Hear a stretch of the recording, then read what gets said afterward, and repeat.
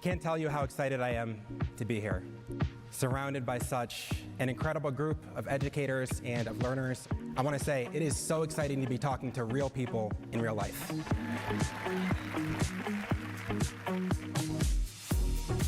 What has me most optimistic these days is, and I think forever will be, our teachers. I wish others could peek into classrooms and see the good and beautiful work that our educators are doing day in and day out. So our teachers, they're what give me hope. We're asking kids to do something that they have never done before, which is, what do you want to do next? Not do you have the rest of your life figured out, but what do you want to do next and how can I help facilitate that for you? I think that's what educators do. When we bear witness, we change trajectories. In a room like this, full of some of the brightest and most passionate and innovative educators, I think it's our responsibility to make this happen.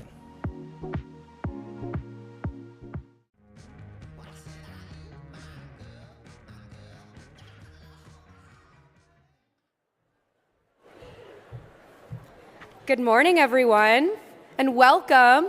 Woo, yeah, come on, let's get excited. It's day 3, y'all. I'm Kayla Myers, Programming Manager at South by Southwest EDU, and I feel uniquely well-positioned to say that you've had a busy couple of days. But I hope as you've been making the most of your experience at South by Southwest EDU, whether you've been an early bird and catching our walking tours and hikes in the morning, or a night owl and popping over to our socials and pop-up dinners in the evening, that you felt energized by the new ideas and motivated by the community that you've met here. And if you need a little bit more of an inspirational pick-me-up, I'd encourage you all to check out our inaugural Student Impact Challenge, which is taking place right after this keynote presentation in Exhibit Hall 4's next stage. I'm incredibly excited now to be able to introduce our next keynote speaker. Sarah Rose Siskin's work embodies one of South by Southwest EDU's core goals of bringing joy and delight to the world of learning. As a science comedy writer, Sarah's written on projects ranging from an artificial intelligence robot to the White House press correspondence dinner. Before founding Hello SciComm, she was the lead writer for National Geographic's Star Talk with Neil deGrasse Tyson.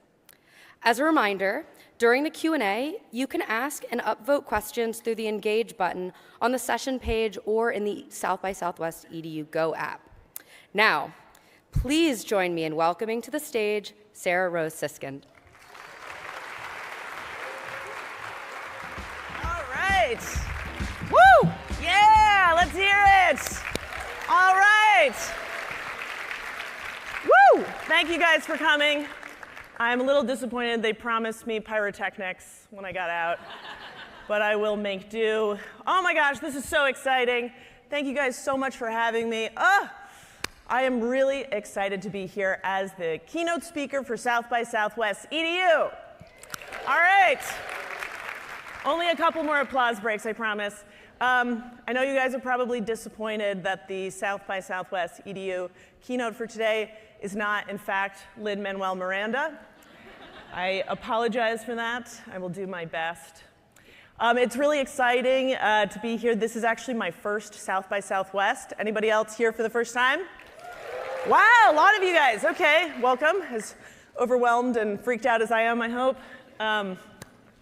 Yeah, it's interesting because when I was telling people I was coming to South by Southwest, a lot of people were saying, oh, this is really cool. There's going to be celebrities and rock stars performing on stage.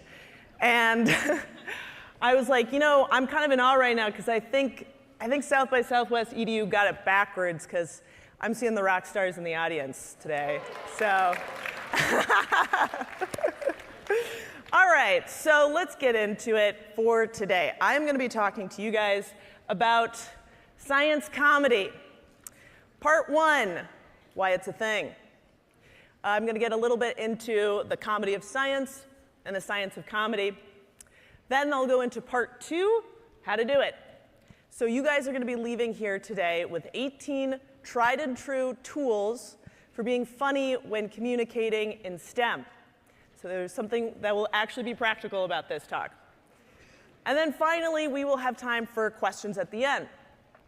So as I go through this presentation, if you have any questions, please make sure to write them down through the Slido app. It should be in the sessions section of the South by Southwest app.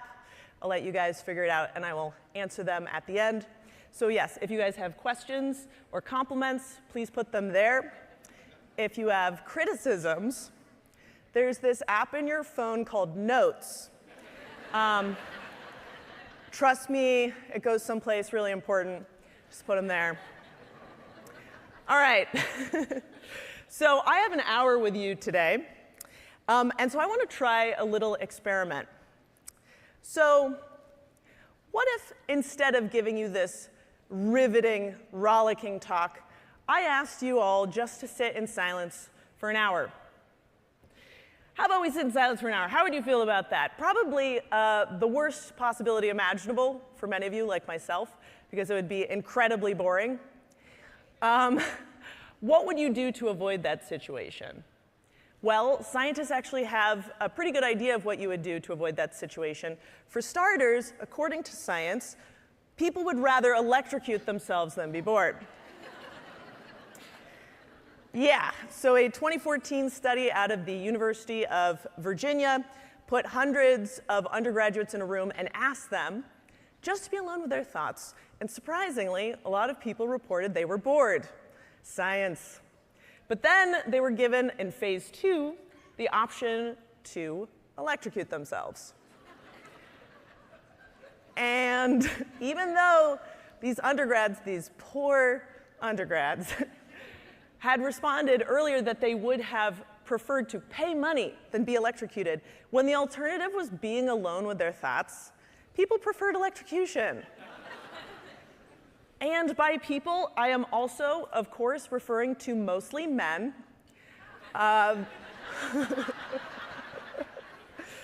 The breakdown was about 2/3 male, 1/4 women for electrocution. But still. In researching this talk, I was a little bit nervous. I was like, oh my gosh, what if I'm boring on stage today? So I actually came prepared. If any of you guys are bored, there's actually some exposed wiring along the side of the stage. Have at it.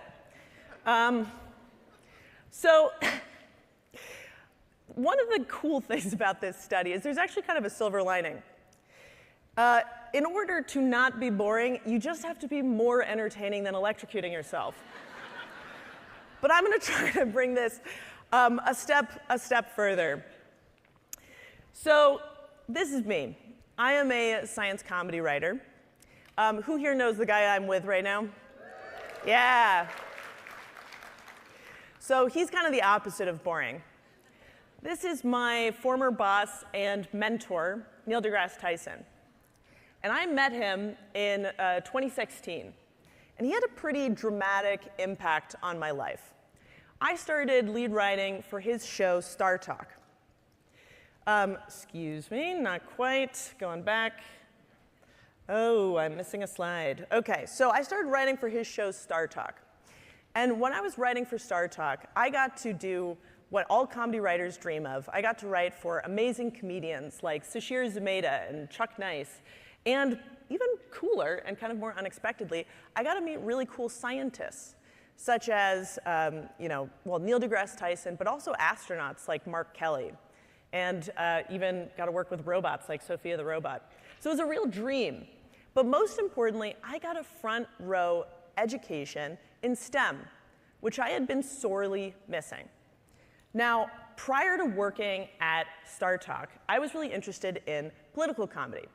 I was interested in political comedy because I grew up with Jon Stewart and the rise of political satirists using humor as a tool to educate the public about politics. I actually, through this interest, I got to write for the White House Press Correspondence Dinner, which was like a total dream. And I actually wrote my thesis on political comedy in undergrad at Harvard. This was the process of writing said thesis.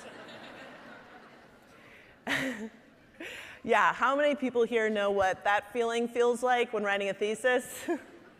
Yeah, existential despair. But one of the interesting things, actually, about majoring in government at Harvard is that it had the fewest number of requirements. It was actually generally considered the easiest concentration of everything out there. What that says about our modern day political system, I'll let you guys be the judge. But one of the benefits of having so few requirements is that I actually got to take a lot of electives. And specifically, I took science electives. So I took science electives because I was really passionate about science in high school. This was me in high school. Now, I wonder what you're thinking. Why is this amateur magician at a bat mitzvah presenting at a science fair? I was really into vests, you guys. Still am. You guys are clocking it. All right. So yeah, very into science. I was really into science. I did the California State Science Fair many years out of high school. But I ultimately didn't pursue it in college. Why didn't I pursue STEM as a major? Well, all I can tell you for now is that I'm not alone.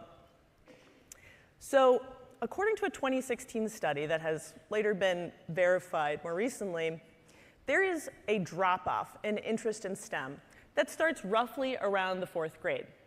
So around 4th grade, about 2/3 of girls and boys, roughly the same numbers, are interested in STEM. But then, as you go into high school, you see those numbers start to change. Specifically, you see a drop in girls, about 57% of girls are interested in STEM, and a rise in boys, about 70%. And then we experience what I call the college cliff. When people actually go to college, you see these numbers drop dramatically. 17% of girls and about 32% of boys actually choose to major in STEM. And even worse, only half of those people complete their degree. Until finally, we only have about 19% of women and 30% of men entering the STEM workforce. So what do I attribute to this lack of interest in STEM over time? Well, I attribute it to boredom.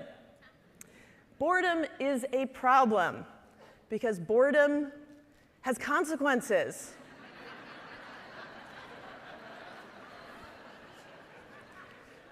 Like missed opportunities for this poor, unfortunate boy.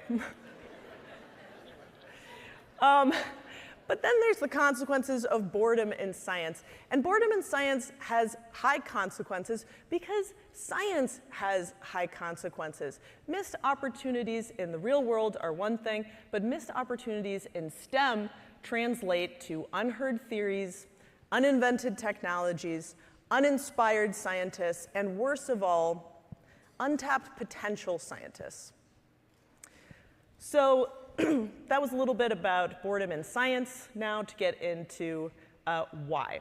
So one reason I blame for boredom in science is jargon. Now, jargon is any particular words or phrases used by a group that are oftentimes hard to discern by outsiders. Now, we use jargon a lot of the times to signal who we are, not by what we say, but by how we say it. But the trade-off there is that we're excluding people. So unfortunately, well, before I get into the consequence of that, it reminds me of this great quote by Gilbert and Sullivan. "If this young man expresses himself in terms too deep for me, why, what a very singularly deep young man this deep young man must be." I think that's kind of like what people, how they want to be seen when they're using complex scientific jargon. So here are some of the consequences of it. The more jargon you put in your abstract, researchers found the fewer citations those papers were actually cited for. So unfortunately, this problem is actually on the rise. We're seeing more and more jargon in abstracts. This was a study of about 650 abstracts, but in a much larger comprehensive study of about 700,000 papers, we're seeing readability decline dramatically. And researchers attribute this to the rise in jargon, why there is such lower readability. So there are many consequences to boredom. How many of you guys have performed in front of audiences that look like that? I know what it feels like right now. Just kidding. Thank God, no. So boredom has a lot of consequences. One thing is it's correlated with poor sleep. Another thing is that it is correlated with cardiovascular issues and also mortality. And then, as you can see from this picture, if you look closely enough, boredom is actually associated with messy sausage fingers.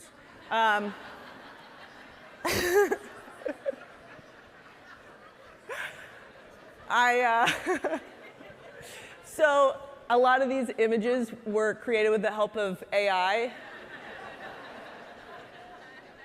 And I just want to point out that AI still can't do fingers, so still hilarious. All right, so there are consequences to boredom. But one of the things I want to ask you guys is, how do we combat boredom? Well, it'll probably surprise nobody, being given my introduction and everything, that I am going to argue that humor combats boredom. So here are some reasons why I think humor can combat boredom. Well, one, just on the physical level, it can actually counteract some of those health issues we just talked about. So comedy can help reduce anxiety and blood pressure, perhaps mitigating the effects in the boredom situation with cardiovascular health. And then it has a lot of effects on reducing stress. So it's really good for your health. But conceptually, one of the reasons why I think humor combats boredom has to do with this old saying. There's an old adage that says, the opposite of love isn't hate, it's indifference. Well, there's a corollary here, I find, which is that the opposite of boredom isn't just tragedy in the form of electrocution. It's also comedy. Now, comedy and tragedy actually kind of have something in common. They're both stories with surprises at the end. Structurally, they're actually quite similar. Now, before I get into the science of comedy a little bit, I just want to say that there's a quote about talking about comedy from E.B. White. Explaining a joke is like dissecting a frog. You understand it better, but the frog dies in the process. So, my apologies, y'all. There's going to be a lot of dead frogs on stage tonight. I'm used to performing in clubs, excuse me. If you could all just pretend that you're drunk, that would really make me feel at ease. Anyway, so yeah, I'm going to be talking a little bit about comedy, and sometimes that takes the joy out of it. But I do find that laughter is the sound of the unexpected. And in a way, when you think about it, the setup is there to set expectations, and the punchline upends them. That's the basic anatomy of a joke.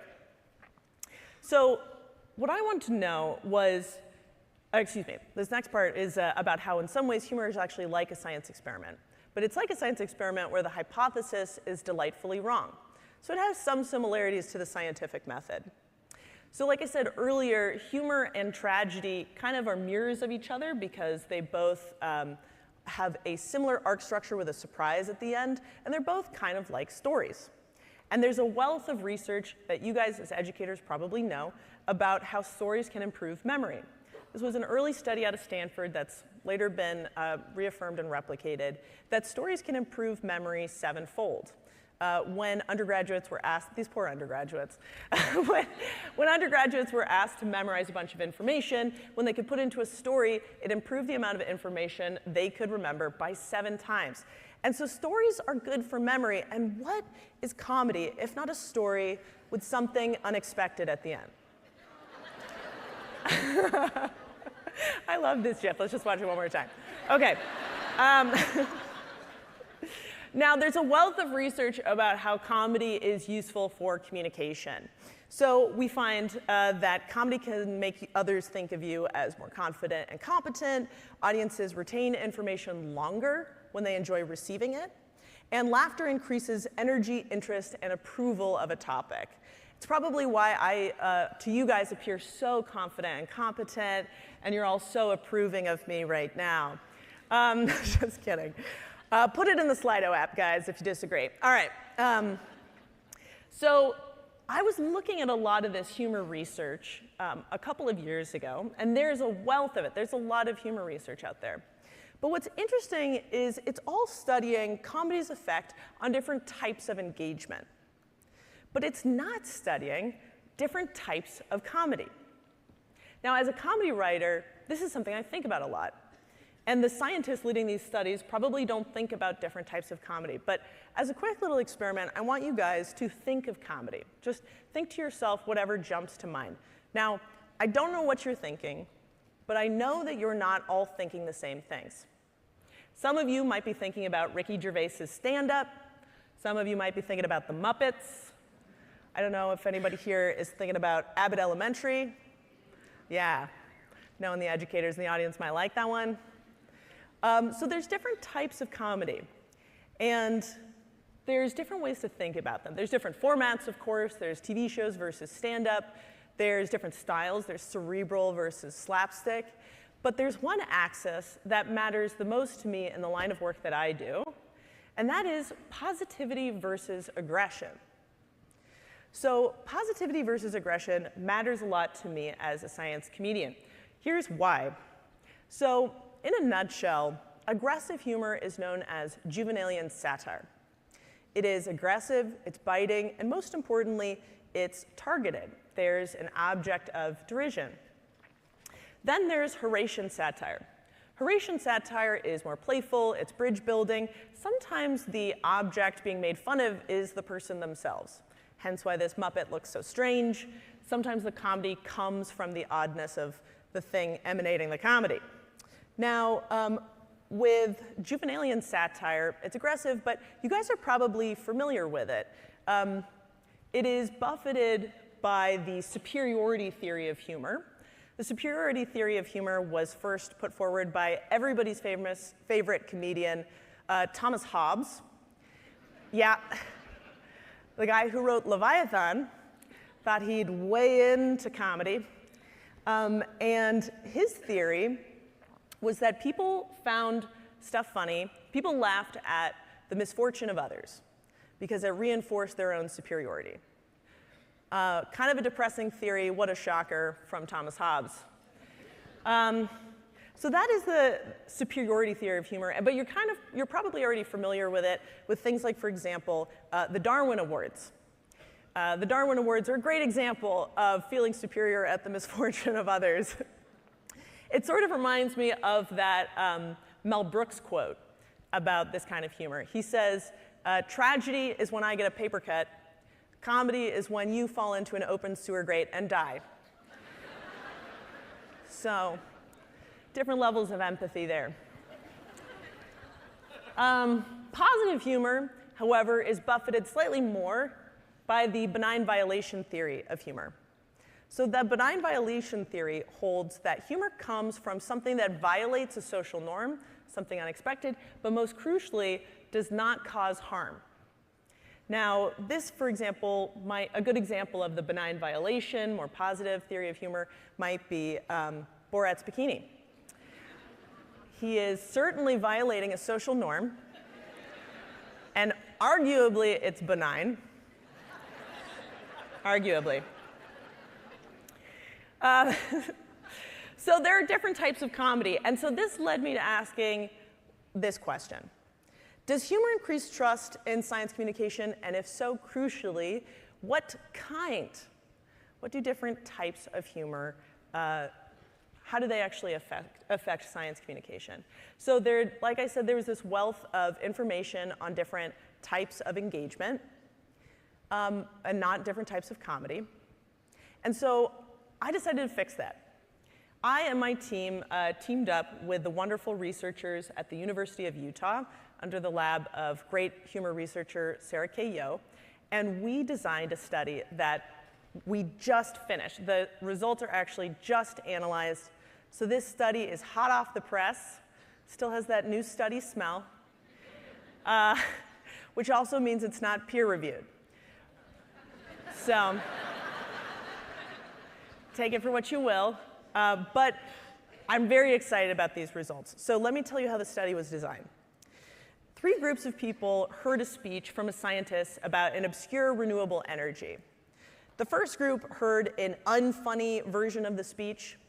The second group heard an aggressive and darkly funny version of the speech. You could tell that he's aggressive because he's wearing a leather jacket now. And then the final group heard a positive and playfully funny version of the speech. You can tell it's playful because he's shrugging. What's the deal? Woo. That's how I imagine him speaking. Anyway, okay, so 3 different types of speeches. And here were the results. They found that the more mirth the scientist produces, which is our measurement for humor, the more trustworthy the scientist appears. That's great. But there was an important caveat. The more aggressive the scientist is perceived, trust plummets. So this is really important information because when I talk about comedy and science communication, people tend to think about all different types of comedy, but you really have to think about more positive versions of comedy. So the takeaway from this study is if you're going to use comedy in your chosen field, and I do recommend it, the most important thing is to be positive. Look at that guy giving the thumbs up, very positive. So think a little bit more like Pee Wee Herman and a little bit less like Triumph the Insult Comic Dog. Be positive. Now I'll give you a real world example of the perils of aggressive comedy and science communication. Who here knows who this guy is? Anybody? Shout it out. Yeah! Giving the educators a little taste of your own medicine there with the cold call. It is Galileo. Good job. Extra credit. So yes, that is Galileo. So people say commonly that Galileo was arrested for saying the sun was the center of the solar system, but that's not exactly the whole story. So in 1616, Galileo did have a lot of run-ins with the Catholic Church, but by 1632, the Pope had actually given Galileo permission to publish about heliocentrism. So there was one condition to this approval. Galileo had to give the Pope's counter-argument fair treatment. So Galileo published a dialogue. And in the dialogue, he would have an author stand-in. The author stand-in was a noble philosopher named Salviati. And for the Pope's view, his stand-in was a comically incompetent philosopher named, and I kid you not, Simplicio. Yeah. So, not too surprisingly, the church was not very happy with that. So they placed him under lifelong house arrest, and they banned him from ever publishing again. Now, the book was still a commercial success, in my opinion, testifying to the ability of comedy's effect on communication to improve communication. However, Galileo failed to consider all of his audience. Now, what was Galileo's main problem? Was it perhaps the lack of good public education? Was it perhaps the lack of separation between church and state? Well, I argue it's neither of these. I argue that he should have hired professionals, specifically my company. We were about 400 years away from existing, but still. So inspired by my time writing for Neil deGrasse Tyson, I started a company called Hello SciComm. And at Hello SciComm, we help all kinds of STEM professionals to communicate in an entertaining way. We make intelligence entertaining. So here are some reasons why. Oh, by the way, yeah, this is what a typical meeting looks like. I just write jokes on the board, and then we just write them all down. All right, so here's why we do what we do, in a nutshell. Science is the frontier of knowledge. Technology is the frontier of tools. But frontiers are scary. By their very nature, the frontiers are the edge of the unknown. So frontiers are scary. And as my former boss, Neil, used to say, you can't laugh and be afraid at the same time. And as I like to say, comedy is a backdoor into consciousness. So that's a little bit about why we exist and our mission statement. Let me tell you a little bit about what we believe in. We believe in fun, most importantly, as you can tell from this photo. We also believe in shaking hands. And finally, we believe in casual water cooler talk. Just some candid shots of us around the office. Very candid and not staged. So let me tell you a little bit about our work in the world, making all kinds of STEM entertaining. So We have helped put science and comedy into the world in a number of ways. We've helped create a chatbot that was sold at Sotheby's. We've created viral TikToks for a prominent science magazine. We helped create the personality for a robot at Honda. This is a different robot. We work with a lot of robots. For some reason, a quarter of our clients are robots. Anyway, just worked out that way. And then finally, most recently, we wrote jokes for a kidney donation advocate before Congress. Helped her leave an impression. And our work has taken us all over the world, everywhere from Yale to the UN to Universal Studios, spreading humor in STEM communication wherever we go. But here's the thing, what we do isn't, you're not born with it, it's inherent. It's actually teachable. So I'm gonna walk you through our formula. So I present to you guys the principles of SciComm. Imagine reverb on that. Science comedy. The principles of science comedy. So the first principle of science comedy is positivity. Borrowing a little here from Marie Kondo, but think about what sparks joy in your chosen field, and then channel that positivity. If you're in math, we all know that there was that one moment where you first fell in love with math, or maybe it grew on you, but channel that positivity of what sparked joy in you in the first place, that beginner's enthusiasm. In ornithology, there's this really great term called sparkbird. Sparkbird is your bird that first got you interested in ornithology. And I know this because I was into ornithology in high school. Very, very cool. And my sparkbird was the northern gannet. And I got so good at doing the bird call for the northern gannet that I actually got to do the bird call on the Letterman show in high school. I was super, super cool. So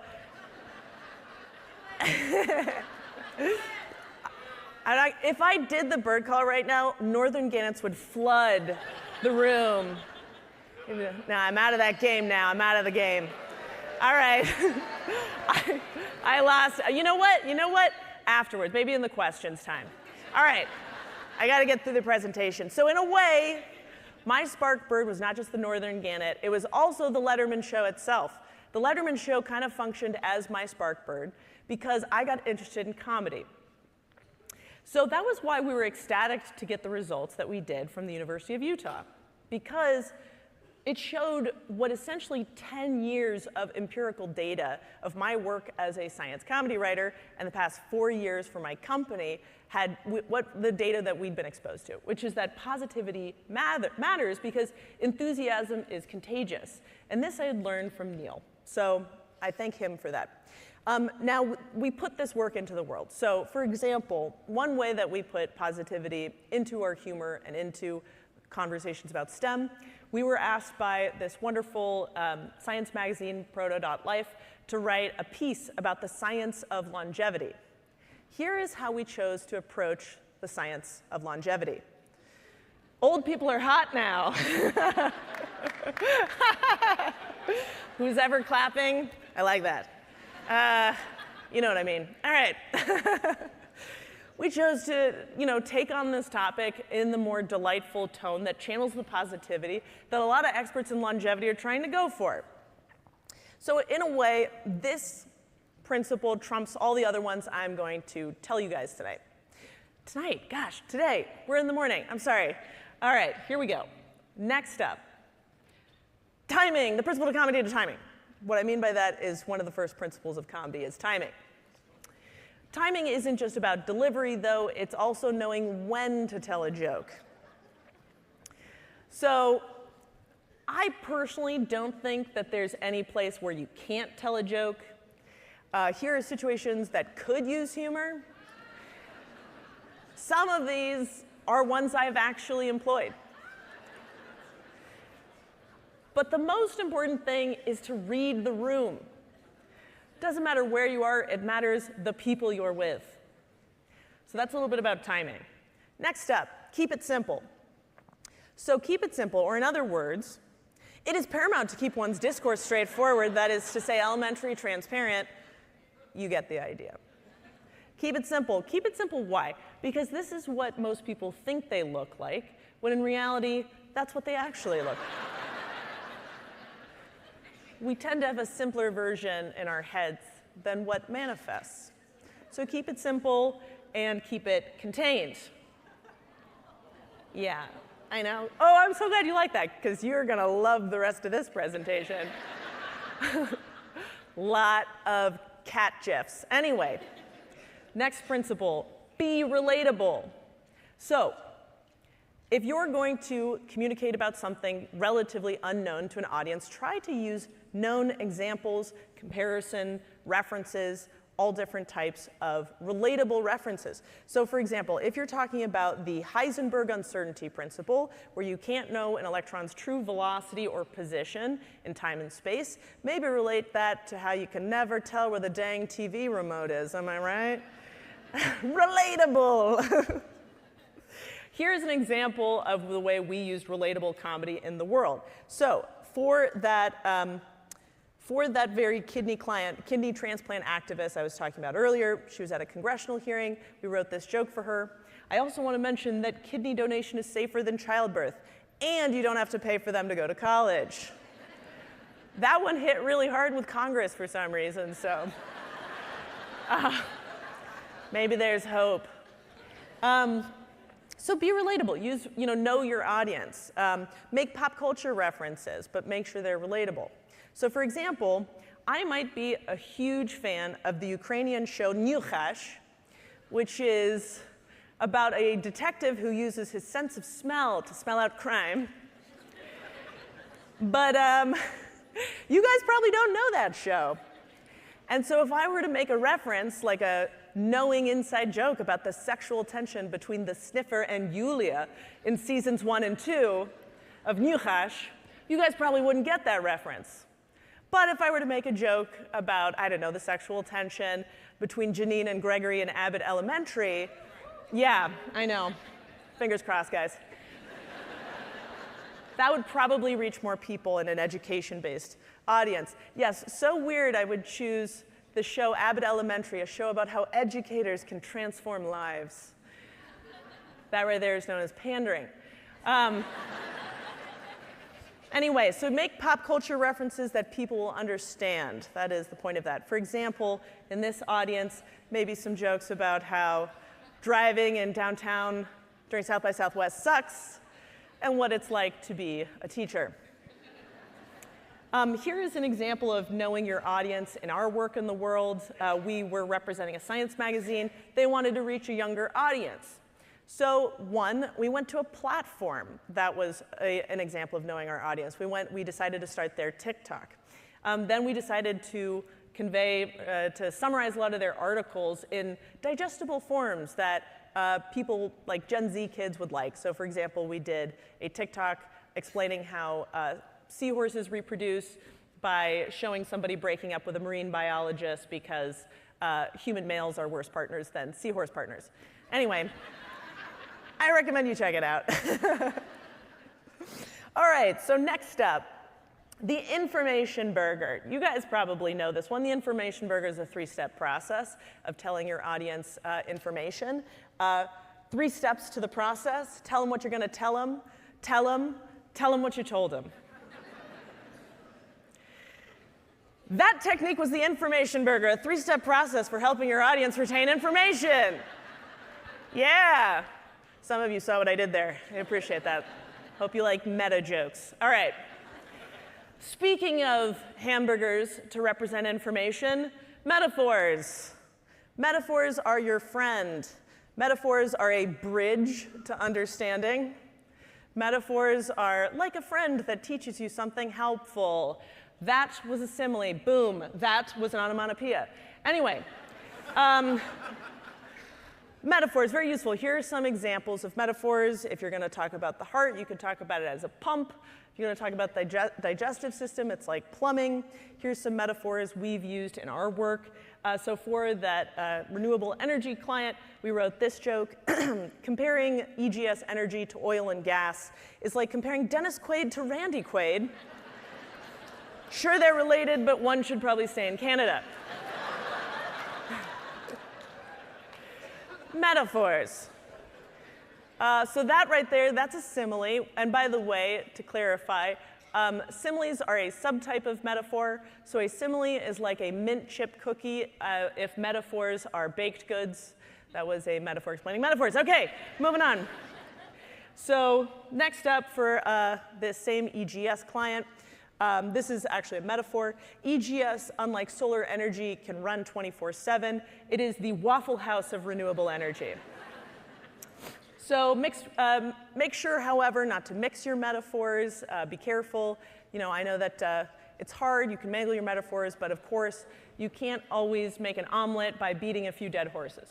So careful with the metaphors. Another thing to be wary about with metaphors is that they can sometimes lead your audience too far down a rabbit hole. So for example, we've learned a lot about atoms as like mini planetary systems with planets being electrons orbiting the center.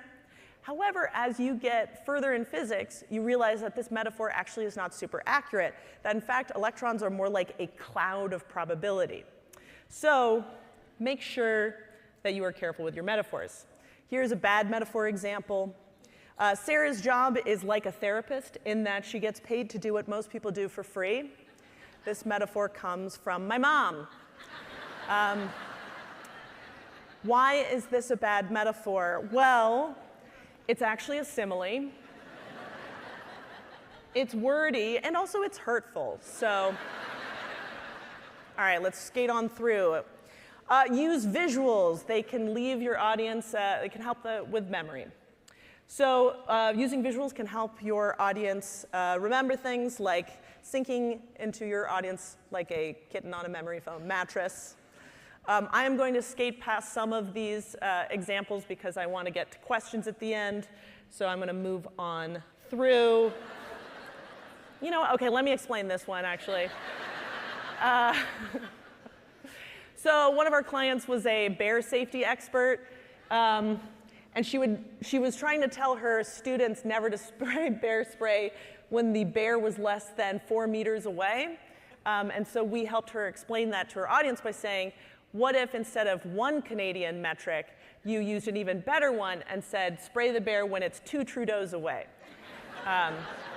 or 1 Tudo, or 2/3 of a Trido. Anyway. Next up, have confidence.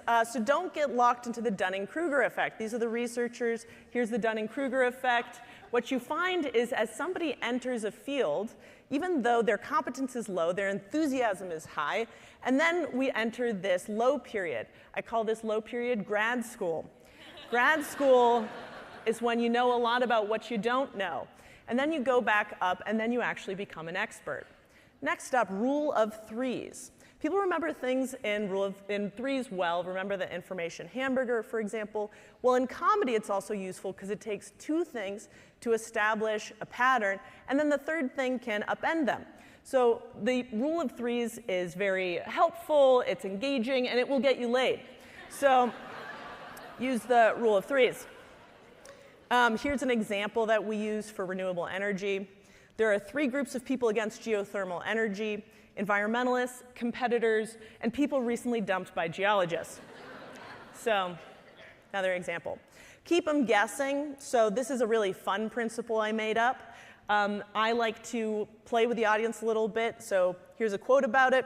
Drop in an occasional lie to engage your audience. You can't believe everything you see in a PowerPoint. This, of course, comes from Susan B. Anthony. Very ahead of her time on that one. Women's suffrage and PowerPoints, saw it coming. So like, for example, earlier you might have noticed the strange look of Dunning and Kruger. That's not in fact Dunning and Kruger, that is in fact Siegfried and Roy, famed lion taming duo from Vegas. Okay, next principle up, be self-deprecating. So make sure not to overdo this one. You don't want to fall into the Dunning-Kruger effect, but it is good to be self-deprecating. So for example, earlier I mentioned my mom. That is a great way of being self-deprecating, is talking about how your mom keeps sending you LSAT books in the mail. great way of being self-deprecating.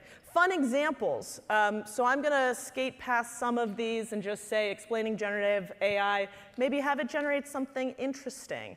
Or take an example like this and work backwards. Like, how did we end up at this point where AI still can't do fingers? Still can't do fingers. Still hilarious. All right, relatedly is absurd application. So maybe explain a process through a funny context. So for example, this guy is using geothermal heat to bake a pizza. Here's another example. This was a famous epidemiology paper, and they used it to explain the mechanics of the zombie apocalypse.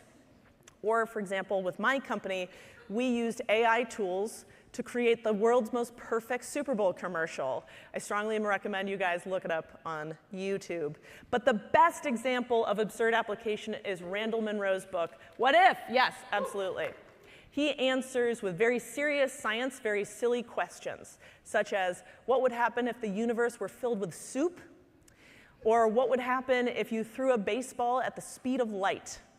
So he has some really great examples of that. I strongly recommend checking it out as an example of science comedy. Next up, Chekhov's gun. So Chekhov's gun is a dramatic principle by which you only introduce details, particularly high-stakes details, if they're going to pay off later. So we took this principle and we decided to make it fun, Chekhov's fun.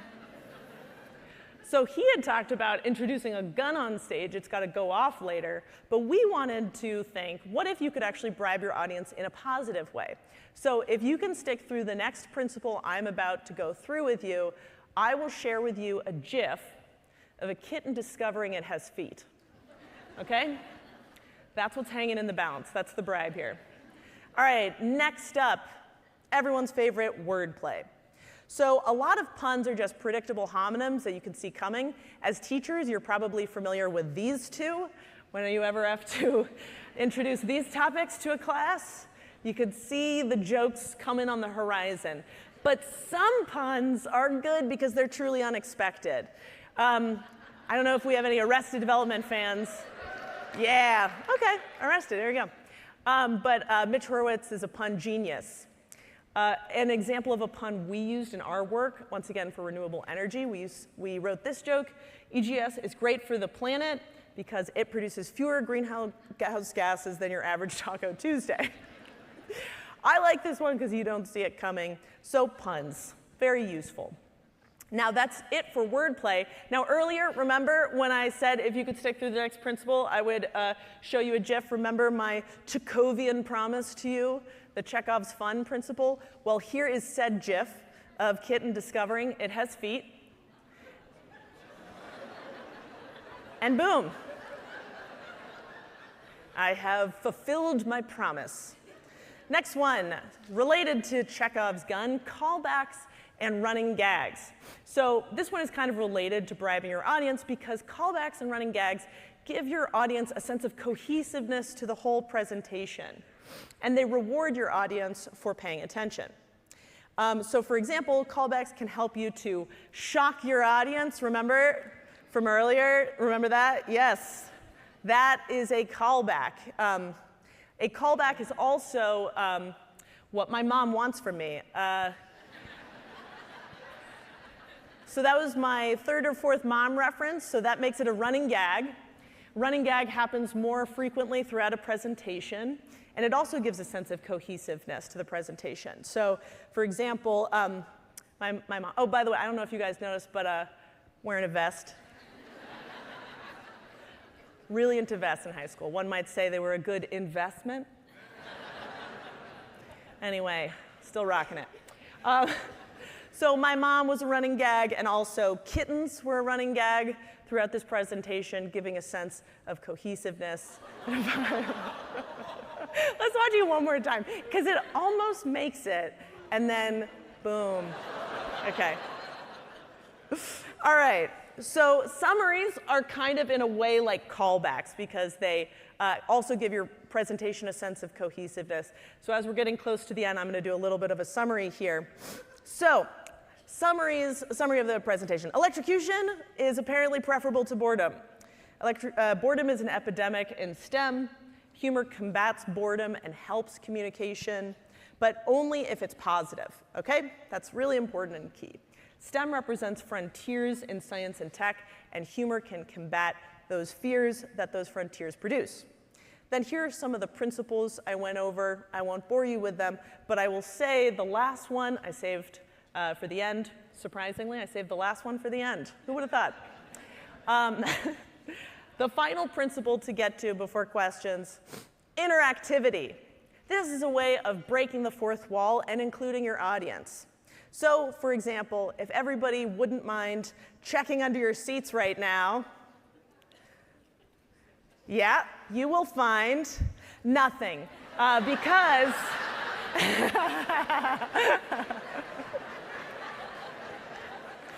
the prize was the journey, folks. But interactivity can help. And so I will say the one way of interacting at the end is definitely by reaching out to me. I would love to hear from you guys. There's so many awesome people here. I would love to hear what you're doing and how comedy might be able to help you. So there's that. And then there's also questions. So I would love to answer any questions you guys might have. I hope some of you have been writing them down throughout the Slido app. And here we are. Oh my God, the bird call. So listen, you guys, this is like asking Paul McCartney to do a Beatles song. I need my team. You saw there were 2 people on stage with me. Also, the mic guys, they wouldn't like it because I got to get real loud, and I think it would blow out the speakers. So, nah. You know what? If South by Southwest invites me back next year, then I'll do it, okay? All right. I know, the groans. Oftentimes, it's been a long time. Maybe at the end, maybe. I'll keep delaying it. This is my Chekhovian promise. All right. Respect your boundaries, did you say? Thank you. Love it. All right, next step. Okay, from Tim Barnes. Oftentimes, humor is difficult for students with disabilities or language barriers to understand. What recommendations do you have to overcome those challenges? That's a great question. So I had a really wonderful improv teacher that I was consulting, and I was I was actually writing jokes for a eulogy, and it was kind of difficult, as you would imagine. And I was asking him about it, and he said, my approach to comedy in difficult situations is that the medicine goes where it hurts. And I really liked that. So I really feel like there is no boundaries to where you can do comedy. It is just a matter of reading the room and being empathetic with your audience. I also, by the way, while working at StarTalk, got to work with a wonderful comedian who has cerebral palsy. And there's actually a lot of really amazing comedians with disabilities who perform. So I strongly recommend, Tim, that you look to those people because oftentimes they can speak firsthand about that lived experience. And they're devastatingly funny. I saw this one disabled, I'm not gonna do the joke because he's disabled and it'd be funnier if you heard him doing it. But I recommend looking into those wonderful comedians on YouTube. All right, I promised my children I would bring back a science joke from your talk. Oh, any good ones to bring back to the little ones? I mean, that was the whole 45 minutes beforehand. There's oh my God, again with all the rest of the questions are bird call requests. I haven't done it in 10 years, you guys. I appreciate the woman who was like, please respect her boundaries. Okay, all right, you know what? It's gonna be so bad. It's gonna be so bad. I think it went something like this.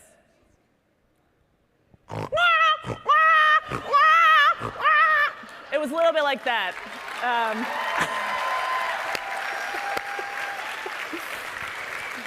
Thank you.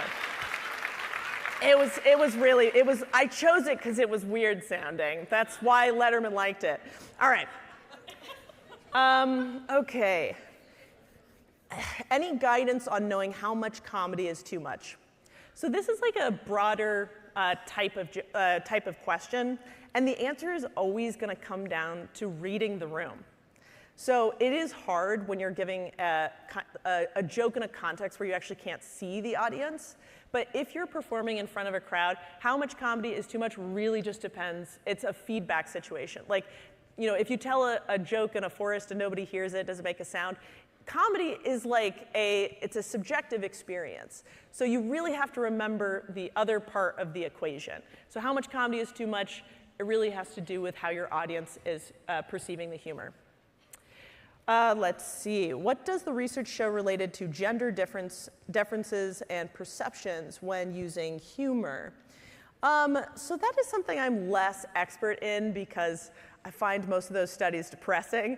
But what does the research show related to gender differences and perceptions?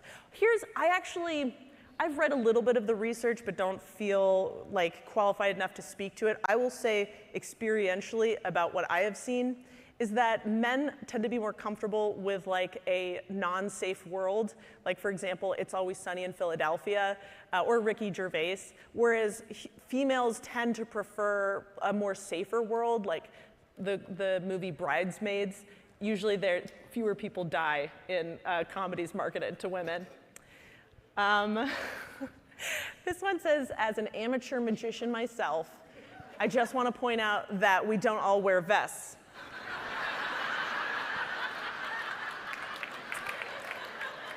Hurtful stereotype, I guess. Well, I would just say this to whoever asked that question, or to David.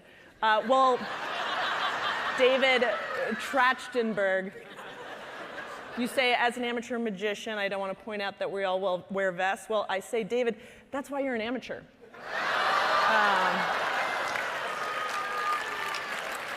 All right. All right. What advice would you give edutainers who want to incorporate comedy into history education during our times of tense politicization of social issues? Well, there's also a common saying in comedy, which is, don't punch down. Comedy is a really good way to reach audiences, and history is a story. And sometimes there's actually comedy in history, and you don't have to do too much to work it, like that Galileo example.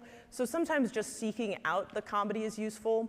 In general, I think when teaching history, there should be you should try to search for those kind of pockets of joy so it's not just all war and famine and stuff, even though that's important. So in general, to this question, I would just say, just make sure that you're never punching down. And that's kind of a good rule of thumb that will never lead you astray. Oh boy, all right, this one. Jason Paul outed me. Here we go. As a psychedelic stand-up comedian, that's my side job, how do you see the role of humor in destigmatizing conversations about mental health and consciousness exploration? So, thank you for outing me, Jason Paul. I work on the side. I do a lot of stand-up comedy at psychedelic pharmaceutical companies, fundraisers for nonprofits, that kind of stuff.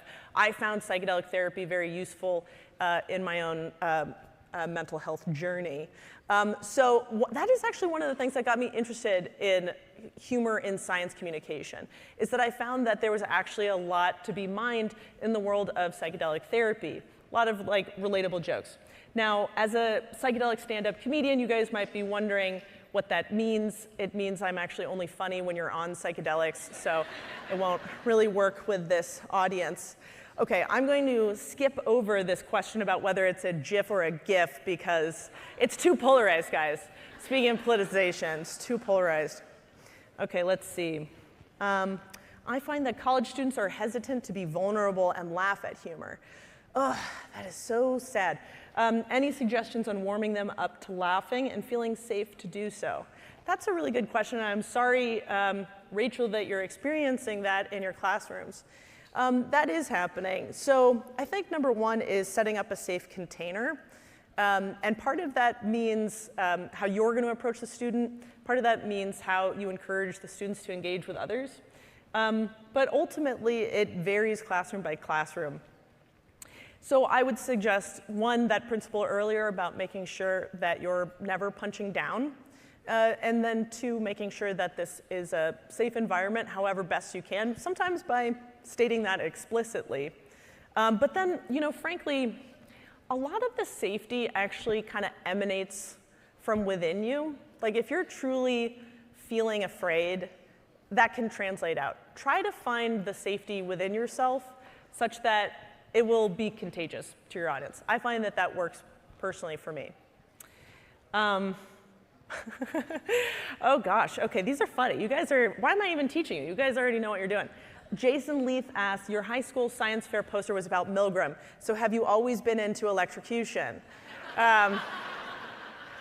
Yes, Jason, I have. I guess that is a recurrent theme, but luckily nobody has touched the exposed wiring today, so I think I'm doing pretty good. Let's see. What do you do if your humor fails? Keep trying or back off? Great question. You know what? You tried, and that's really important. If you truly found something funny and you tried to channel the positivity and it didn't work, you're laughing, you know, you're playing. There's this expression in comedy, which is like, I love, it's called playing for the backstage. And it's where, you know, your audience doesn't find it, but doesn't find it funny, but like maybe the other comedians in the green room do. And it's like a really good way of bolstering yourself because you tried something. And comedy is like an experiment. You know, sometimes you get a null result. And the most important thing is that you tried. But then also, to be clear, don't keep trying. If you keep trying despite groans, that is known as a dad joke. Those are usually discouraged. Okay, here we go. How are we doing on time? I think I'll do one more question before we take off. How to combat aggressive humor with positive humor? Let's do that one since that seems like the most on topic. I think the way, once again, to combat aggressive humor is to channel the positivity within yourself. If somebody is going aggressive, number one, it's like a cathartic vent. They're releasing some of their fear, and that is kind of valuable. I don't mean to like totally put down all aggressive humor. It has its place, but it's really important to kind of sometimes give it space, I think, for people if they're feeling that kind of aggressiveness. However, if it starts to veer into bullying, then you kind of got a sort of separate problem. One thing I like to do, I do have stock jokes, actually. If people start to heckle me or like get a little too aggressive, I'll give you one for free, and we'll end with that, which is just if somebody starts to argue with you in an aggressive way, you could just say, you know, I would love to agree with you, but then we'd both be wrong. So, all right, so on that note, I'm going to be hanging out over here. Thank you guys so much for your time. Spread some science comedy.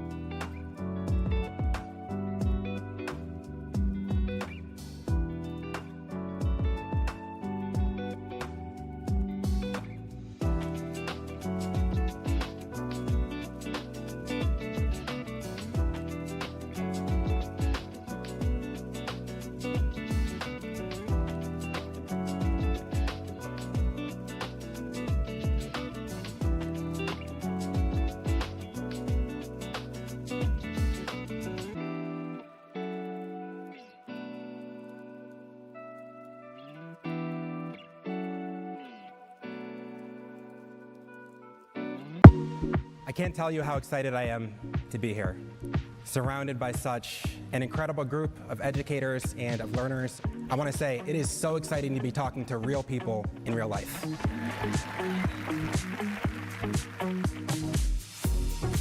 What has me most optimistic these days is, and I think forever will be, our teachers. I wish others could peek into classrooms and see the good and beautiful work that our educators are doing day in and day out. So our teachers, they're what give me hope. We're asking kids to do something that they have never done before, which is, what do you want to do next? Not do you have the rest of your life figured out, but what do you want to do next and how can I help facilitate that for you? I think that's what educators do. Like when we bear witness, we change trajectories. In a room like this, full of some of the brightest and most passionate and innovative educators, I think it's our responsibility to make this happen.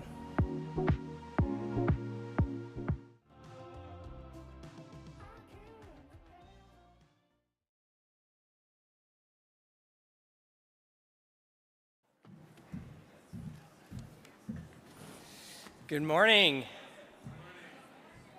I am Greg Rosenbaum. I'm the Senior Director for South by Southwest EDU. Thanks. Today's featured session, Finding Your Leadership Soul, holds a special place in our hearts here at South by Southwest EDU. We have long collaborated with Carlos Moreno and the whole Big Picture Learning team on their Leadership Journeys event. In fact, it began as a concept they were dreaming up in 2018 and 2019. It was scheduled to launch here in 2020, and to see the impact and the evolution of what they've done with it is truly incredible. We are beyond grateful to have the panel here today to unpack deeper learning with leaders, authors, creators, and trailblazers to bring this conversation about leadership soul to the stage at South by Southwest EDU. Sharonda Bossier is the CEO of Education Leaders of Color. And started her career as a public school teacher. Dr. Bettina Love is the award-winning author of Punished for Dreaming, among other books, and an associate professor of educational theory and practice at the University of Georgia. Carlos Moreno is the co-executive director of Big Picture Learning and author of Finding Your Leadership Soul. And Jacqueline Woodson is an American writer of books for adults, children's, and adolescents, including the National Book Award-winning memoir, Brown Girl Dreaming, apologies. As a reminder, during the Q&A, you can ask and upvote questions through the Engage button in the Slido app, or in the South by Southwest EDU Go app. Please join me in welcoming the speakers to the stage.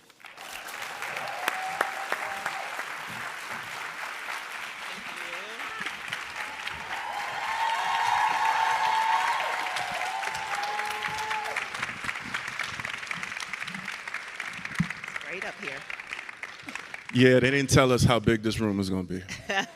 Or how bright. And bright, actually. The lights are, it's a little warm, but it's beautiful to see everyone here. Thank y'all for making the decision to join us for this conversation with some amazing friends, family members, educators, and leaders. This conversation is a little different and a little weird, and I'm just going to name it, right? Because it is entitled Finding Your Leadership Soul, which happens to be the title of the book that I just had the pleasure of finishing.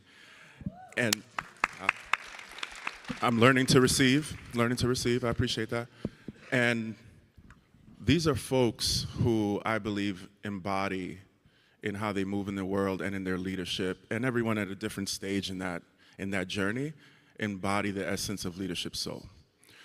So Leadership Soul was a book that I was really, really moved to pen and to share, that is heavily focused on the stories of three young men that I knew intimately well from my days as a teacher and as a principal. And these three young brothers are sadly no longer with us. And it was a journey in writing, but also in journey with them and how much they gave to this world and to me as a teacher and as an educator, and how I believe it's important that we pay attention to the stories of young people. Equally as important, I think, is that as adults and as folks that are in this world and are proximate to young people, we absolutely have to do our own work before we try to help others and lift up young people.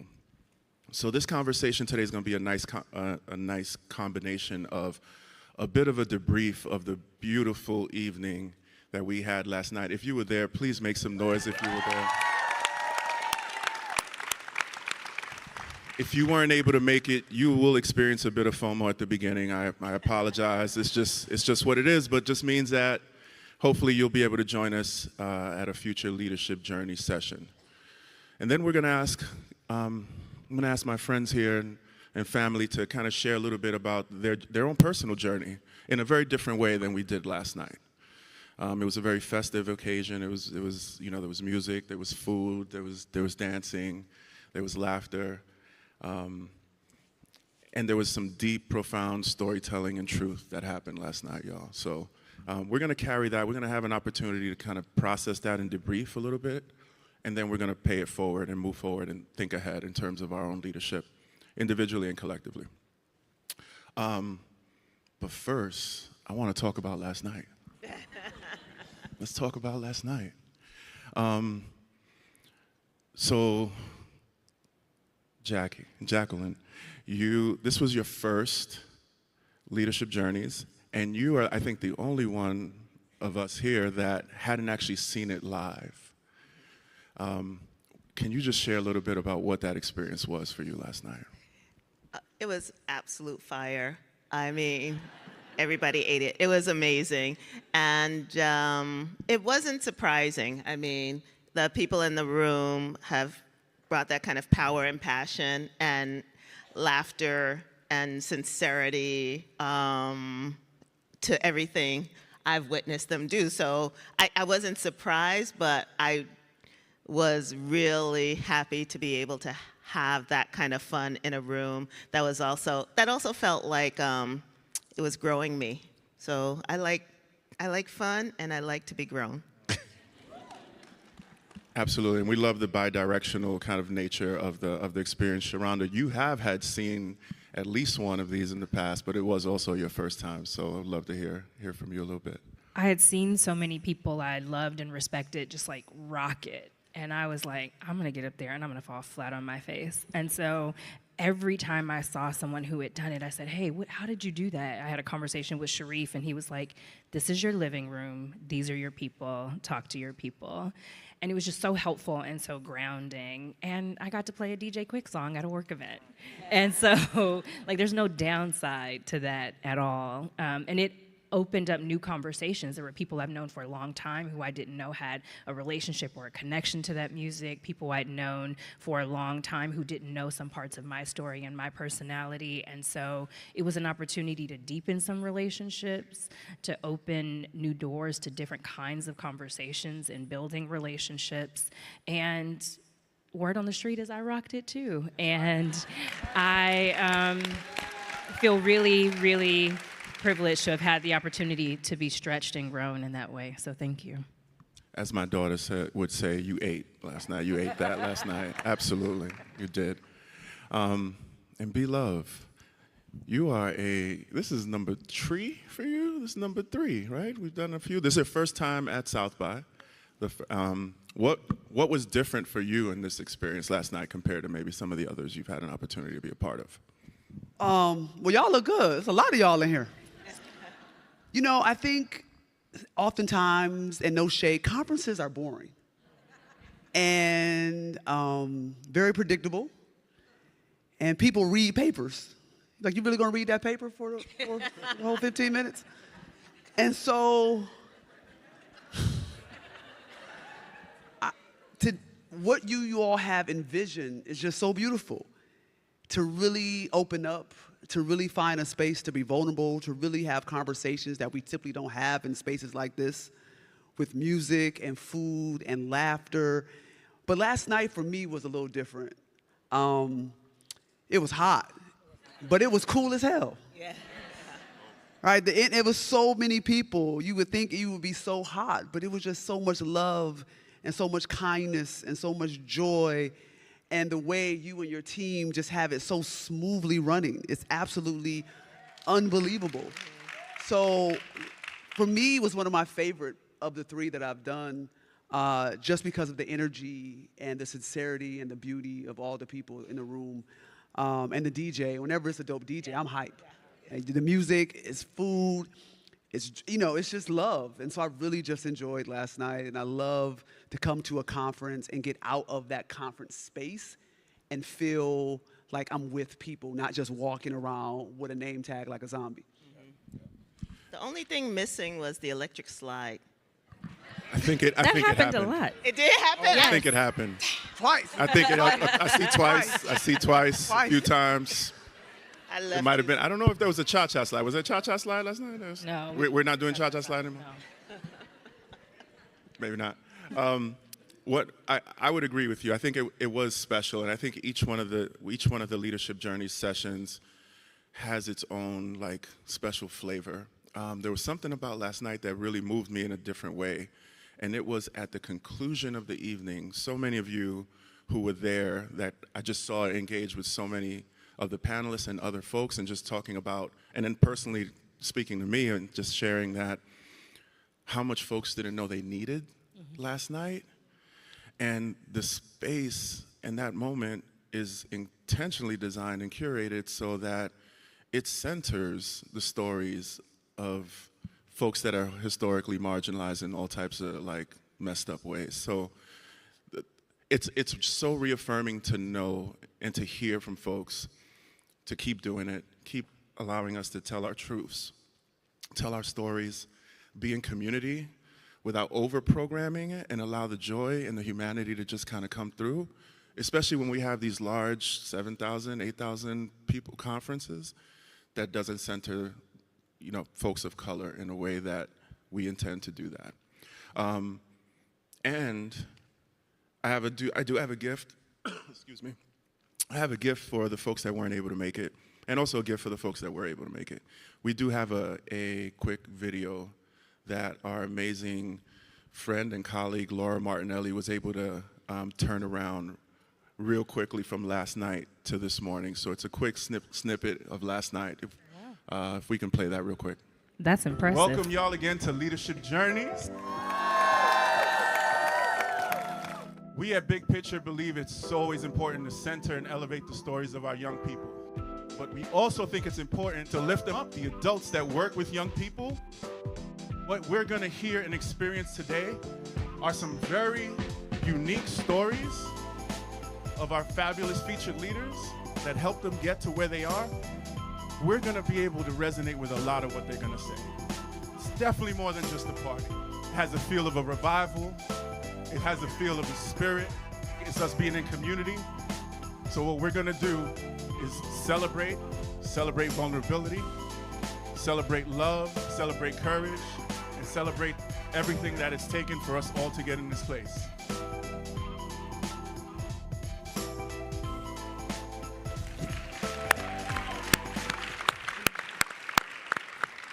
Big shout out again to Laura for putting that together for us and turning it around so quickly. The other thing I was going to kind of really lift up from last night was this really powerful, profound moment where you each had an opportunity to speak to your younger self at a time in your life that you all selected, and we had an image of you all as young folk. Even though someone said I looked a lot older when I was young, but that, as young folks, and you know, it is in Leadership Soul. It's part of the opening of the book where I write a letter to my younger self. It's kind of that inner child work that I think is so important for us to do. I'd love to just hear from each of you. What was that experience for y'all going through that, and in such a public setting, right? This is not just you confidentially just saying it. This is 400 people out there, some friends, some folks you don't know, and just putting yourself out there. So if anyone would like to jump in on that one first.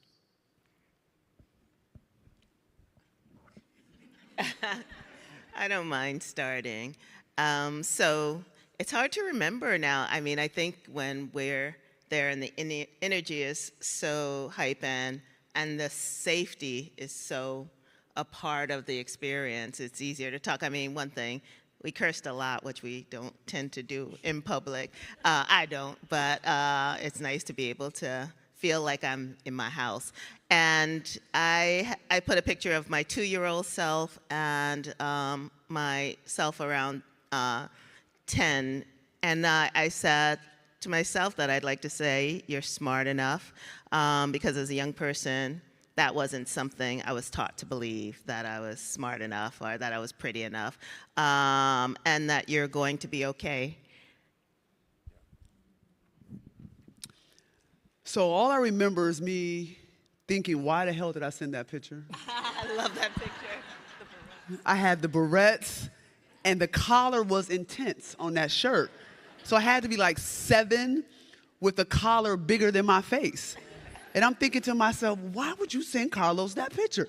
But I think it just speaks to the vulnerability that space is allowing. Because I wouldn't send that picture to nobody else.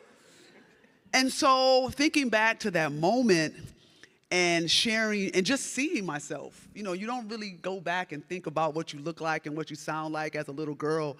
And so it's beautiful just to see myself. But I remember thinking about how much I've grown, how much I doubted myself, how much I've learned. I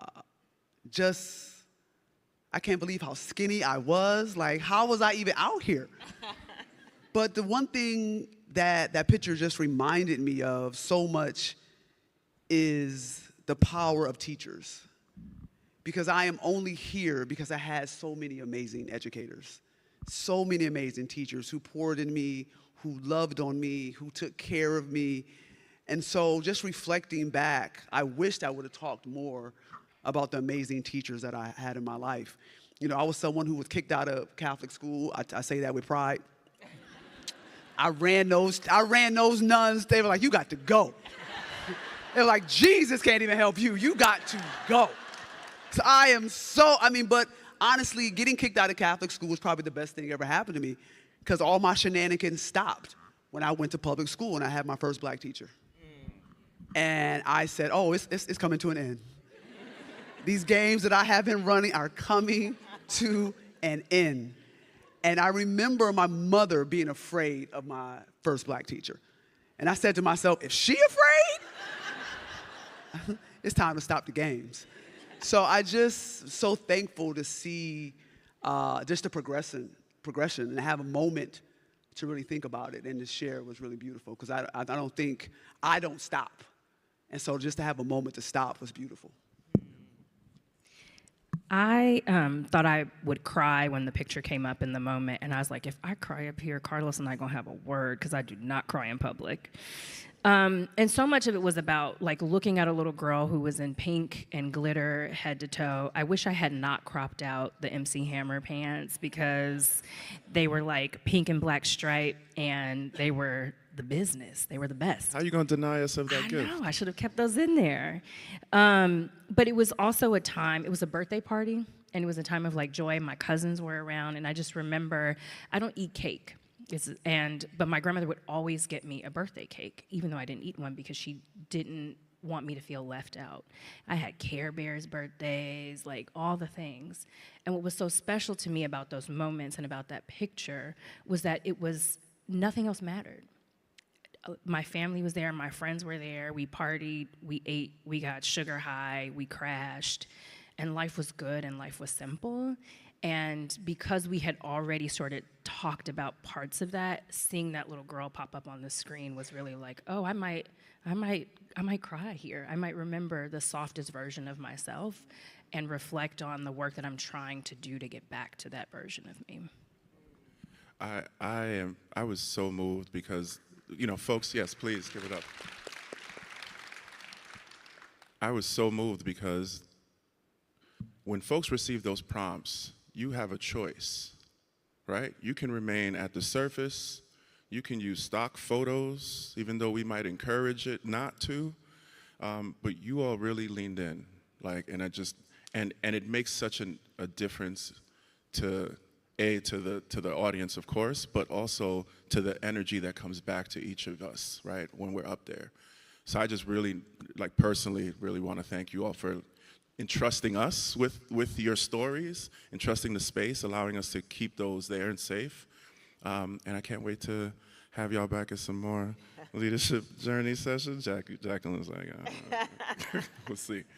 I'd love to pivot really quickly to maybe talking a little bit more around your personal journeys, and also as it connects to Leadership Soul. And this will be a little bit different because I'd like to just folks to get to know a little bit more about you. These are questions that are slightly different than what we might have posed last night, but I think it's just important for us to be able to lean into some of these stories, right? That gets to our humanity. So, B-Love, I'd like to start with you, sis. So reflecting both on your joy and pain in your leadership journeys, not just what you shared yesterday, but we've had a number of conversations over some time. Can you share a moment where you experienced profound growth? And how did that shape the leader that you are today, right? So much of how we grow is in those hard moments. So just hoping you could share a little bit about that for you. Yeah, I think I've grown the most when I have done harm. Just keeping it real. I've grown the most when I've had to reflect and be accountable. Starting a nonprofit, I had no clue what I was doing. And I just thought being a good academic, I could do anything. Like if you read enough, you'll be okay. No. And so it was moments of doing harm. It was moments of moving at the speed of white supremacy. It was moments of just rushing and not thinking about the process, not putting conflict resolution policies in place, not thinking about power dynamics. And so this urgency oftentimes that we move with, because as people of color, as a woman, as a queer person, like it's a constant state of survival mode. Mm-hmm. And so you're moving so quickly. And what I realized was that as quickly as I was moving, I was doing harm. And so for me, it's the moments that you have to sit back and really reflect on what you have done. There you go. Mm-hmm. And really reflect on what you have done and how you failed somebody. And then taking ownership and taking accountability and community accountability. And sitting through that is really hard. But I would say those are the moments that really grew me. Those are the moments that I've learned from. And being in relationship and community with people. And having other people hold you accountable, who you love, who you respect, and them saying, you did this, and I know you could do better. I know you could be better.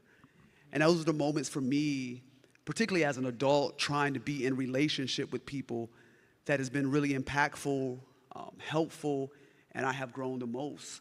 But it has come out of mostly doing harm and just going so quickly, not slowing down, and forgetting all these things that I know. And I couldn't, it's like, damn, I read about this. How did I do the same thing? Right? I just critiqued them jokers for this. How did I do the same thing? And those are those moments that are just humbling and hurtful, but you have to sit with it. And that's where, for me, where I've grown the most. Yeah, I appreciate you sharing that. In the book, I talked about, as y'all know, there was a lot of reflection around mistakes made. Right, and specifically one that comes to mind is one of the story of Andy, which I won't share here, but it's really profound, and I think that is where the growth is, right? Like, and if we take time to take stock in that, right, and who we surround ourselves with around those moments, during those moments, is really important. Jacqueline. So your work, sister, has touched the lives of so many. You are, as you know, my daughter's favorite writer. She loves you, and she loves your work.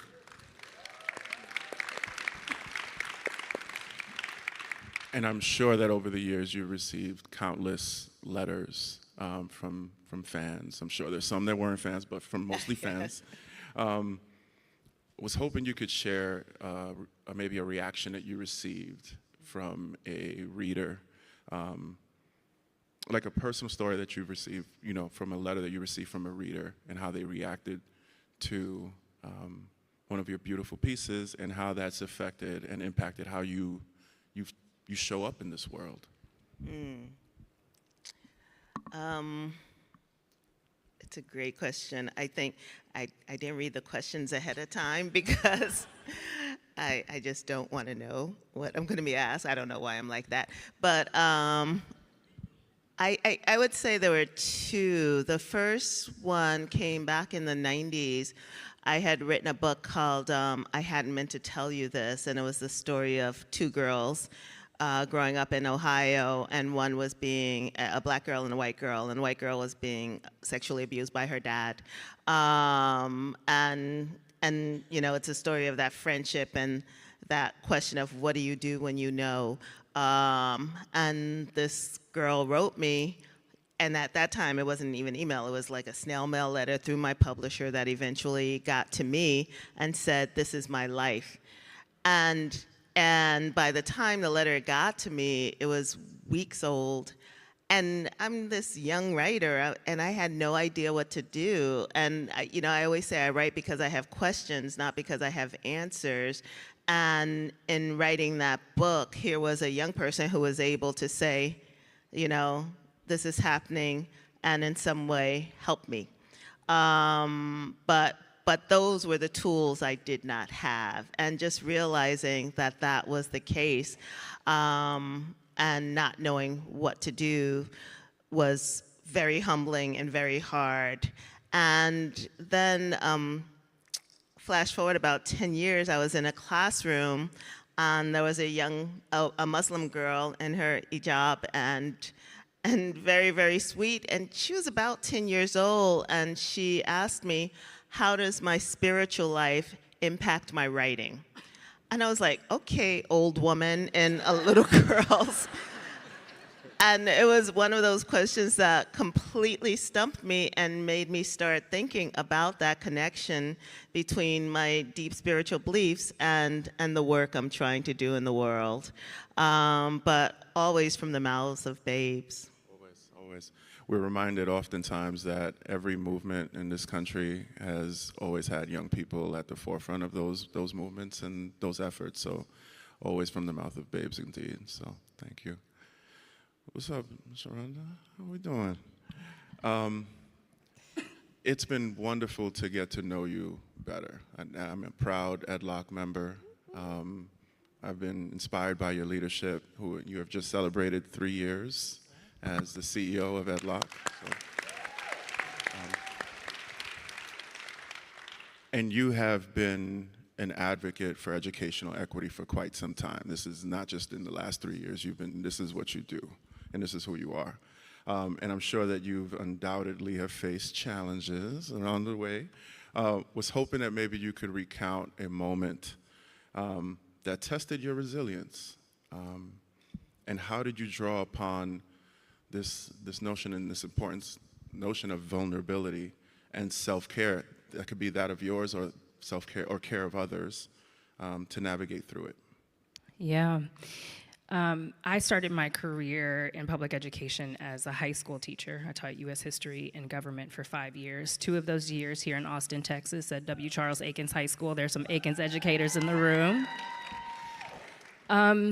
And then, you know, really started to, in having conversations with families, realize that parents were choosing schools for reasons other than I thought, right? Lots of folks were prioritizing safety, which felt like the floor for me. I'd moved to New York, which was like 100% choice system, but we know that if families don't actually have access to information, choice is an illusion, right? And lots of times families can't take advantage of lots of school options for a host of reasons, some of them intentional and by design. And I was burned out. Teaching was really, really hard. And it wasn't the kids. It was the administrators, it was the test prep, it was I want my kids to read the entire book, not just the excerpt. They are worthy of like us teaching them an entire novel. They can handle it, actually. You were 22 and haven't done anything in life. How dare you talk to this kid about grit? But that's a different conversation. And I needed a break.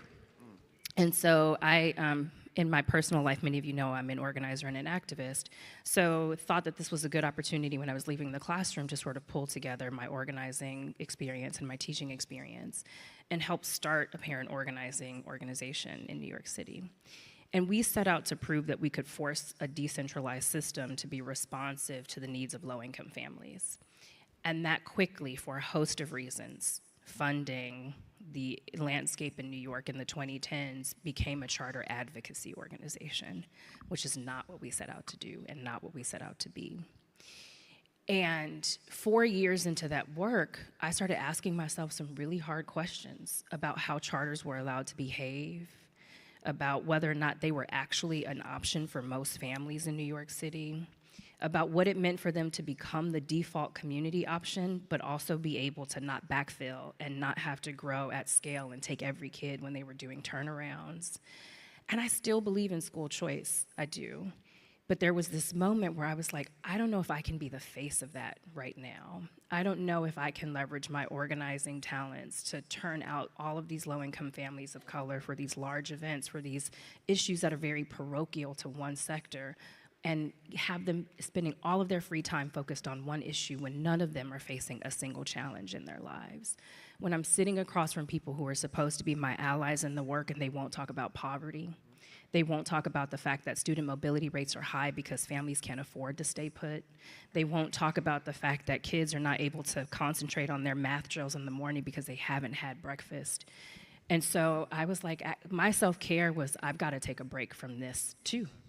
And that's actually how we ended up launching EdLock, is that we were a community of folks who were like, am I tripping? You having the same experience? You having the same experience? You having the same experience?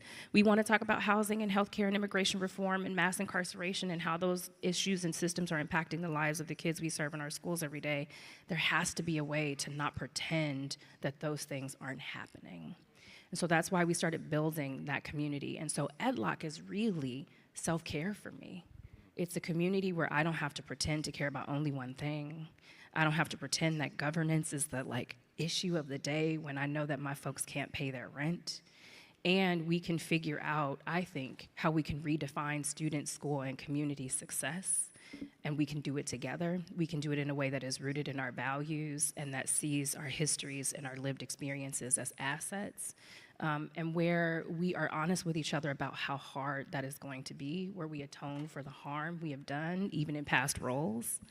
And I'm excited for the folks who hold me accountable in that work. And it has meant that I am, I think, a more resilient leader as a result of saying, I've got to bow out of a couple of things that don't feel right for me and try something different. And that is such a process, right? To get to that place.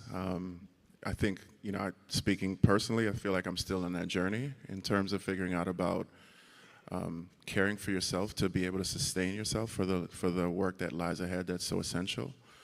I also want to acknowledge the incredible breadth of work that now EdLock is doing and how you all have grown, right? Understanding that there are truly systemic barriers and challenges that don't allow our young people to have the access that they deserve. So.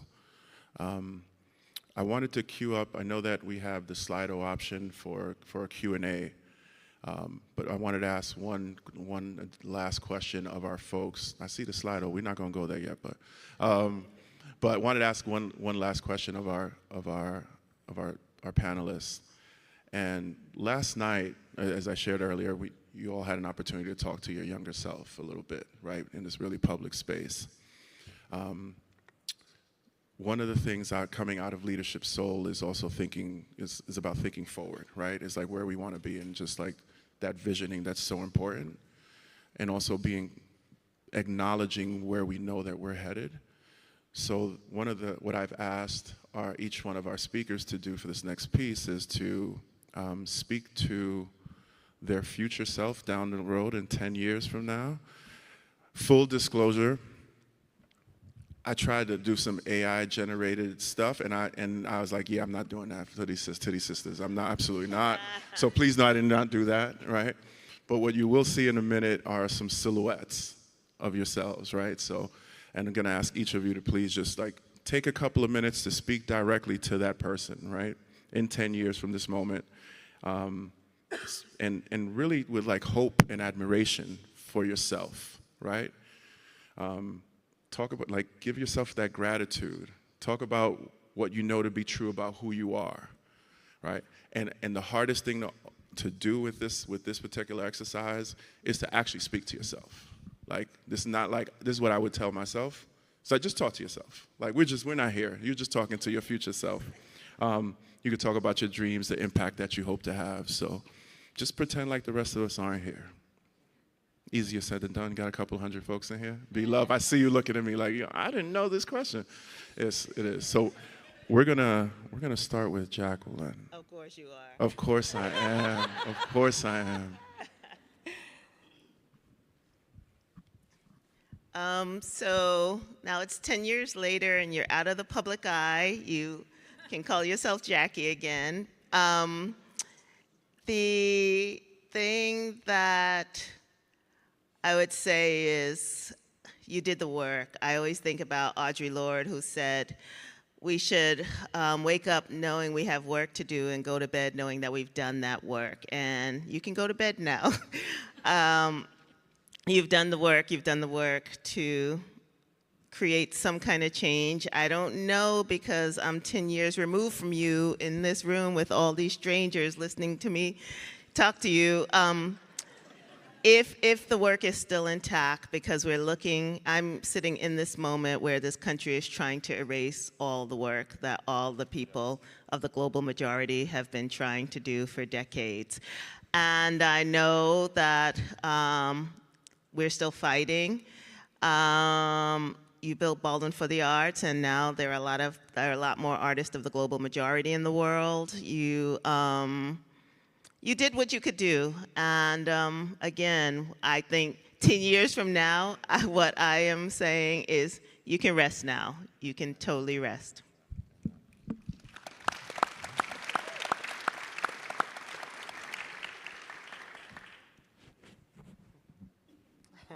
Not prepared. You're 50 now. You are fly, and you are free. You have spent the last decade working to stop compartmentalizing parts of who you are. You have leaned into being the most authentic version of yourself. You have stopped questioning what comes to you immediately in situations. You trust your impulses, you trust your gut.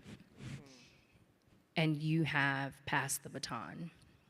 You have intentionally invested in leaders who are coming after you. You have mentored across lines of difference. You have ensured that the stuff that you had to deal with in your life, your nibblings don't have to. You have ensured that you have built an organization that can outlast you, that is bigger than you, that is bigger than your dream for it. And you can now be bi-coastal. You can spend half your life in New York. You can spend half your life in Los Angeles because you hate the winter. Don't forget that. New York always seduces you in the summer. Brooklyn is fun in the summer, but you hate the winter. And you are free.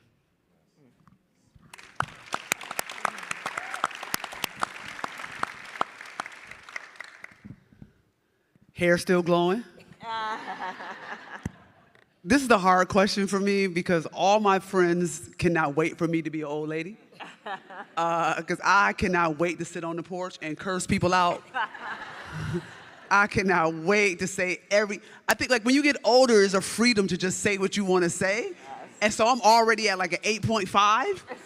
So when I get to that 10 and I may be like, baby, what is going on? I am excited. So I would say to myself, you really said that? You really said that about that job? What were you thinking? Being old does not give you permission to say everything on your mind. But I remember when my wife and I first started dating and we went to see her grandmother. And she didn't have an alarm clock. And she told me that your responsibilities should wake you up. I still have an alarm clock. So I cannot wait to not have an alarm clock. I cannot wait to have no responsibilities waking me up. And at the end of the day, all I want from the ancestors is to say, job well done. I don't need nothing more than that. For them to look at me and say, job well done.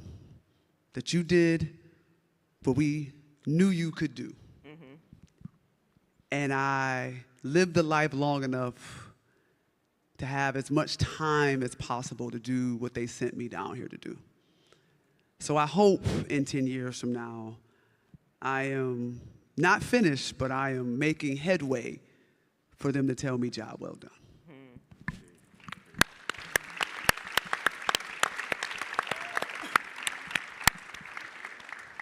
I know and deeply believe that the ancestors are looking down on you now and on all of us, and they are smiling at us. So y'all give them some love for just leaning into that the way they did.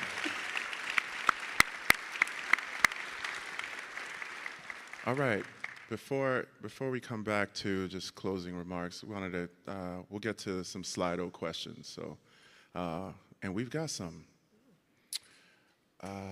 As the moderator, I guess I get to pick, which is nice. So I'm gonna go from the top, y'all. So last night, there was a question that I missed, and I think the crowd would benefit from: what do you do, when and how do you move on after making a mistake? Who'd like to jump at that? We talked a little bit, I think, across all of our responses about acknowledging the harm, atoning for that harm, and accepting that the relationship might change after that. But leveraging that opportunity as an opportunity for growth, as I think, we've reflected on even up here this morning.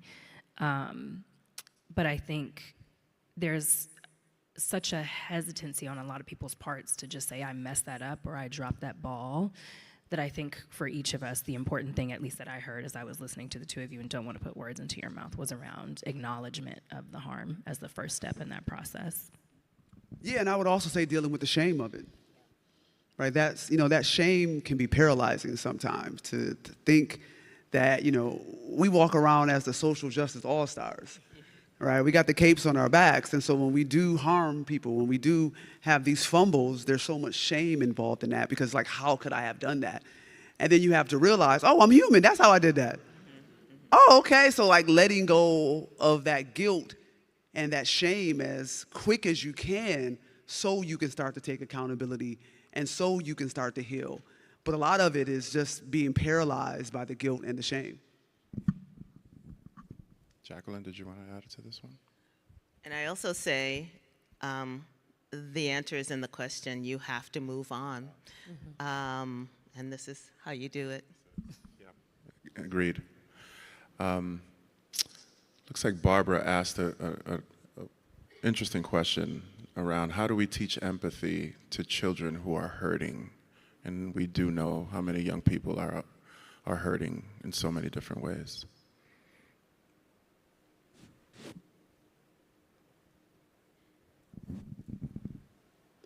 I would just say we have to model empathy. And I think too often we don't model what we actually want students to engage with.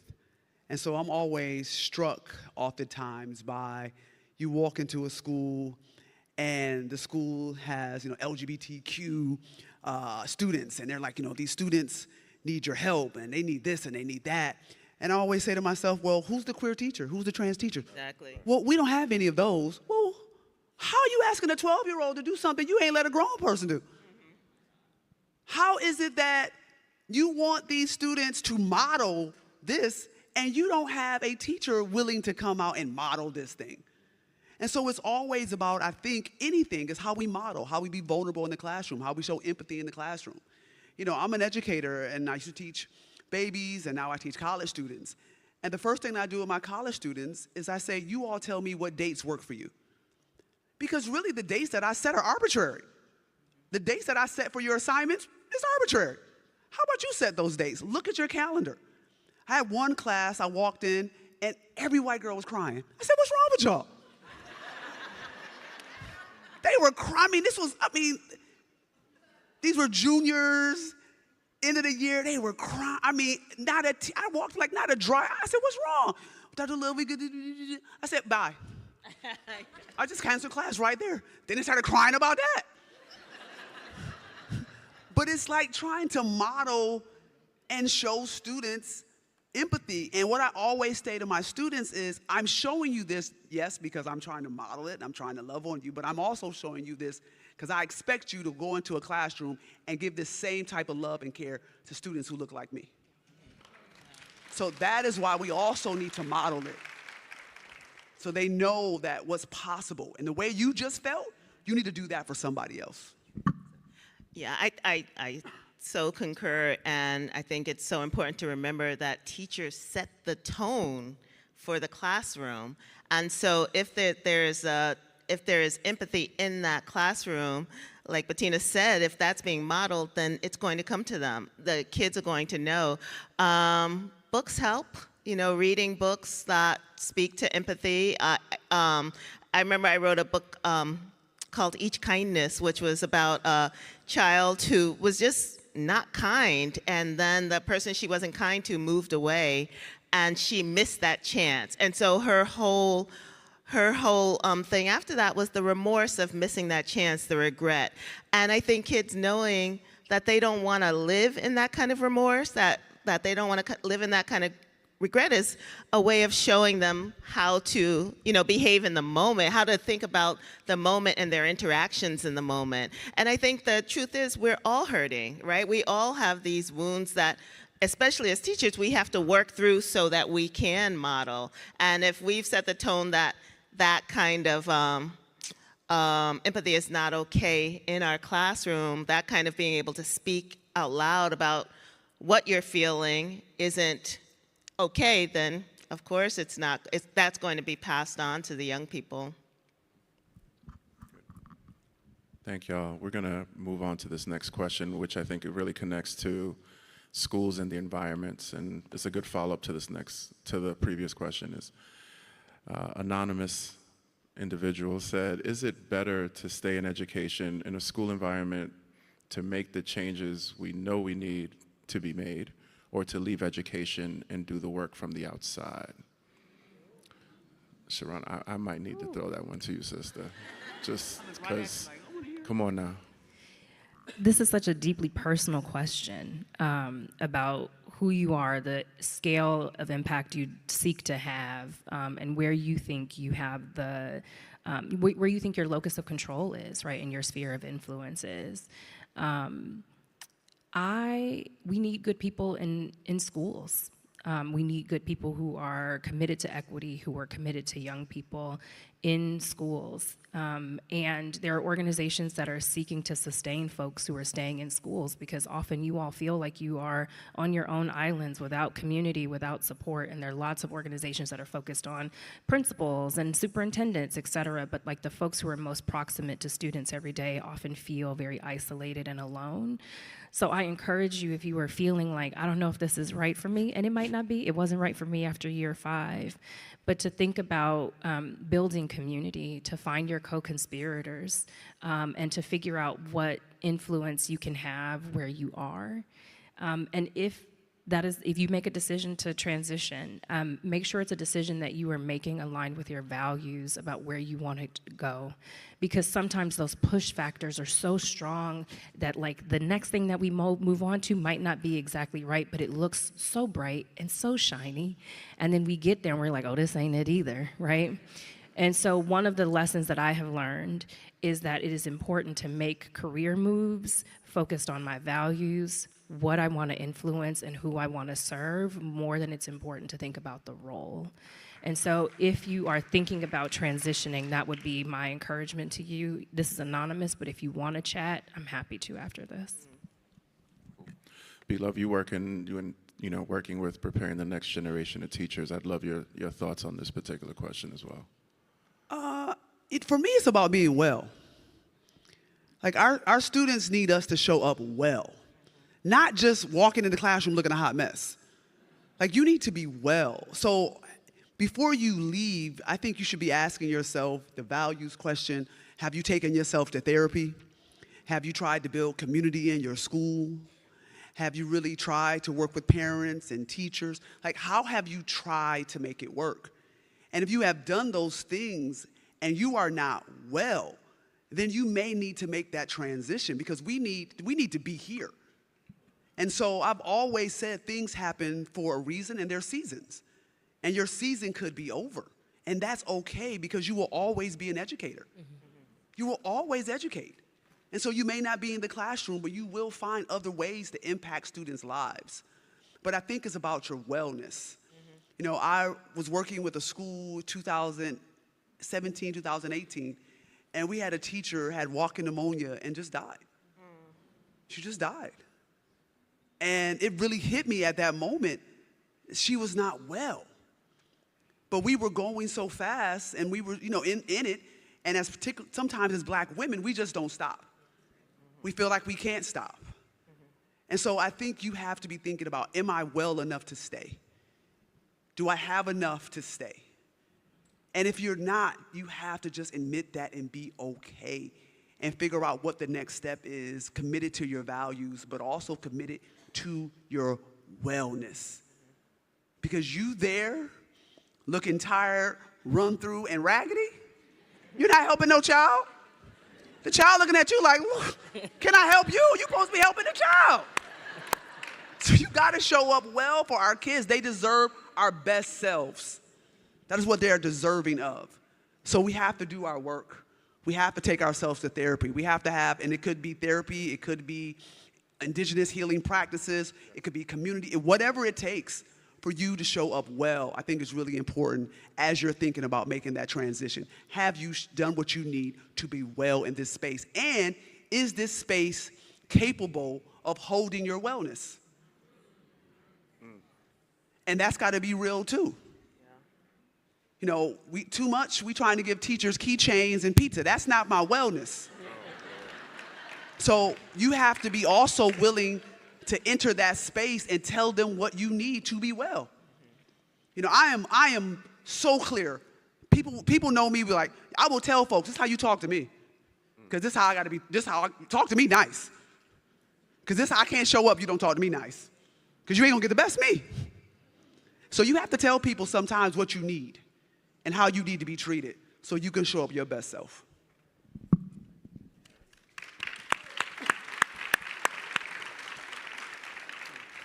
I think this might be our last question before we go into closing remarks, and I think connected to that, because obviously we want our teachers to be in spaces that they're held and they're cared for and care about their well-being, but we also need leaders in those spaces that honor and lift that up and recognize that is as important, I'd say more important, than worrying about some pacing calendar, right, and what we're doing in the classroom. So this question, which I really appreciate, is what are your recommendations for getting involved in education, leadership, and policy for individuals interested?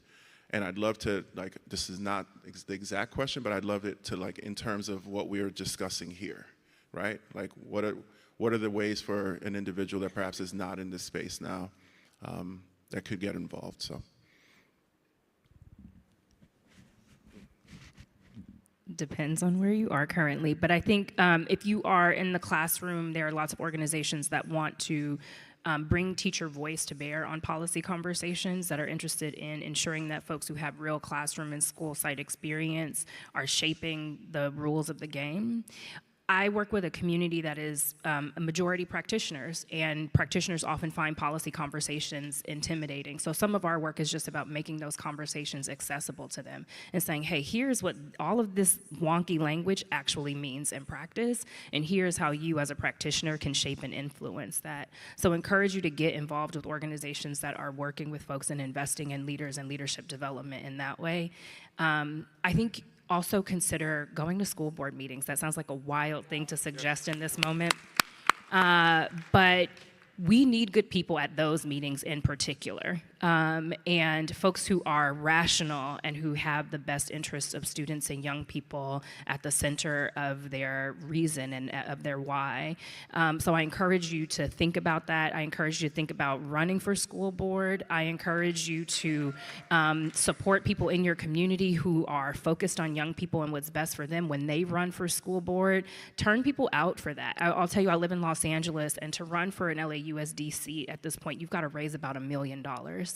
And that sounds wild, right? But it is true. And often it is because a lot of those folks are running for school board because it's a stepping stone to higher elected office. We need folks who are committed to systemic change over the long term in those roles, who are not thinking about what's next for them, but who are thinking about what's next for our young people.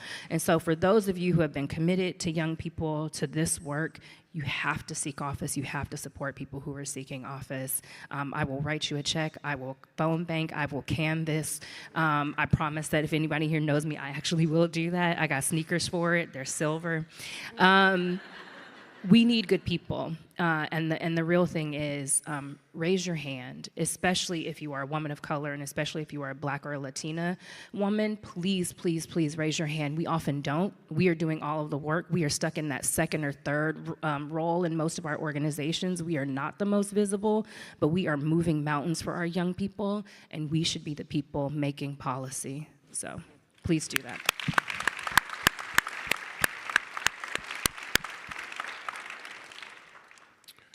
So this was not part of what I sent y'all. I know in advance. So, but I feel like you each are involved in doing so much and such great work, and are fighting for the things that our world and our society and our young people need.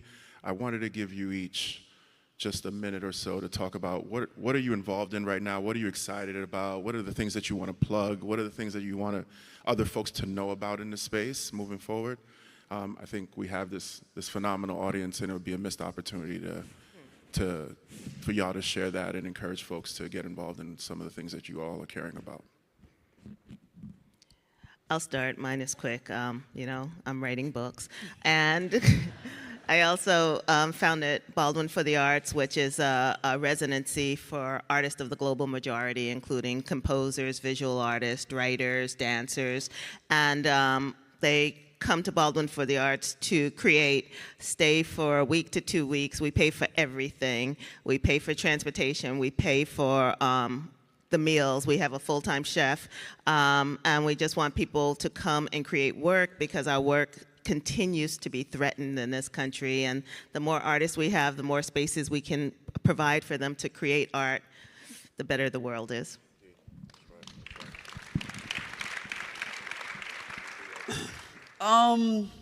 It's been a whirlwind since Punish for Dreaming came out, so I'm still on this damn book tour. It's been absolutely amazing, but I have a children's book coming out very soon called Bettina and the Ball. It's about me and my dad, my loving dad who, you know, taught me to play, taught me to persevere. So it's a beautiful story of a little Black girl and her dad who falls in love with a basketball. So it's a love story. So I'm really excited about that. Working on a documentary. So Punish for Dreaming will become a documentary. So really, really excited about that. It's been wild. And then organizing. You know, I live in the city of Atlanta. We got a lot going on in Atlanta. And so really working on and thinking about Cop City. If you don't know what Cop City is, please check it out. You will be amazed of what they're trying to do in the city of Atlanta. We're also fighting back teachers who have been sent to jail through the Atlanta cheating scandal, so organizing around that. So just trying to organize, trying to be in relationship, and trying to create art. I want to keep creating. I want to keep telling the story of young folk who look like me, walk like me, talk like me, come from places that I come from, and I just want to keep telling our stories in as many ways as possible.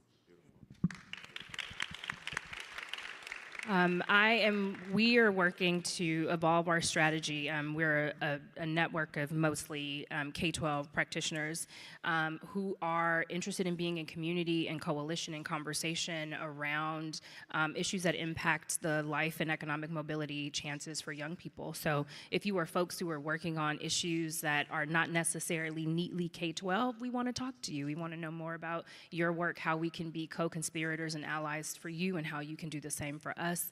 We also are seeking desperately to diversify our network in terms of role and sector representation. So if you are interested in being in deep relationship with educators, happy to talk a little bit about that. And then lastly, we are a multiracial coalition, and that sounds like so beautiful to say, and I will tell you that building coalition across lines of racial and ethnic difference is very, very hard work.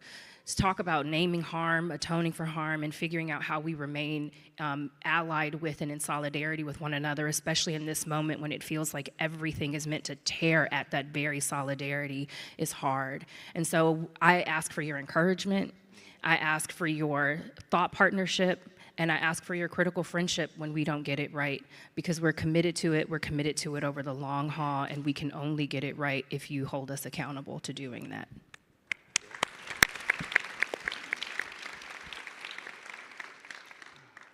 I just wanted to take a moment to thank y'all for rocking with me for over 2 days. I know it's a lot of time. Last night was amazing and beautiful, and that was a gift to all of us, but I'm personally incredibly grateful to each one of you for yesterday and for this conversation today and for just stepping into this.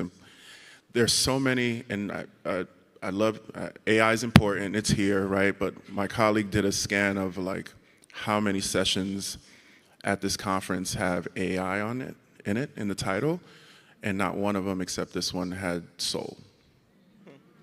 So just think we need to continue to talk about the humanity in this work, and you all exemplify and model that in beautiful ways and in your truth, so thank y'all. Thank you, Carlos. Thank you. Here come the plugs, y'all. So there are gonna be a couple of book signings coming up, so B-Love and I have book signings. I don't know who decided to put us side by side. That's not even that. Yeah, we're gonna do that, but I don't know if that's right. But we'll be doing a book signing from 1 to 2 in ACC room 10C. Miss Jacqueline Woodson will have a book signing from 2 to 3 in the same space, and our amazing friends at EdLock are gonna have a Leaders of Color happy hour tonight at 5:30. Pull up. Pull up. And there's a scan. I'm going to leave that up there, so please scan that so you can get whatever information. And that is also with our friends at EdChoice. So please attend that. And thank y'all all for being here. Appreciate y'all.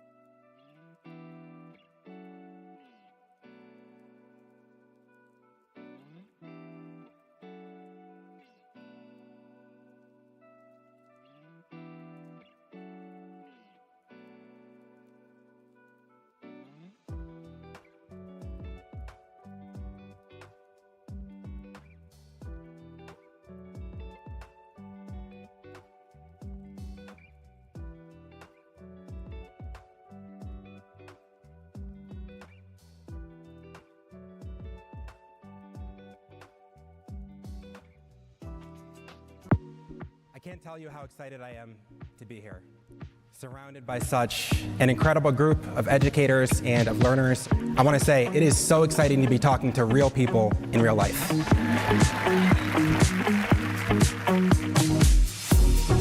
What has me most optimistic these days is, and I think forever will be, our teachers.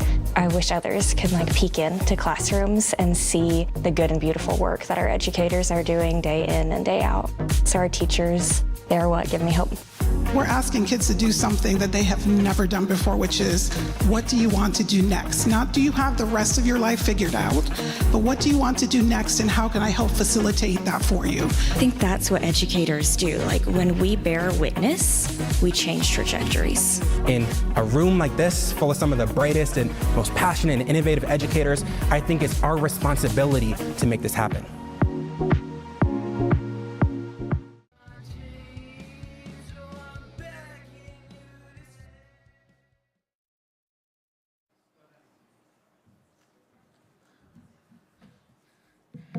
Okay, good afternoon, everyone. I hope everyone's been having a great South by Southwest EDU and having as much fun as we've been having. And I hope you're looking forward to this exciting featured session. My name is Cheyenne Quintella, and I'm the South by Southwest EDU programmer, as well as a personal fan of Dungeons & Dragons. I might have played a few times. In D&D, you can be anything you can imagine, from a wizard to a bard to an orc, and craft unforgettable stories thanks to your dungeon master. With the roll of a dice, the creativity D&D allows you is something no other game can give you. So if you haven't given it a try, I highly recommend it. As a reminder, during the Q&A phase, remember to ask questions through the Engage button on the session page of the South by Southwest EDU Go app. So now, without further ado, please welcome to the stage Don Rawson and Shelley Mazanoble from Wizards of the Coast, Dan Ackerman of Micro Center News, and Cade Wells from Sioux Falls Schools. Thank you. Check, check, test, test. Okay, it works.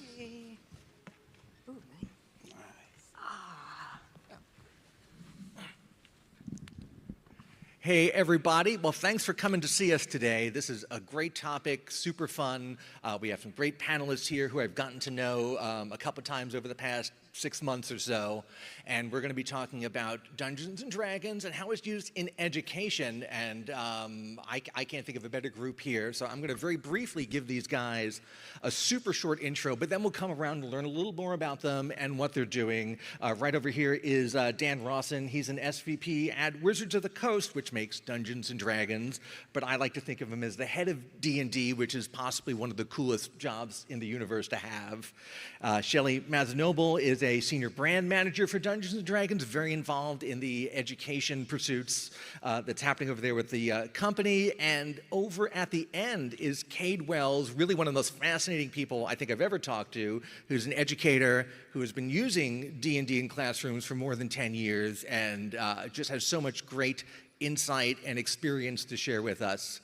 I'm Dan Ackerman, tech and games journalist. You may know me from CNET and Gizmodo, and I'm very excited to be here with these guys. And we're going to tell you a lot about how you can use D&D in class in all kinds of different ways. But I want to start by talking to Dan a little bit, the other Dan a little bit, about your journey with D&D and how what you do impacts the specific education purposes of Dungeons & Dragons, and how you told me something really interesting about how we're kind of living through the legacy of the classic red box because more people than ever are playing D&D. A lot of that is thanks to your stewardship of the brand. So, tell me a little bit about that. Yeah, thank you, and thank you for the introduction, the kind introduction. I'm super happy to be here and be able to share this program with folks.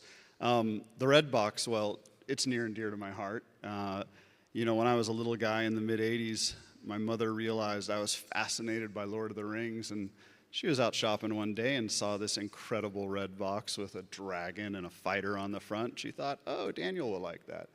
So she brought it home, and it was off to the races. My brother, the kids down the street, it just really captured my imagination. And you mentioned earlier that I do have a cool job, and I got to tell you that 8-year-old, 9-year-old, and 10-year-old who was playing with that red box, the red box I still have today, he's pretty impressed with the job I have today. Pretty impressed.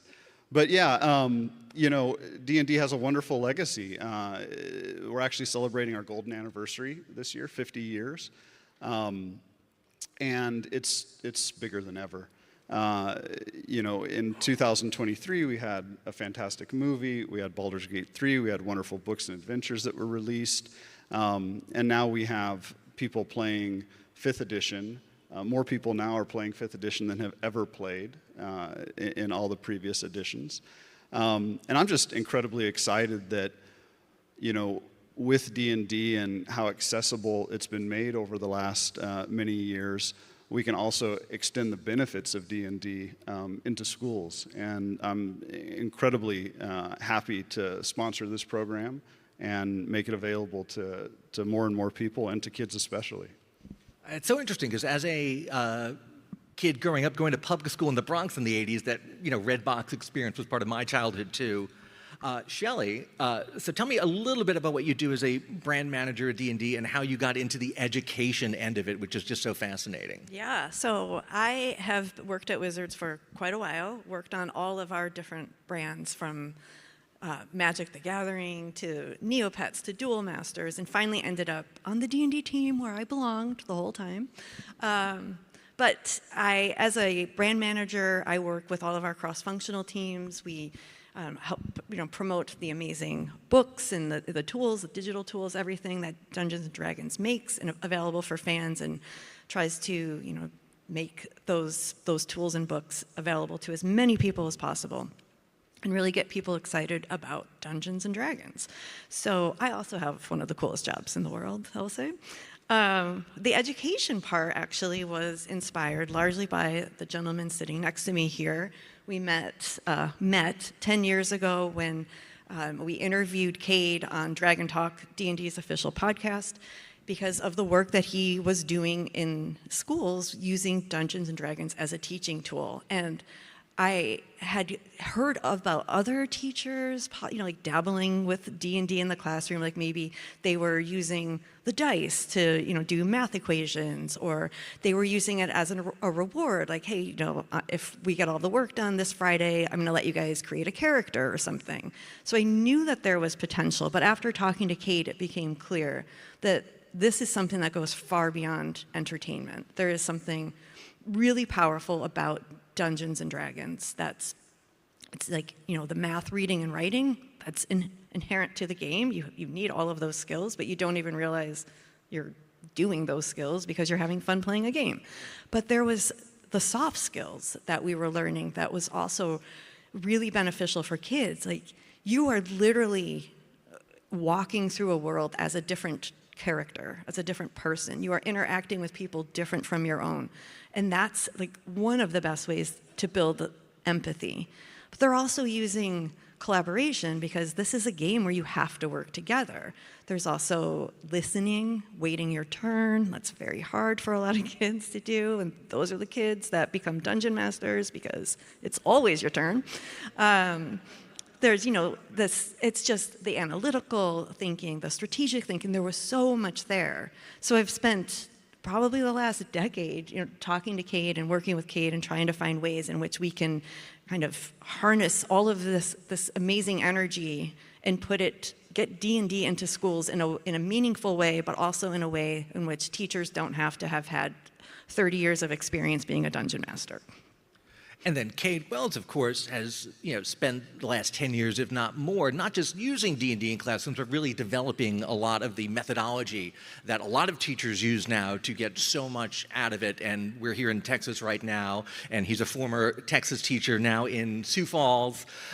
Cade, just tell us a little bit about how 10 years ago, how you got started taking your childhood love for this and finding a place for it in the classroom. I became a teacher, and it was very clear to me as I was going through my pedagogy training that D&D had everything in it that they wanted us to learn to be educators. And so I kind of kept this under my hat a little bit for the first year of teaching, and then the second year, a teacher named Mr. West and I, he was also a kind of a war gamer guy. I said, would you start a D&D club with me? I think it's going to be big. I'm going to need your help. And that was my second year of teaching. And what I started to see almost immediately was that it was going to be this powerful tool of impact for kids. I mean, it was for me, so I knew what it could do, but giving it to kids, it's hard to train a whole bunch of kids at the same time, right? And so you develop systems by which you can do this. It was very, very clear to me from the very beginning that there was going to be little else that could do as much as Dungeons and Dragons could do for kids. And if it wasn't for my own life experience, I probably would never have known this, of course, right? But I, grew up in the middle of nowhere in South Dakota on a farm, and there was nothing to do. We had one coin-operated video game in the whole town, right? And I was Street Fighter II, and I could beat it with a quarter. So playing D&D became a way it would become synonymous to me with friendship, right? And so realizing then, if that was the effect for me, why would it not be replicatable in a student body population? So our club started really, really large, and those kids excelled. If you can play D&D, you can pass the STAR test, right? So that's a pretty easy equation. That's it. Now, over the past 10 or so years, how would you say, Cade, that your implementation has changed? Like, started off small, got bigger. How has it scaled for you over the past decade? Well, now my kids play D&D every Friday. Every Friday, they play D&D at school during their class. And the measure that's come out of that reading data is phenomenal, okay? So, we tracked kids for a couple of years. I had them for 6th, 7th, and the 8th grade. And their data is like this banana that tips up to the upper right hand. The rest of the class, the cohort is under here, and here's my kiddos' reading data. So I actually implemented it into class.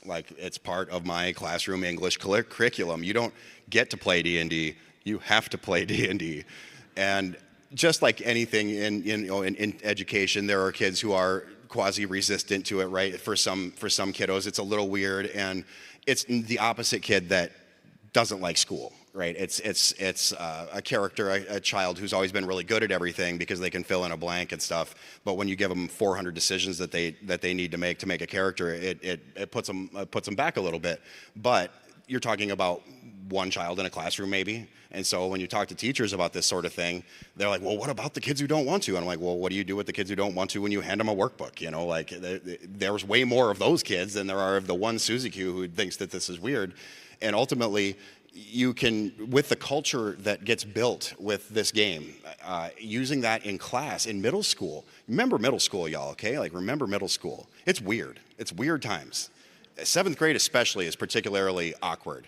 And when you can bring kids together who don't normally interact within your classroom, give them a goal, give them a setting, they have an adventure to run, they all have powers and abilities, they are working with people on a regular basis, and that's one of the things is using it with fidelity is really important. You can't just we're going to play D&D one day. You have to run it relatively frequently. Every other week would probably work, but I like it every week.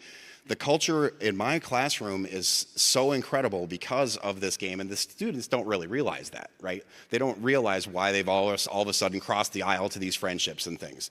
So over the last 10 years, I have implemented D&D as a classroom instructional tool. I've also started teacher training programs. I don't know if you want to talk about that now. Through the University of Sioux Falls, I train teachers every spring. We make a group, and they learn how to play D&D, and by session 2, they're like, no wonder you do this. This is amazing. And so as a building culture, from my principal's perspective, it's amazing to have teachers get along that well. You go from a person that you see in the hallway, hey, good morning, whatever, and then you play this game together, and after 2 sessions, you guys are friends, and so that's really neat from a building culture perspective, from a principal or administrator. And over the years, it's gone from you doing this sort of informally to Wizards now supporting education initiatives in a very formal, very structured way.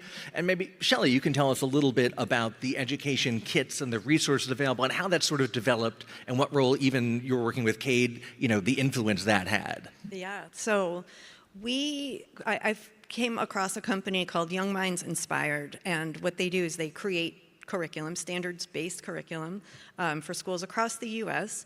And I had sent them off an email trying to explain what I was trying to do. They immediately set up a meeting, and within 5 minutes of me explaining what Dungeons and Dragons was, they were like, stop, we get it. This is amazing. And so thankfully, they were able to turn out some really incredible curriculum activity sheets for students in grades 4 through 6, and then another batch for kids 6 through 8. And everything is free on their website. I don't know if you're familiar with YMI, but they're a great company. And so they designed all of this curriculum this started in 2022, I think. And this is, we're still coming out of everything with COVID, so we really wanted to focus these activities on the social emotional learning, because D&D is great with that, working together and all that. So because this is new to us, we don't know what to expect. We hope that teachers will be excited to bring D&D into their classrooms. We hope that this is turnkey enough where they don't need to know how to play the game, they just need to know how to print out these activity sheets and hand them out. Everything was done for them. So we kind of had this informal goal of, let's say, maybe we could reach, 100,000 families, students, teachers, and their families through this program. And after 3 months, we got metrics back from YMI, and the number was 4 million people we had reached. And even YMI was like, whoa. This is kind of big. So we realized, okay, there's definitely something happening here.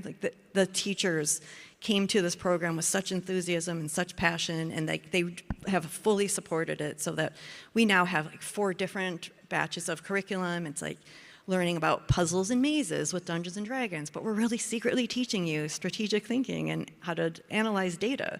And we have a new batch that's coming out in just a few days, actually. It's called Storytelling with the Bard, and you're actually going to take on the role, you're going to become a Bard apprentice, but we're actually teaching you how to frame a story and how to structure it. And a lot of these activities have kids do their activities solo, but then we ask you to get together in a group and share what you're doing, and hey, why don't you role play that story? Or, they're sort of being taught to be dungeon masters even without knowing fully what the role of a dungeon master is. So the curriculum launched, but alongside that, we relaunched our D&D club kits. So the after-school club kits are free. They still exist. This is a physical kit that if you are an organizer or just want to get a D&D club started in your school, your library, your enrichment center, we will send you everything you need to get that club going, including a really cool poster that you can advertise your club. I'm told that is the favorite component in there. There's also a D&D Beyond educator license, so if you have access to D&D Beyond in your school, you can use that. It's a curated list of adventure content as well as access to the digital tools. You can get that for free as well. So it's just, we're continuing to provide tools and resources to just make it easy for teachers to get Dungeons & Dragons up and running and just get these kids exposed to the game in a meaningful way. Yeah, now, Dan, I was going to ask you about how the goals of the education stuff and the traditional game that you run work together, but first I would love to have a quick explanation for anyone who doesn't understand what D&D Beyond is. What is D&D Beyond? D&D Beyond, well, it's a website, and it's a website that offers tools and services to help you get to fun faster, and it's also a place where you can gain access to the content, to the adventures, to the books. On that website now, we have more than 17 million registered users. It keeps growing every day. And we keep adding tools and features and facility to it so that people can actually do the thing they that they want to do, which is probably play, probably have fun with their friends. That's what D&D Beyond is. Yeah, it's all about reducing friction, and I'm sure that's true for Shelley and Kate as well. You want to reduce the friction it takes to get kids into the game and get them playing. So when you're thinking about the big picture of Dungeons & Dragons as a brand, as a game, a lot of the stuff that Shelley and Kate talk about, the storytelling, the group dynamic, how much of that works into kind of your thinking, and is there anything that, like the education version of it or the education tools, they don't water down the game in any way. How does that kind of work its way into your thinking about where the brand is going, knowing that it's being used in all these other ways? Right. The education program doesn't water down the game. What it does is it puts forward tenets of D&D that are critical, not only in the curriculum, but when you come to a D&D table and in life. We have a motto.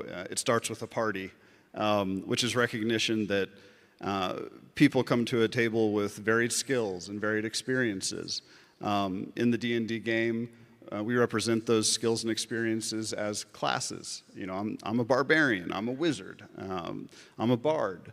And through tenets like that, tenets of the game like that, we're super excited that children and folks using this curriculum get exposed to things that are meaningful in life. When you encounter people on the street, when you have to work with someone, those skills are incredibly important to develop. They also make D&D fun. I think what we want to accomplish at D&D is to make the game as accessible as it can be, to get it into the hands of more people, and to really meet people and fans and players where they are. I'm thrilled that children are embracing it in school. Those figures, are incredible. It's very exciting. And I'm thrilled that, we're meeting players in new mediums, like the digital medium on D&D Beyond, as well as the books that we've traditionally and will continue to create. Yeah, there's something really interesting about working with, paper products and books and physical dice and physical miniatures when everyone is so focused on not just video games, but virtual reality and all these, and AI creating stuff for you rather than you having to do it yourself. I think it's really fascinating and optimistic. It makes me feel good about what kids are learning, how they're developing, that they get to go back and have some of the same experiences us vaguely Gen X-ish people did. And I want to pause for 1 second to say that we are going to answer some audience questions. And if you have a question, you should go to the SXSW EDU app and submit it, and it'll pop up here on the screen in front of us. And then near the end, we're going to take some time and scroll through some of these questions. And you can also upvote other people's questions to pop it to the top of our list so we can see it. So if you do want to talk about this topic, please throw your questions in because we would love to hear them. I was thinking about, Shelley, when you were describing the stuff you were working on, that you were also a parent who runs a club, and I would like to hear a little bit about your experience away from the office in the actual trenches. Hey, Shelley, why don't you tell everybody why you started to run a D&D club at your kid's school? Yes, Shelley, please tell us. Because I'm very convincing, because I spent a lot of time convincing other people to start D&D clubs at their schools. And then I found myself writing an email to my son's principal saying, you should have a D&D club, would you like one? And she wrote back minutes later and was like, absolutely we do, talk to the PTA, bye. And then I realized, oh my God, who's gonna run this club? Is it me? I'm not a dungeon master. Well, I am now, I will say. Spoiler, I am. But I was terrified of being a dungeon master and don't think that it's something I would be very good at. And that part is actually sometimes true. However, I was so motivated and excited to start this club that I volunteered my husband to also be a dungeon master, and we thought, well, maybe we'll get like 10 kids. That'll be cool. But again, I'm really bad at predicting numbers, apparently, because that was like every kid in the 4th and 5th grade wanted to join this club, and until the point where like I had parents I don't even know finding my email, asking like, what do I have to do to get my kid to Storm Wreck Isle? Like, I've got to get him. Like, my kid needs to be in the club. But the club has been really eye-opening for me because all of the stories that I've heard from Kate and from other educators, I'm seeing happening with my own eyes in a much smaller scale. Our club is in the 2nd year now. Now we've got 20 kids, and I've recruited a few more dungeon masters. But we have a kid who I didn't know was neurodivergent. She joined the club. She was my favorite person to play with. She was so creative and so fun and so engaging. She's the wizard, and she was given this magic item, and it was kind of silly. It made your like a plant grow really fast. But she was, when it's her turn, she's like, okay, guys, like, here's what we're gonna do. I got a plan. And she was always so generous and funny. And when it was time to leave the Dragon's Rest, where they had just received their quest to go somewhere, she asked me if the people of Dragon's Rest had a farm. And I said, oh, yeah, sure, I'm sure they have a farm. And they have to self-sustain here. They're on an island. They probably grow all their food here. And she goes, well, I'm gonna take my magic item. And she goes, bam! And she waited for me to respond. And I was like, oh, like all the crops they've just harvested. There's food for years and years. You've made them so happy. And then she just was like, okay, bye, and went off. I told her parents, I'm like, your daughter is so fun to play with. She's so engaging. She's so this. She's so bright. And they just looked at me. The mother actually got teary-eyed, and she was like, I can't believe you're seeing her. That's our daughter. Nobody sees this. Like in class, she's constantly in the principal's office. They call her disruptive. She can't focus. She can't sit still. But I can't believe that you see her for who she is. But when she's playing D&D and she's playing this amazing character, she is able to just relax and be herself. And there's another kid that was extremely shy, painfully shy. That kid is now a dungeon master, like literally ripped the adventure out of my hands. She was like, I'm just gonna do it. Like, okay, you're off and running. And then finally, this year, a child joined the D&D club, a 3rd grader, and she has selective mutism.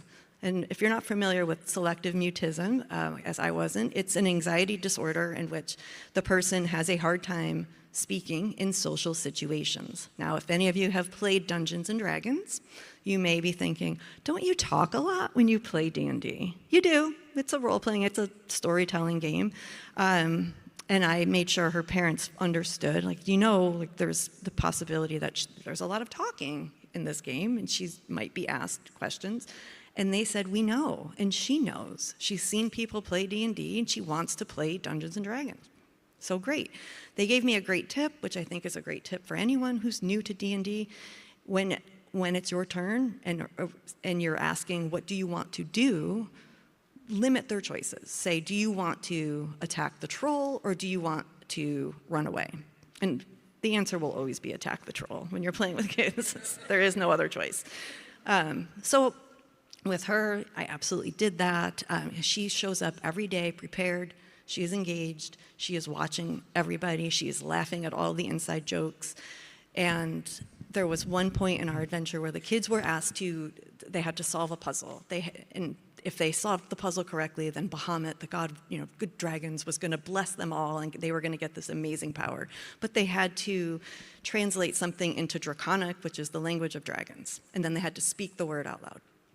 All the other kids were like, oh, I don't know, trying to figure out how to solve it. And she was off just, scratching things off on a piece of paper. She's the only one that remembered I had given them a handout at the beginning of this adventure that was kind of a cheat sheet.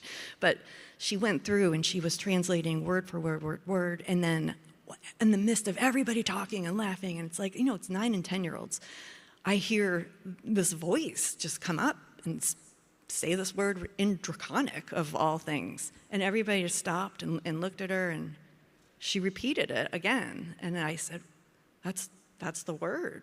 You solved the puzzle. Nobody has ever, I got to play Bahamut. Nobody has ever solved my puzzle before. And she was so proud, beaming about that. And the other kids were like, yeah, good job, Betty, thank you. Oh, that's great. Okay, what do we get? What's our power? What do we get?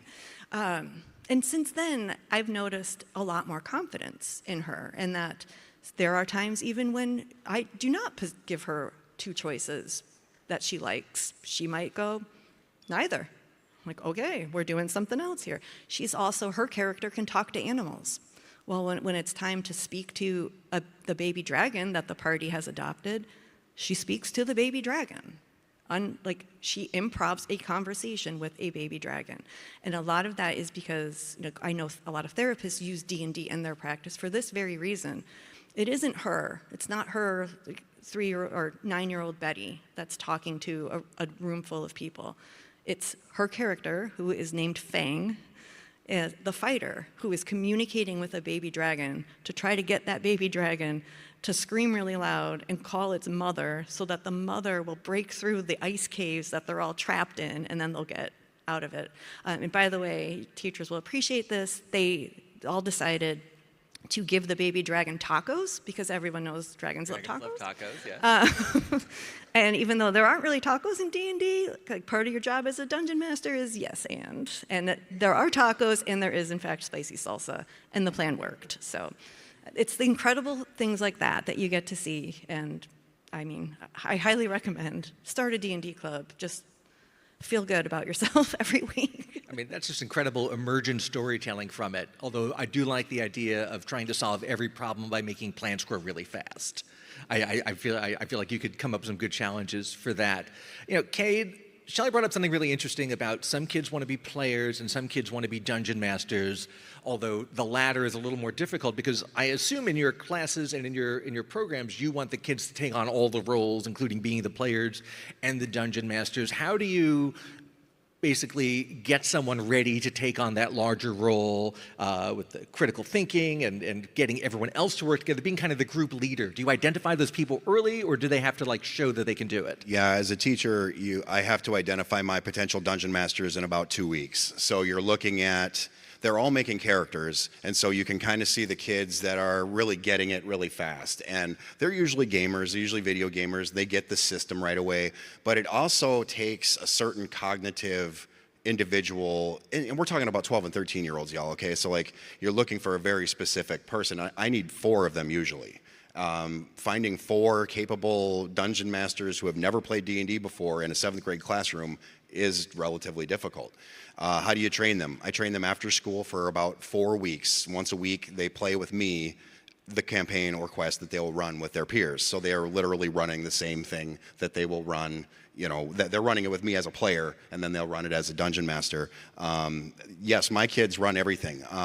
Besides my training the dungeon master, it is very critical that they run the game by themselves. And all y'all know the Charlotte Danielson framework.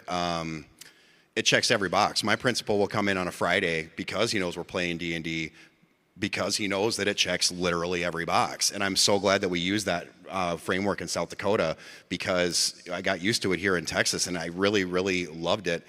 The kids do everything. They set it up, they tear it down, they play it, they prepare for it, they level up their characters. Everything that they do when they play the game, they do it. And that's scores of 4 throughout the Danielson framework. And so I find that very compelling, and from an educational point of view. And what extra skills do you think students get out of being in that dungeon master role? How does that Okay, this is, differentiate the dungeon masters, man. Sorry about that. They start as little mousy children because they're really intellectual, right? And they're not real good at like crossing the aisle and talking to all kinds of random people. And by the time they do this for a couple of years, even in my 7th grade cohort, now I'm thinking of a kid, and he wouldn't talk to anybody. And they become like socialites almost. They're almost like, I won't say rock stars, but they like become sort of like a quarterback in a way, okay? So here's this kid, you know, these kids who would never rise in athletics necessarily, not that they won't, because I have athlete DMs as well. So, but they become so confident. They can manage people. You know, they're able to talk to anybody, and so you'll have a really shy kid. Now, one of my female dungeon masters, one of the greatest people I may have ever known, goes around the lunchroom now after she's done eating lunch and plops down at a table just to visit with all the people in her cohort. This would have been something that would not have happened otherwise. So these stories perpetuate and repeat over and over and over and over again.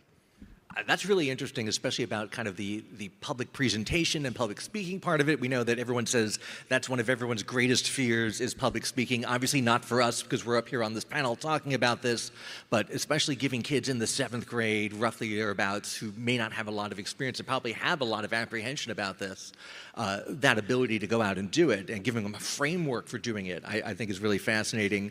I want to stick with the Dungeon Master thing for a second. And Dan, tell me a little bit about the kind of ongoing development of the Dungeon Master's Guide, because the kids in Kate's classes are using, you know, the same guide as everybody else, and I know there's some, is there a new version being worked on? I think we talked about this a little bit. Tell me a little bit about the development of that, because it's such a key part of this. There is a new version coming, and I'm happy to talk a little bit about that. But even before I do, what I wanted to add to this conversation that's happening right now is one of the things I love about kids playing D&D is they get it. Like, they're generally not afraid. Like, they jump in, and the most important Dungeon Master rule is one that comes so naturally to them, and that's the rule of cool. And so, you know, just getting in there and facilitating that communal storytelling, if it's fun, that's what you want to do.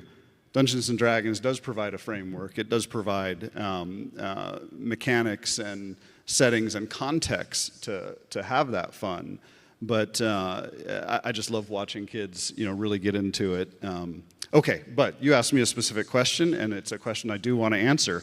And I'm going to do it with a little bit of context. You know, we talked a little bit about the red box. When I was a kid, that was my experience, and no one taught me how to be a dungeon master. I just jumped in with my friends and my brother. And, you know, for years, the content that's been created for Dungeons & Dragons has done, I would say, not a great job of kind of teaching how to be a dungeon master. We're fixing that. So we have 3 books. We call them the core rule books: the Player's Handbook, the Dungeon Master Guide, and the Monster Manual. All of those are being updated and refreshed. We're in 5th edition now. 5th edition was first released in 2014. It's been 10 years. We've learned a lot. And we're taking all of those lessons and applying them to an update that we're releasing starting in this year. The Player's Handbook and the Dungeon Master's Guide in particular will come out in the second half of this year. And the Dungeon Master Guide is completely reimagined. Instead of it being an arcane reference source that you have to study for hours and hours to unlock its mysteries, it actually teaches you how to be a dungeon master. The team is doing a fantastic job of like really asking the first order questions about how to approach teaching someone how to be a dungeon master. And that's what the Dungeon Master's Guide is going to be. It's going to be this fantastic educational guide, resource for training you how to facilitate fun and let the rule of cool reign supreme. I really like that idea of kind of providing more onboarding for that job of being the dungeon master. Because you're right, it can be intimidating, and I know that Kate and others sometimes, you know, you have to find the right people to do it, and it's not as easy as just everybody start playing. I really like the point you made about making it cool and making it fun, because so much of what people do in video games, they end up kind of min-maxing it and just trying to like optimize their build and kind of, you know, find the loopholes in the game just to get the highest score, and that takes, I think, some of the creativity and fun and storytelling out of it. But in Dungeons and Dragons, having a good time is the goal. That's the end game, whether you win, whether you get eaten by a dragon, whether you use your magic wand to make all the plants grow in the town. As long as you're having a good time, you're winning, and it's not as, even though it's very stat-based, it's not as score-based as video games are, and I think that's a huge difference. Because we're here at the EDU conference part of South by Southwest, I want to talk to Cade a little bit about some of the more specific data that you have gotten over the years, the improvements you've seen in students who play. I want to talk a little bit about how it can help kids with ADHD and other issues. I find that some of the most fascinating stuff, and I would love to hear just a little bit of what you've learned over the years. Okay, so if we go back to H-Town, in my 4th year of teaching, I became department chair of English, and I asked my teachers to identify a kid in their reading class that could benefit from Dungeons and Dragons. They did. They pulled, I think I had four kids that were there constantly. In Title I, kids move a lot, and so I had 4 core kids.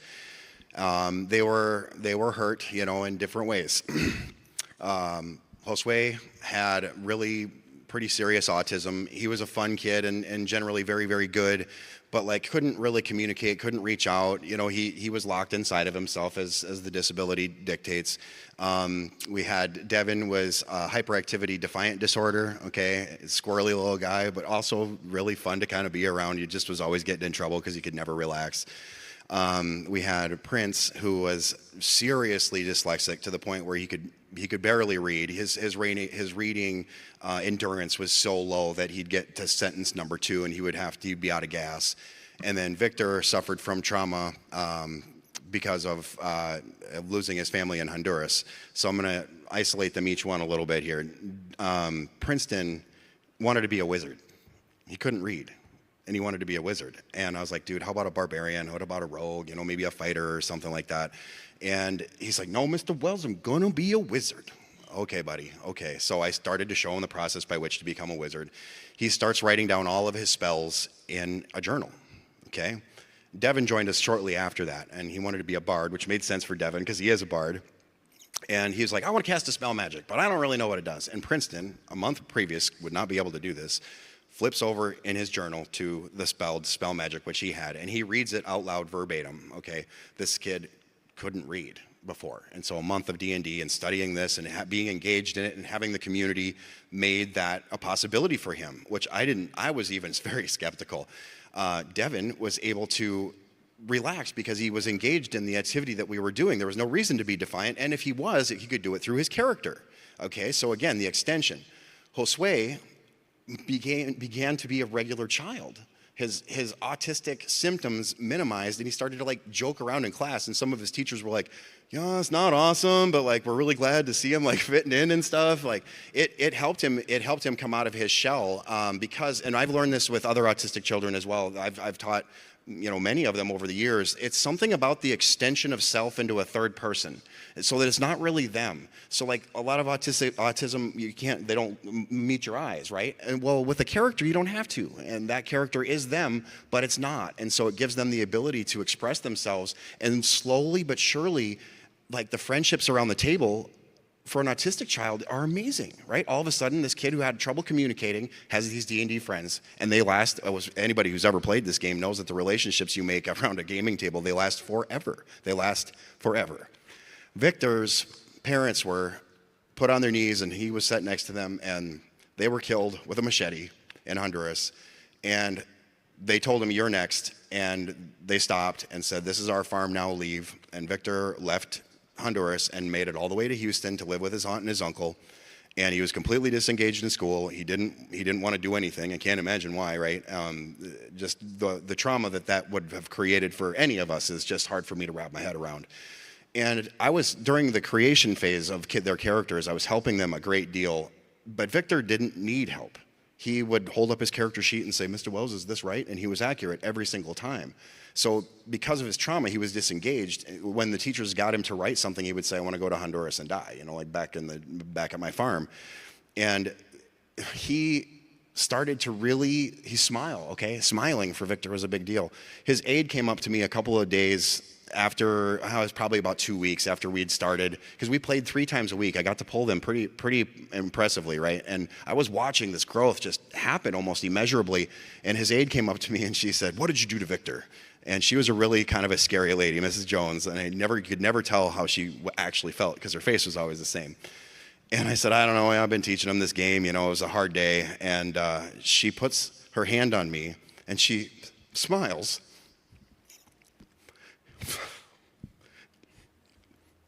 She says, "He's a changed boy. He participates, raises his hand, doesn't sleep at class." And she said the one amazing thing is that he goes out of his way to help all these other kids all the time. And it was almost like the model that I was creating for him, he wanted to perpetuate that in his life.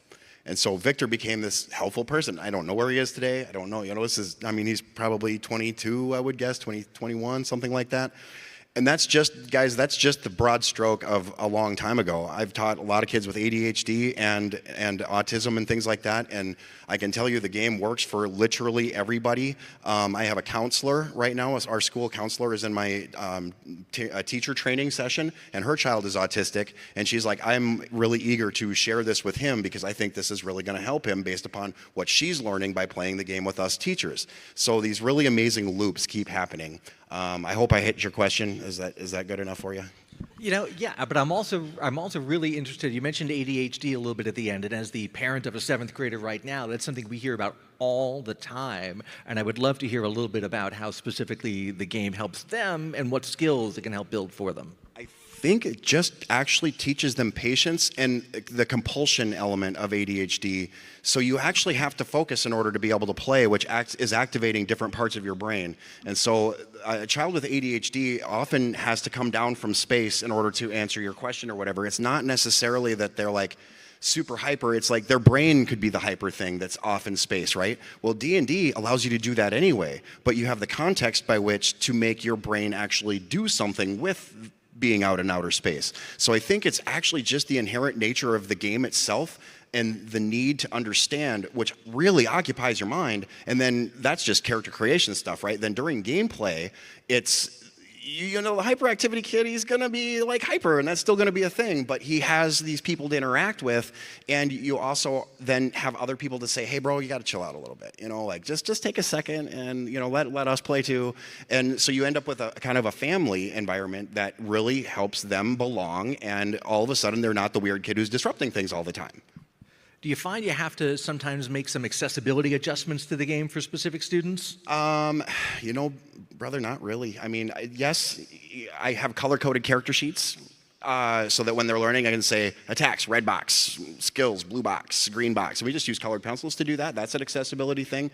I'll help, as teachers should. Hey, you can't find this? Let me show you. But the reality is once you help with the accommodation a couple of times, they don't really want your help anymore. They want to flip through and look at the graphs and charts and pictures and everything. They want to do it on their own, which is called gradual release, which all y'all know. And it's easier than you think and harder than you would expect at the same time. But the ADHD piece, I know that this is it's going to become worse before it's better in our society for ADHD, given media and technology and stuff. I think the game slows them down. They have to understand it in order to play. And they're excited about the idea of playing, and so they're willing to instill some patience where, a kid with ADD can play video games, no problem, right? Because it's giving them the feedback that they desire. And so I think D&D facilitates that same thing, but it also teaches them how to be patient and wait your turn, and they because they're looking at their peers' faces when they're playing. I need to recognize they all have time to play as well. And so I think there's lots of different things that help them with their problem. Yeah, Shelley, do you do anything specific in terms of the educational materials that you work on, in terms of accessibility, or in terms of pitching it specifically for kids with educational issues? So I rely a lot on experts like Cade to offer advice. We have done a lot of webinars with educators that have a lot of experience in running D&D in their classroom that can give great advice. You can find all of that on our website under educator resources. the curriculum that we create for the classroom is, again, it is meant to be just no information about D&D. You don't need to know anything. So it's really just kind of it's able to be tailored and meet the kids where they are. It's just like these are, to them, like really fun activity sheets. I'm creating a map. But the teacher can dial it up, dial it down as much as they need to. So I think the curriculum is a really good place to start if you've got students that are from 3rd grade to 8th grade. And Dan, I feel like you're already working on accessibility with the new sort of onboarding and the new Dungeon Master's Guide and the new Player's Handbook. How much of that thought process goes into developing new tools for the game, and then how do you carry that over into other tools people may need for accessibility, like virtual tabletop stuff, which I think is really interesting and can really bring in people who might, for whatever reason, not be able to be there in person with paper and with dice. So tell me a little bit about that. Yeah, it's great questions. Certainly, in the physical book, there are improvements that we're making, like bigger font, the organization, et cetera, and that does something for folks, and we're certainly pursuing it. I do think the digital medium gives us some really significant opportunities to meet accessibility needs, and much like Shelley mentioned, we do rely on outside experts to help steer us in that. Take, for example, the official VTT. Internally, we call it Project Sigil. But it's going to be this beautifully rendered 3D virtual tabletop that is highly toyetic. It'll feel like, coming to a table that someone has added meticulously crafted terrain and miniatures to. And through that digital medium, I think there are going to be some incredible opportunities for us to allow everyone to get to the fun faster, including things like presenting information contextually. Instead of having to do 3 or 4 hours of prep work to run your campaign, is there a way that I can show up to the game as a dungeon master with my players and be just as surprised about what I find there, and not have to do all that prep work, have all of that information come at the right moment in the right way, with all the adjustments that you would want to make it as accessible as possible. We're really excited about the future. Yeah, I really love stuff like that, and we've all talked a little bit about games like Baldur's Gate 3, which are based on Dungeons & Dragons, and also have that cooperative playability with the game acting as the Dungeon Master, and everyone can just be a player. And, Cade, you and I have talked about 3D printing for miniatures and scenery and things like that, and how this can bring in maker culture at the same time, which is another great way to get kids interested. But we're running low on time here. I want to get to some questions from the audience, but first, Cade has a couple of former students in the audience today. Are you guys out there? He would love to say hi, too. Halt the Wizard, Jose. And have him come up here just for a second to say hi. Come here, guys. Come on up here, guys. Be quick about it. We're running out of time. And tell us real quick, when did you teach these guys? So these nerds right here were in my very first Dungeons & Dragons club. These guys were the data that I collected when I went to the European Literacy Conference. It's good to see you again. These guys were the origin story of Dungeons & Dragons in the classroom. I'm so glad you're here, you guys. So glad. JC here was a ranger, a zombie-slaying ranger who waited till the very last minute when all the townsfolk had finally evacuated. He wasn't going to evacuate. He was going to go down with the ship. And Halt the Wizard was probably hiding in a bush somewhere, blasting, the zombies from a distance, remiss that his friend was going to die in the basement. I love you guys. I'm so glad that you're here. It was wonderful to watch. Anything you want to say? Not too much. Y'all actually said pretty much all of what I had planned to say up here. It was rather impressive. Took the words right out of my mouth. You guys, I'm glad you're here. We'll hang out in a little bit. So that's the origin story. There were a couple of the kids that were in club, and what we saw happen, they've been friends for 10 years. They met in D&D club, essentially. And so the power that the game has is, there's some of these questions I've been looking at, like beyond the test scores, right? What qualitative outcomes?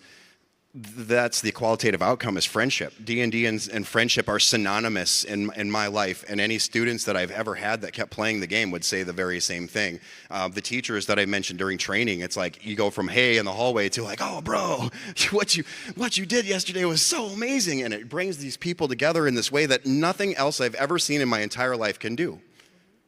And these carry over, as they leave middle school and go into high school, and usually that's where starting you lose a lot of these friendships. Starting in middle school is the perfect place because that gives you all of high school and all of college. Your whole rest of your life is there. The skills and the friendships and the concepts, they will follow you from age 12 all the way through your life, whether you keep playing or not. You're never going to not have a friend when you see a player's handbook sitting on a coffee table, It's like, oh, dude, we had this crazy teacher that's stuffing things, right? That's great. I'm looking over some of the audience questions here, and if you have a question, you still have a few minutes to type it into the SXSW EDU app and throw it up at us. But I like the one about, can you share any strategies that you've developed to support parents in understanding and embracing the role of RPG-based learning if they're not familiar with it? Yeah. If they were perhaps not nerds as children as we all were. It comes up. It's actually their kids are coming home really happy, and like the stigma behind D&D has legitimately gone away. Thank God. I mean, it should have a long time ago, but it's pretty much gone. And what I'm seeing today is actually parents are really excited because they played it back in the day. So that's more common than ever before, where a kid's like, oh, my dad told me they played D&D, and like I had no idea. I mean, so it's sort of a surprise for the kids sometimes. Strategies that work if you're having trouble. Okay, so the kids' scores are going to go up. They're going to come home happy. That's going to happen. If they're playing with fidelity, those two things are going to happen, okay? If you have resistance from a parent, you can have them come in and give them the player's handbook and a character sheet and say, just take a look at this. It'll take 5 minutes. They're going to be like, oh, okay. And then show them some gameplay, like this is what they do. They sit around and they talk and they listen and then they wait their turn and they roll some dice. And so the strategies, the resources, it's really pretty basic. It's teacher stuff. It's like talk to them, explain it to them, show them. Showing them is really the easiest way to go. It really is. The school curriculum also does have a letter for parents that the teacher can print out and send home with the students that's like, hey, your kids are doing really exciting activities based on Dungeons and Dragons. Here's an overview of the game, here's how we're using it, and here's where to go for more information. Do you get a lot of feedback from parents? Either Shelley or Kay, do you guys get a lot of feedback from parents? Most of my feedback is positive. They're very excited, and they actually like, hey, can I run a game? Can I come in for club? I mean, that happens. The timing doesn't work out great because we run our club at like 3:04 to 4:30, right? Parents are at work, but parents, especially that used to play, that like kind of fell away, they're like, oh man, I can't wait to share this with my daughter. I mean, or my son, And this year in 7th grade, I want to say I have like 7 or 8 kids whose parents grew up playing D&D, and they didn't necessarily know that their parents played D&D. I wonder if people go and dig out their old monster manuals and their old dungeon manuals. A kid brought them in. Yes. A kid brought them in from his dad. He brought in his white monsters manual from 2nd edition advanced, and I think the Book of Artifacts or something. And he says, my dad wanted you to have these for the class. I don't know if you can use them. I delved through the Book of Artifacts. That is a cool book. Then you have to go back and explain to the parents that there's not basic and AD&D anymore. It's all... I had a kid show up with his dad's original character sheet to play. It was a 3rd level character, and we were playing 1st level, and I was like, oh, that's really cool, but we're 1st level. So he goes, okay. You can nerf and he him just a little erased 3 and wrote a 1. And I'm like, all right. So a question we got is, with such a wide array of abilities basically needed, how long does it take to get kids set up to the point where they can run the games? Yeah, these are really good questions, by the way. I appreciate you. Okay, so with a wide array of abilities, it takes my kids probably about 2 months before you can really see them actually getting it. Keeping in mind we play on Fridays, right? So that's 8 sessions. DMs get frustrated because they're like, Mr. Wells, they don't know what they're doing, and it's so difficult for me to know everything that they're supposed to be able to do, and I don't know what to do. And I'm like, dude, just be patient. And I tell them, if you're having fun, it's going to be fine. Like, if you're having fun, you're doing it right. So calm down. And then the DMs will come to me after a couple of months, and they're like, man, Mr. Wells, this is so much more fun now that they know what they're doing. So it takes a while. So guys, when I started this back in the day, I tried it in class. And what I saw, I felt was a disaster in class with the large numbers of kids. If I did the same thing today with that large of a class, which I actually have just done, it's not a disaster. You just have to know what you're looking at. It looks like organized chaos and sometimes not so organized. But the kids were all smiling in this, and all I could get in my head at this point in Houston was, if an administrator walks in right now and sees this, I'm probably in trouble because it looks like a mess. But now that I know what I know, it wasn't a mess. They were actually trying their very best with fidelity to play this game that I was introducing them to, and I kind of wish I would have stuck with it, but it became, I got afraid, and then I said, well, maybe club is the way to start. And then once I saw what that was able to do, of course, then that's where the Friday sessions started. Yeah, sorry, go ahead. A really quick shout out. We created an intro-friendly adventure called Peril in Pinebrook, and you can find that on D&D Beyond. And it is an amazing teaching tool, not just for kids, for their families, for a dungeon master. It teaches you how to DM as you're playing it, and it teaches you how to teach people how to play it. So I highly recommend, it comes with character sheets and everything you need. I highly recommend you start there. And then the other thing is just of what Cade said, it's okay if they don't know how to play or if they're playing it wrong. They are going to get excited enough about it to figure out the rules and just keep learning about it. But the important thing is just let them go. Let them just have fun and see what happens. You know, we got a question there about, well, actually, Katie, you were pointing at one, so tell me which question As the you're pointing district leader, at. can you talk more about how this can support math and literacy? That's exactly the question I was about to ask you, too. Yes, I have a way of measuring impact, and so do you. If you're from Texas, it's the STAR test. For me, it's called NWEA, and they take it like 3 times a year. That's great data because it shows 3 different points along the course of a year. But the math and literacy, okay, so the math is basic, but it's recursive. I actually am conferencing with a teacher from Connecticut who uses D&D in his senior statistics class on Fridays. And of course, D&D is statistics, right? And so that makes perfect sense. The math, I'm really bad at math, and I wonder how bad I would be at math if it wasn't for D&D, because you're always using basic math, but at the same time, you're learning to put these numbers together very quickly, which is a synaptic path in your brain, which means then all of a sudden the myelin sheath of that little part that was unused gets more used, right? And so all of a sudden information becomes easier. Literacy, the game is literally built on literacy, okay? So the player's handbook is 300 pages. The Dungeon Master's Guide is 300 pages. The Monster's Manual is probably like 370 pages, okay? The game is literacy, and if you get a kid hooked, like they do, they will keep reading because there's books and books and books and books and books for days and days and days, and they're written at like a 1400 Lexile, which is right around like freshman in college, sophomore in college reading level. And if you can get a 12 and 13-year-old kid to do that in middle school, they're gonna crush this life. Hey, Thank you, administrators, for the question. That's a really good question. We got a great question here, which is, I think, Shelley, how do we find the kits to get our club started in our school? What's the easiest way for people to just find them quickly? The easiest, I'm going to give you a URL that you can go to, and it's a little bit long, I'm sorry. But you have to go to dnd.wizards.com/resources/educators. I'm sorry that it's so long, but that is where you'll find everything, our curriculum, all the webinars I mentioned, and how to get your free kit. Awesome, thank you. And that seems like a fantastic note to wrap up on since we're in our last 45 seconds. I really want to thank you guys. It's been so great getting to know you, both at this talk and previous talks that we've done.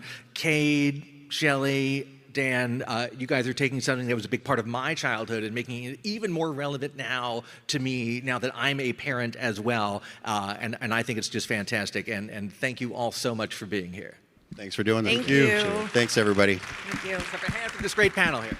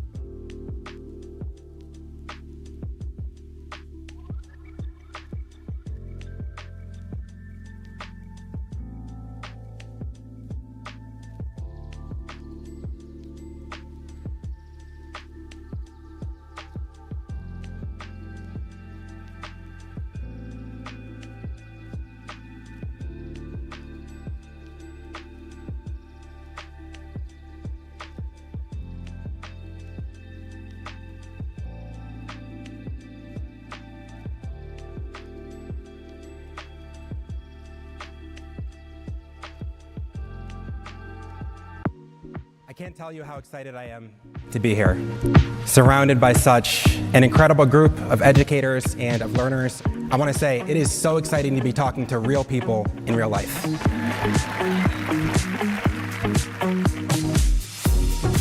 What has me most optimistic these days is, and I think forever will be, our teachers. I wish others could peek into classrooms and see the good and beautiful work that our educators are doing day in and day out. So our teachers, they're what give me hope.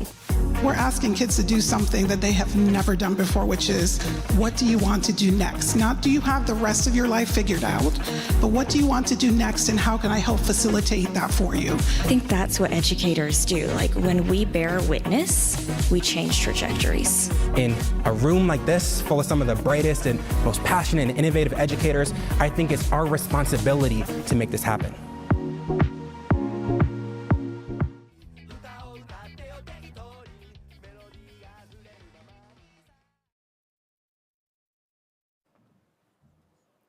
Good afternoon, everyone. I'm Kayla Myers. I'm the programming manager here at South by Southwest EDU. We kicked off today with a showcase of the innovative work students are doing to change the world and shape the world into one they want to live in. All of us at South by Southwest EDU, no matter what realm of education we hail from, care about students' agency in building a world in their image, a world much different than the one that we occupy. So it felt natural to invite our next two speakers to join us to discuss how they're approaching the practice of teaching so that we are preparing students not for the world that we live in, but the one to come. As a quick reminder, during the Q&A, please remember to ask questions through the Engage button on the session page or the South by Southwest EDU Go app. Please join me in welcoming to the stage now Associate Professor at the Graduate School of Education at Rutgers University, Nicole Mira, and Associate Professor at the Stanford University Graduate School of Education, Antero Garcia.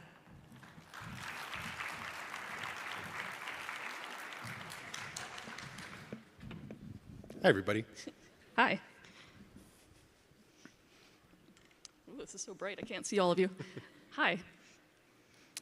So I'm Nicole, this is Antero. Hello. We are excited to be with you today, and we really do love the idea of conversation with you. So since we're not allowed to do open Q&A, we really encourage you to go into that app as we're going through this, because we'd like to spend at least the last 15 minutes, hopefully, being able to be in conversation with all of you. And we're going to talk a little bit more about ourselves throughout this presentation. We've been working together for quite a long time. But oftentimes when we frame presentations about the future in education, they often come from a very optimistic perspective, an overly optimistic perspective. So this presentation is going to actually start a little bit differently, a little bit more ominously, but we promise that we will get to hope by the end. We do think that education is the practice of hope. But we want to start with this very basic but troubling acknowledgement that the kids are not all right. You can see on this slide, we know the New York Times, NPR, Psychology Today, headline after headline tells us that our young people are suffering. And for everyone here in the audience, it's difficult to see you, but I see some nods. Anyone that works with young people, anyone who loves young people, knows that we are not okay. And oftentimes that kind of leads to a very huge push for us to be optimistic, as if the kids are going to make it okay. But we need to start from the fact that something is deeply wrong, both in our society and in the way we approach education, and specifically civic education, that we really need to start thinking about. And alongside knowing that kids are not okay, we also know that teachers are also in a particularly difficult time in this moment. We can imagine, we're both former teachers, we'll go over an introduction in a little bit. We want to recognize just how difficult we see teacher shortages. We can think through the kinds of demands that are being placed on teachers in the political world, in the in terms of their physical health. All of these pieces are also meaning that as much as we're going to talk about kids and the kinds of well-being of how kids are going to help shape the future of our democracy, teachers are going to have to be there at every step of the way as well. So we've been working together. We're both former teachers, which you'll hear more about soon. We're also educators and teacher educators and researchers who've been working together on this topic of literacy and civics for the past 15 years. And a long time, known him for a long time. And this is a quote from a student that we worked with, and this quote comes from 2019, so that's even before the pandemic began. but I just kind of want to read this for a moment and let it sink in and think about how young people in your life might be feeling as well.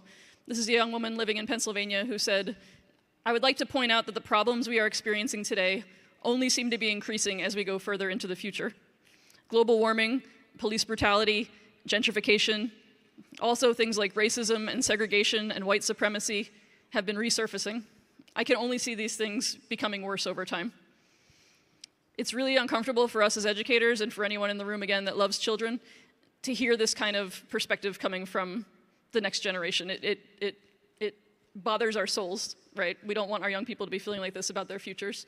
And so again, we often feel the need to respond with overly cheery predictions about the future. Your generation won't stand for this. The young people today are going to be different. But I think it's really important for us to sit with the idea of civic dread among our young people and think seriously what that means for the kind of civic education that we offer them. Because civic dread is a completely reasonable response to a world on fire in many ways. And that's something that we need to think about in terms of how we do our work differently. And so, as we were thinking through this work today, and as a way to maybe contextualize how we're thinking about this, we tried to put our baby pictures up here. These are from our beginning years as classroom teachers. We've been professors longer than we've been teachers at this point in terms of our careers. But this was I'm the one that looks like me, but a younger version of me. And this was my first year of teaching, and we're trying to think through, like, what are those moments that made us kind of think through what is the greater purpose of what schooling looks like. And so I'll share a very quick anecdote. My very first day of teaching, the weekend before, I'd come down with something called Bell's palsy, which is a really cool situation where half of your face is paralyzed. If you try to smile when you have Bell's palsy, you kind of look monstrous to 10th and 11th graders on the first day of them meeting you in high school. And so, this was a moment of trying to think through, how do you build up around vulnerability, around the nervousness of being a first-year teacher, and really trying to center relationships as the work of what we're guiding first, right? And I want us to think through, as we continue to talk through these examples, right? What is that core thing that is held at the center of classrooms today? It's probably not an algorithm. It's probably not some large language model, right? It's probably relationships that we need to hold as sacred as what happens between young people and each other and young people and adult mentors. Nicole, what's your first year like? This is me in my classroom in Brooklyn, New York. That's where I started my teaching career. You can see it was the very first day of school. The floors are still waxed. I had set up my little word wall on the corner. And we're both passionate teachers of English, which is also going to be part of our story of how we came to civics, because we definitely did not see ourselves as civics teachers when we started it. And if you're in the audience and you're not an English teacher, and maybe you're a science, math, social studies, whatever kind of teacher you are, or whatever organization you might work for that relates to education, it's easy to think that civics is not about us. All I knew at that time is that I cared deeply about my students, and I actually had the opportunity to loop with them unintentionally. So I was in a school that had a lot of turnover, and a lot of teachers would leave from year to year. So even though I started as a 9th grade teacher, I became the 10th grade teacher out of necessity, and then the 11th grade teacher, and then at that point we kind of just kept it going as a loop, which actually was one of the most rewarding experiences for me, and I think for my students, to be able to go together through high school. And when my students were graduating, and I was writing in their yearbooks, thinking about what to say to students I had literally spent the last 4 years of my life with, their entire high school experience, I realized that I didn't care so much about whether they remembered the words to Hamlet's "to be or not to be" soliloquy, even though I loved teaching it to them and I loved reciting it. I really cared most about whether they could use their literacy skills to advocate for justice in an often unjust world. I wanted them to use their voices to stand up for what was right and to stand up against inequity. And that's when I kind of realized over the years, and Antero and I met in graduate school, and that's when we started sharing our work as English teachers and realizing that we shared this common commitment to the idea that we are civics teachers. We are doing something about every moment in our classrooms was a moment of imagining what kind of world we wanted our students to be living in. And I want us to take a moment to think, and some of you might have seen this article when it came out. When the pandemic struck, there were conversations that we were having in our field, in the field of education, the field of education technology. In 20 and 21, we had this moment where we kind of imagined that school would never be the same. I don't know if you remember this when you were sitting at home, whether you were teaching, whether you were working with students in another way. And we thought there had been such a rupture that there was no way that schools as we had currently done them could possibly be what we were coming back to. We thought the world had completely changed, and that all the possibilities for what education could be were lying in front of us. And the novelist Arundhati Roy wrote a piece that was extremely inspirational to many of us, claiming that as horrifying as the pandemic was and is and continues to be, the amount of suffering and devastation that it has caused, it could also be a portal to a new world. This could be a moment to reevaluate all of our assumptions. This could be a moment to build the world that young people deserve, to build a different space. And we took that very seriously in our work, and it's really influenced us to think about what are we doing sitting in these schools every day? What is our purpose? But we've seen that as schools have reopened after the worst of the pandemic, like a rubber band, something about the trauma and something about the difficulty of moving forward and thinking differently, we just snapped right back in as a system into doing things the way we had done before. And we'll talk a little bit more in a moment about learning loss and the discourses that have just popped right back up, and we're doing school the same old way, harder than before. And there's just something very ironic and sad about that. And I think that suffering doesn't always lead to transformation. Suffering can sometimes lead to grievances and to moving backwards. And so it's not surprising to us that the novelist who gave us the language of the portal is now facing censorship and challenges to freedom of expression in her country, and that we are experiencing in the United States and around the world rising populism, encroaching fascism in ways that are threatening what is possible. And we're wondering what that means and what young people are seeing and feeling as they come back to schools after this moment that should have led us to something different, that we're giving them more of the same. We have some more information that kind of backs up this idea that we all know viscerally in our hearts, this idea that young people are not okay and that we are not okay. There's a survey that just came out recently it was run by Common Sense Media and from Gallup, a separate survey from Gallup and the Walton Family Foundation that surveyed teenagers from around the country, and they've been doing this survey multiple times over the generations, and they found that at this moment in time, young people, number one, we know their mental health is struggling. We know that attendance at school is down, and we know that when students are in school, they are feeling like what they are learning is not relevant to the world they see around them on fire, and they're not quite sure where to go next. And the three words that the young people in the survey said most characterize their time in school are bored, tired, and pressured. So they're feeling, again, the mental health strain. They're feeling the sense of uncertainty and dread about the civic world that they are inheriting. And they're feeling a lot of pressure, again, to conform to the same old rules of school. And for that to be a civic context that we're living in shows us, again, that we need to create something different for our model. And so when we think of, if we know that something different needs to exist, we're trying to see what is the field currently saying, right? And so the New York Times had this editorial at the end of last year that kind of really synthesized the kind of obvious recognition, the consensus that there is this idea of learning loss, right? And just as a brief note, Nicole's done research on this before. Learning loss was a thing as a term that existed pre-pandemic, right? And it was largely about literacy and learning opportunities during the summer, right? And kinds of ways that there would be slippage from one academic year to another. I want you to hear quotation marks around everything I'm saying around this. There's some frustration, I think, with my sense of the take-up of these words. And the opening paragraph of this really gets to what this sentiment looks like. So as it boils down to, researchers have long known that American students grow more alienated from school the longer they attend, and that they often fall off the school engagement cliff, at which point they no longer care. The sense of disconnection stems from a feeling among high school students in particular that no one at school cares about them, and that the courses they study bear no relationship to the challenges they face in the real world. It's the exact sentiment, right, that we heard from the surveys previously. And so if we know whether or not I believe in the idea of learning loss as it's taken these academic measures, we know that students have the same kind of frustration and that it's been exacerbated as a result of the pandemic. And so what have we done as a result? What has been our solution? The solution is oftentimes more school.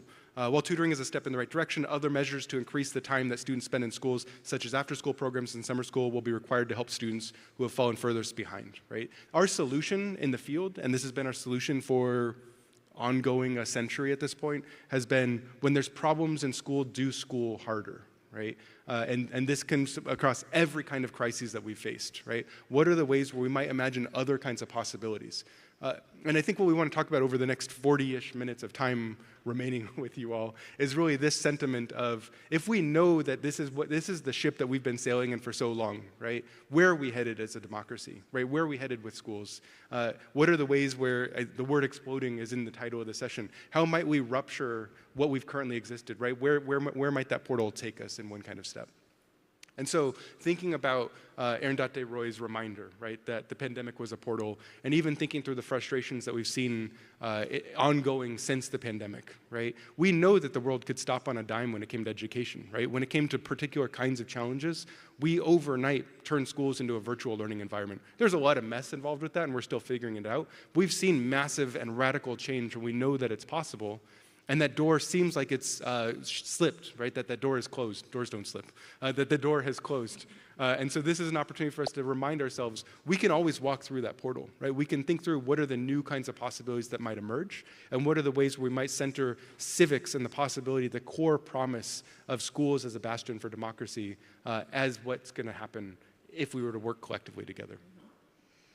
And so when we decided to put this new book together, we kind of wanted to start with that as our defining question. What if in schools, instead of preparing young people to survive in the dysfunctional world as it is, what if school was the time to dream with students and support them to build the world that they deserve, the world that is possible, the world that is to come?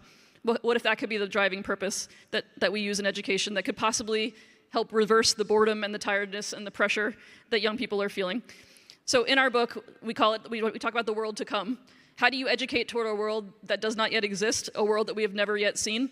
We have never experienced a world of equity and justice and true fulfillment for all communities. We've literally never had that. So what does it mean to educate toward something that we really have no roadmap for, no blueprint for? So we have 3 principles that we're going to talk through, and then we're going to talk through a few of the different learning communities that we've gotten the honor to work with over the past 20 years that are trying to embody what this might look like, and that show that all teachers and all young people are engaging in civics in every moment that they are in learning environments. So the first is that all teaching is political, and all teachers are civics teachers, every single one. The second is that our teaching must demand just futures, not submit to the world as it is. And the third is that we can interrogate and innovate our teaching by embracing world-building commitments in the classroom. I'm just going to talk for a moment about the first one because it is a little bit jarring, especially in the political moment that we're currently living in. What do you mean? Yeah, what could that be? This idea of talking about politics as that teaching is political, for many of us, the states that we're coming from, the state that we're in right now, that could be a very dicey proposition. We're going to get to the big P politics and how difficult but urgent it is to talk about current events and controversial issues in the classroom. But before we get to the big P politics, we like to talk also about the little p politics. And little p politics just means that if we're not talking about Democrats and Republicans, we are talking about the fact that every single choice that we make in classrooms, from how we relate to students to the authors we assign and the authors we don't assign, the voices that are present in the room and the voices that are not present, every single choice we make is a political choice. Because it expresses certain values, it expresses certain ethics, it expresses a certain vision of what is considered important knowledge, whose knowledge is valued, whose knowledge is not. Every moment we are in the classroom, we are making political choices. And rather than trying to strive towards sometimes some kind of objectivity that is not possible and is not desirable, what would it mean if we actually embrace the fact that we are making those choices and take more control over the kinds of conscious choices that we want to be making with young people that can help us move toward this idea of us as civics teachers? So let's kind of go a little bit more in depth about each one of these. So one of the things that, and again, as Nicole pointed out, I'm biased in thinking that English is the most important subject. It's the best. We'll welcome other subject areas. But oftentimes when we're talking with English teachers, one of the responses we get is this whole civic stuff, this kind of teaching of civic responsibility, that's not the purpose of English teaching, right? That's beyond our responsibility. And we wholeheartedly reject that. I'm going to speak collectively for us. I wholeheartedly reject that. I think we both do because it's in our book. And I think as we think across all subject areas, right, we want to recognize that every teacher is a teacher of civics. And when you choose not to talk about teaching civics in your classroom, that is a civic choice too, right? And so this idea that we oftentimes hear is that civics is either that one thing that you learn during that one semester in 12th grade, and you just learn about the 3 branches of government, and maybe those are obsolete anyways now. I don't know what's happening. But given the kind of context of what's happening, that it's either this one thing that's kind of sequestered from the rest of schooling is a weird way to think about what is our participation in society supposed to look like. And I think I recognize that there's a whole track of civic-related sessions here at South by Southwest, but I want us to recognize what are the things that we in the fields of education value, right? And we can look at the South by Southwest program, and you can kind of play programming roulette, and your finger will touch a Gen AI ChatGPT session in this program, right? There are many, many, many sessions that are focused on recognizing that the role of technology in schools is really, really important. And it's much harder to find things that are about any kinds of things that are about the big P political that Nicole was talking about. I did a cursory search for words like Israel and Palestine, and there is not a session here that is talking about those. Those are deeply uncomfortable for us as a field, right? Which means it's deeply important for our kids to be learning about, and we're not able to do it because we're afraid as a field and we're not able to engage in this, right? And so if we think about what are the things that we're valuing, we're not valuing civics if we look collectively and holistically at the field. We're valuing technology and funneling money that goes into schools into tech companies broadly, right? I want us to recognize the kind of hypocrisy of what happens when we emphasize one kind of learning over another. The other place where you learn about civics in schools maybe is in the naturalization exam, right? This is basically like one kind of rote knowledge that we might understand. Sorry, I think I skipped this slide. I moved ahead. And so actually, Nicole, do you want to talk through the knowledge that's assessed here? Yeah, and I'd say that what we're getting at here is this idea that when civics is put into schools, it's pretty much about, like, let's make sure our students understand, and you've heard this in the news, basically every time there's a crisis in American society, civics becomes a buzzword again. But when we dig under the surface, like Antara said about what we're talking about when we talk about civics, it's usually pretty much just understanding like the 3 branches of government. And that comes from this idea that for most states that have any kind of assessment around civic learning, most states use the United States Citizenship and Immigration Services naturalization test as the way to see whether or not students learned what they should learn. And this is just one section of that exam. But you can get the idea that these are pretty much like multiple choice. Can you just name these different aspects? What is the economic system in the United States? What is freedom of religion? We think it's really interesting. Maybe useful information. You know, at this point right now, we were actually just joking before we came out here. It's really interesting to see this question about the rule of law at this particular moment. So what does it mean to be able to list off what the rule of law is on a multiple choice test? And what does it mean to live at a moment in American society where we are having a crisis about the rule of law? And what does it mean that our schools are willing to talk about the abstract in the vacuum about what it is, but we're not always as willing to talk about literally what is happening right now in the news, like today? Right? So that's why we're not arguing that civics, and we know that's why a lot of people actually have problems with the word civics. We've wrestled with this our entire careers. Like, using the word civics can feel deeply uncomfortable for us because civics is inherently associated with kind of a propping up of our current democratic structures that we know are built on, again, often white supremacist, settler colonial views about what this country is and should be. So for us, civics is a very loaded word. But we also think it's really important to reclaim it, and that's why we refuse to cede it and stop talking about civics. Maybe we call it like Civics GPT or something. Civics GPT. Get something. Civics 2.0. Maybe more people will come. But our vision of civics, clearly, if you haven't gotten there yet, is that we're not arguing about maintaining the current systems that we have necessarily if they don't work for us. It's about having real conversations with young people about what does it mean to live together on a burning planet and to figure out what it is going to take for us to survive, and not only survive, but thrive together. That is the core of what civics is, and that is why it is happening in every moment of how we interact with each other, because that's the core: relationality, empathy, care, justice. If that's the core of what we're talking about what it means to live together through the 21st century and beyond, that's the kind of work that we need to be calling civics and doing as civics. So that's why we say, and it comes across as a little bit like it's obvious, but also kind of radical at the same time, that we all need to see ourselves as civics teachers. Every one of you could be asking yourself this question right now, which is, what vision of civic life are you communicating in your sphere of influence? If not explicitly, implicitly, the way you relate to young people in your life, the things you choose to talk about, the things you're afraid to talk about, how does all of that express a certain vision of what it means for us to live in relation on this planet and with more than human life? And we'll bring this up because we brought it up a few times. Like at the second part of this, we talked about little p politics. We are making choices all the time. And then there's big P politics and how difficult it can be right now. We know that there's laws around the country. We saw the display outside around banned books, banned conversations, gender identity, race, how difficult it is to talk about the things that are the lightning rods in society right now, but also how crucial it is that we do. So we cannot, in good conscience, when we're doing our work, advocate for simply integrating young people into civic systems that are actively failing them, that are actively inequitable, that are perpetuating structural inequity. And we know how hard it is because we're with teachers every day in the classroom. We're experiencing it in our own universities right now.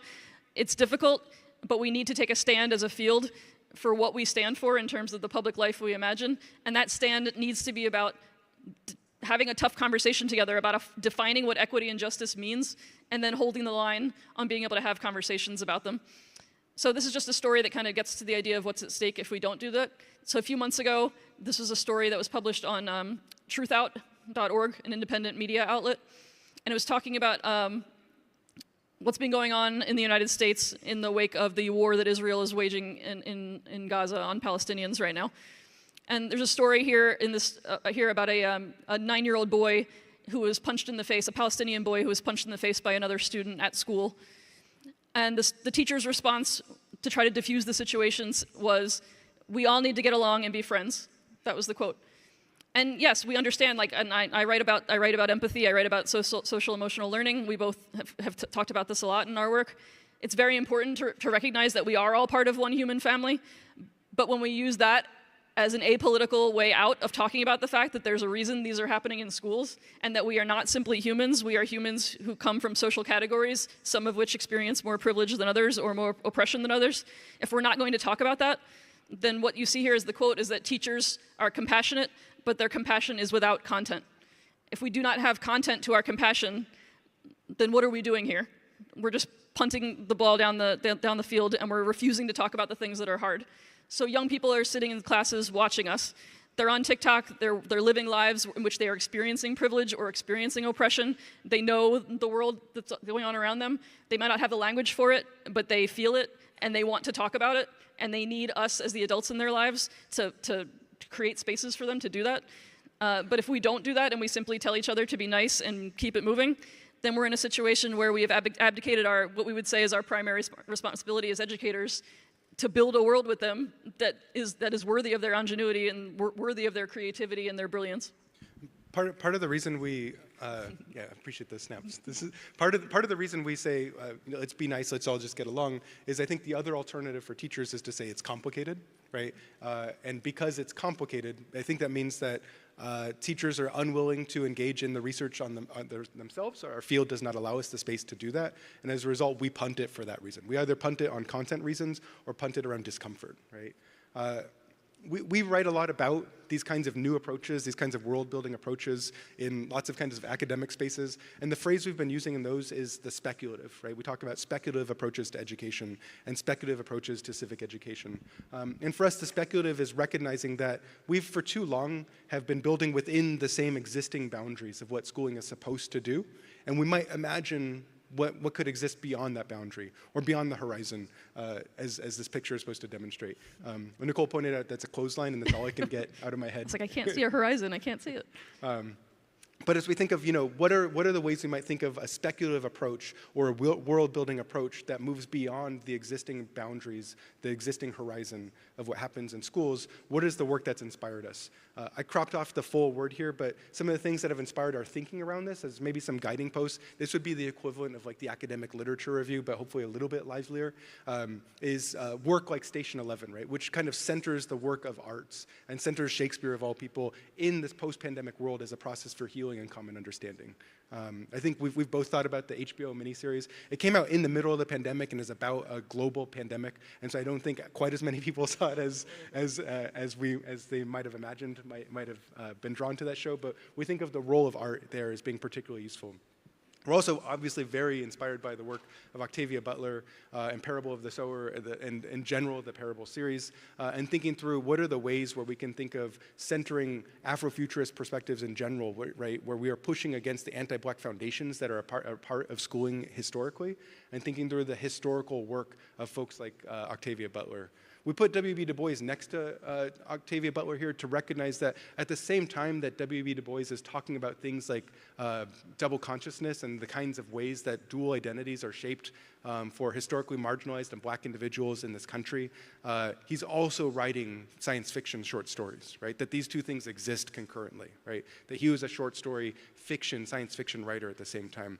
And then we have some more academic-y kinds of things. This idea from Arturo Escobar of the pluriverse, right, which actually comes from a Zapatista notion of this idea of a world that contains many worlds in it, right? That we can have multiple possibilities always brewing within our classrooms. Our classroom always has the pandemic portal open, right? At the same time that school policies might force it shut at any given time, right? Both things can be true. And we're inspired by the work of Alexis Pauline Gumbs, her work on Drowned, right? There's many, many other authors, but it just gives you kind of like some snapshots of the kinds of work. On Drowned is Black feminist lessons from marine mammals, right? What are the ways we might learn about captivity and captive birth from bottlenose dolphins, for example, right? As one kind of random chapter in this book, right? What are the ways we might learn from the more than human world around us as we're thinking about the ways we organize as individuals, as human beings? And then we're also inspired, I have 4-year-old twins, so I read a lot of children's books with them. We've spoken with the Pumphrey brothers for some of our work, who did the art for this book that Jason Reynolds wrote, which is about a celebration of Black writers at the Schomburg Center many years ago, and kind of thinking through what are the ways where playfulness, where art gets integrated into our vision of democracy and into our vision of exploding the world as it comes. These really funnel into the kinds of key ideas that shaped, I realize there's a real bias. I made our book the biggest picture out of all of these. That was Nicole's idea. But this really inspired how we've been thinking about this book. So we write lots of academic stuff that 5 people read, and then because we're on their dissertation, and so they have to. But this really was a book that has been written for teachers, right? And really trying to distill this work to make it as accessible as possible for all K-12 teachers to some extent. So we thought about this idea, like we said, we took this idea of the speculative, this idea of imagining a new world, because we thought about those young people that we mentioned that are sitting in classrooms right now wondering what we're doing in school, like what the point of what they're sitting there for is. This book is for them, and this book is for teachers that know that just like the same old is not enough. So that this book is a love letter to them. And we took the idea of this idea of speculation, this really dense theory around imagining new worlds, and we took it down into what we would need when we were in those babies that were us in the classroom, what we would need as teachers to turn this into an idea of world building commitments in the classroom. And so this is kind of the model that we talk about in the book. We kind of come up with this idea of 5 different commitments that are part of a world building model for education. And specifically for civic education, but again, the idea is that we assume this is something that literally every teacher in every grade level, in every subject area, in whatever learning environment we're in, all of us can be doing civic education with any topic that we're tasked to teach by focusing on these 5 commitments. And you'll notice that first there's some concentric circles around this wheel. Obviously, like we talked about, the outermost circle, the part where we need to start from is a commitment to equity and justice and really interrogating together what equity and justice means, moving past equality and toward equity, and talking seriously about what justice means in the midst of very complex issues. Also, this idea of youth agency is the next concentric circle that surrounds all of these commitments, because none of this is possible, and building the world to come is not possible if we don't truly believe in the brilliance of the young people sitting in front of us, that our young people are not citizens in training when they become 18, when they're at voting age. They are civic actors right now. They are experiencing civic issues right now. They have opinions. They have expertise. They need to be taken seriously as the inheritors of this society that we're living in. And then we have this idea of these commitments, right? So inquiry, obviously, is a start. Inquiry invites us to ask, why are things this way? So whatever topic we're teaching, we start with this inquiry stance. Why is whatever we're talking about, why are things this way? Storytelling invites us to ask, whose stories need to be heard? Whose stories are currently front and center? Whose stories are perhaps marginalized in the background? Networking invites us to ask, how can we connect with each other? And we're going to talk more about that, not just in terms of a utopian embrace of technology, but a really critical way of asking, like, who can we network with and build relation with in order to learn more about this topic? Imagination invites us to ask, what kind of future do we want to build together? Where do we want to go next? And advocacy asks, how do we get there? So the idea of all of our work in every unit that we teach, and we have lots of unit plan structures in the book, we have lesson plan ideas, we have discussion questions for groups of teachers, and we have stories of different educators and young people working together throughout the book to enact these commitments. And we talk about each one of them in different chapters. And so we don't have too much time because we want to make sure we want to get to some conversation with you. So again, remember, use that app. We want to hear questions. But we wanted to at least tell you a few stories of, there's 4 different communities that we focus on in the book, and we tell their stories kind of throughout, they're weaved throughout every chapter, and we have teachers actually writing a chapter of the book. We've got young people's voices in the book, because a lot of our work is around young people driving inquiry as well. So we're going to start with a story about debate. I don't know if I can't really see anyone, but were there any debaters in the room, like high school debaters or any debate coaches? I see some hands. We had some. I know debate. I was not a debater in school, but I wound up becoming, as part of my work, not only as an English teacher, but also a debate coach. So this is a picture of me way back in the day with the students from our state championship caliber debate team from Acorn Community High School in Crown Heights in Brooklyn, and off to the side there is my mentor and friend Ben Honoraff. But We've been thinking about debate a lot lately because I still work with Ben all these years later. He's now the principal of a middle school in Williamsburg, Brooklyn, Middle School 50. And as we've been working together, we've been asking a lot of questions about debate, which is often seen as a very civically engaged literacy practice. And we've been questioning, like, what value does it have in our current moment to move us toward a world that we want, the world to come? So even if you're not deeply familiar, I was a policy debate coach. So in policy debate, you move through a series of 8 speeches. There's affirmative side goes, and then the negative side goes. There's speeches that are constructive and speeches that are rebuttals. But the basic point is that in every single round, in a day, let's say there's a debate tournament, in every round you need to be ready to move on a dime from being the pro side to being the con side on any particular topic. So debaters have to be ready to argue both sides of any issue.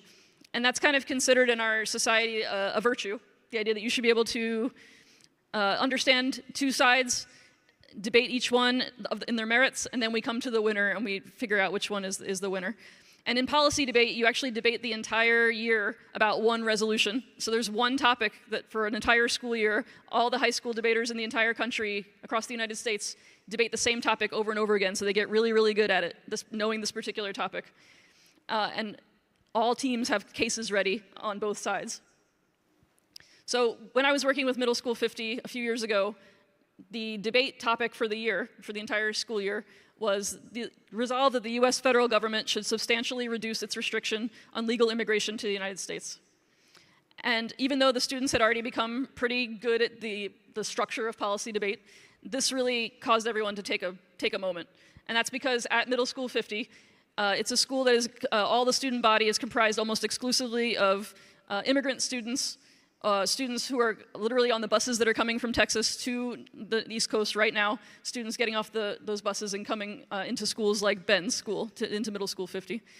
And the students felt really strange about the idea of a topic like this. They felt really strange about debating both against, but also debating for restrictions that would literally have impacts on their lives, the lives of their family, knowing the discourses that are going on in the country about immigration and how their families are often framed. They felt really uneasy about the idea, like, is this truly a virtue for us to be debating against our own humanity in some ways? Is this what this activity is meant to do? And how could we do something differently? And so the team actually got together and said, we are not going to get up in a debate round and just treat this as business as usual. What if we can take this form of debate and do something different?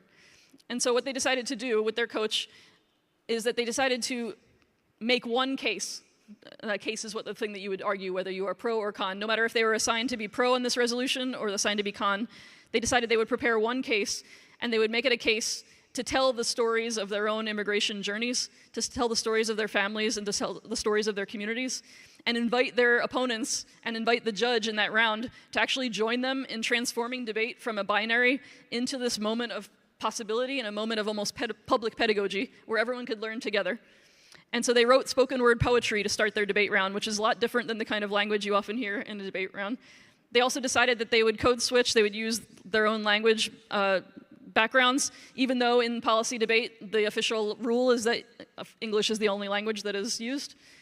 They decided they brought translators with them to the round. They handed out all of their materials to the other teams in both English and Spanish to make sure that everyone in the round could understand each other. They created a world to come in that space to try to imagine what it could be like if everyone could understand each other and everyone could hear a story about immigration that was different than a pro-con, winner-take-all binary. And this is a clip, this is a portion of one of the spoken word poems that a student read in a debate round. Obviously, you can imagine that like this did not always go well. There were some times that the judges just automatically voted them down and voted against them because this is not what debate is. This is not what we're supposed to be doing. This is not what this activity is. But there were also times when the other team actually kind of dropped their pre-prepared case. The judge was willing to listen, and they had a much deeper conversation about this question: why? Why can't we imagine a nation and a debate without borders? Which is one of the questions that students brought in. And again, this might seem kind of like idealistic, or again, this idea of the speculative can often seem like just this fantasy land that we're living in. But there were moments in every single debate round when the veil kind of came down for a moment of us always being stuck in what we already have, what already exists, what is possible within our current structures. And there was a moment of dreaming, a moment of imagining what it could be like if we could do things differently. And as students move forward, we see those moments as the commitment to inquiry, the commitment to imagination and storytelling that could help us imagine a new world, because we can't get to a new world until we can imagine one. And this kind of, they took with them all the way to the national debate championships. They were robbed, they didn't win the championship, but they made it really far, and they really changed the game. And there's a lot of folks in the debate community seeking to kind of do something different. And so we just want to kind of play that out about all of us in whatever field that we're in. All have certain forms, like genres that are just kind of like set, like the 5-paragraph essay for us in English, for the DBQs that are in social studies. Whatever field you're in, there are certain literary forms that we feel like are kind of unmutable and can't change. But one of the things we talk about for teachers in our book is that we can change those, and when we do so, we can imagine a world to come with our young people that could really inspire them in ways that are really powerful. So, I'm going to do this a little fast because I want us to at least briefly do the council, maybe. And so, if the debate work kind of really points to some out-of-school possibilities of what the speculative might be able to do, we've been trying to think through what does this look like when it comes to teacher preparation, professional development, working in classrooms, particularly in English classrooms. It's the best subject, obviously. Again, the best. And so the Digital Democratic Dialogue Project, it's been ongoing now for a little while, really gets us to what this work might look like in classrooms. Including someone in the room, teachers from across 6 different time zones, 6 different school sites, 4 different time zones. So many sites of logistics to kind of think through, and an equal spread of teachers from districts that went leaning towards Clinton and leaning towards Trump during the election year when we're Biden, not Clinton. You're going all the way back. Oh, Biden. Yeah, that's right. Sorry, Biden. And we're continuing this now with a new cohort of teachers. And so I'm going to talk through what this looked like with the first cohort. The idea was to figure out how can we get students from across worldly differences, right, the entire world, the ecosystem where young people are living, who might not see alternative perspectives, place teachers in conversation with each other and think through what are the ways where dialogue rather than debate, as an example, might foment a particular kind of civic consciousness.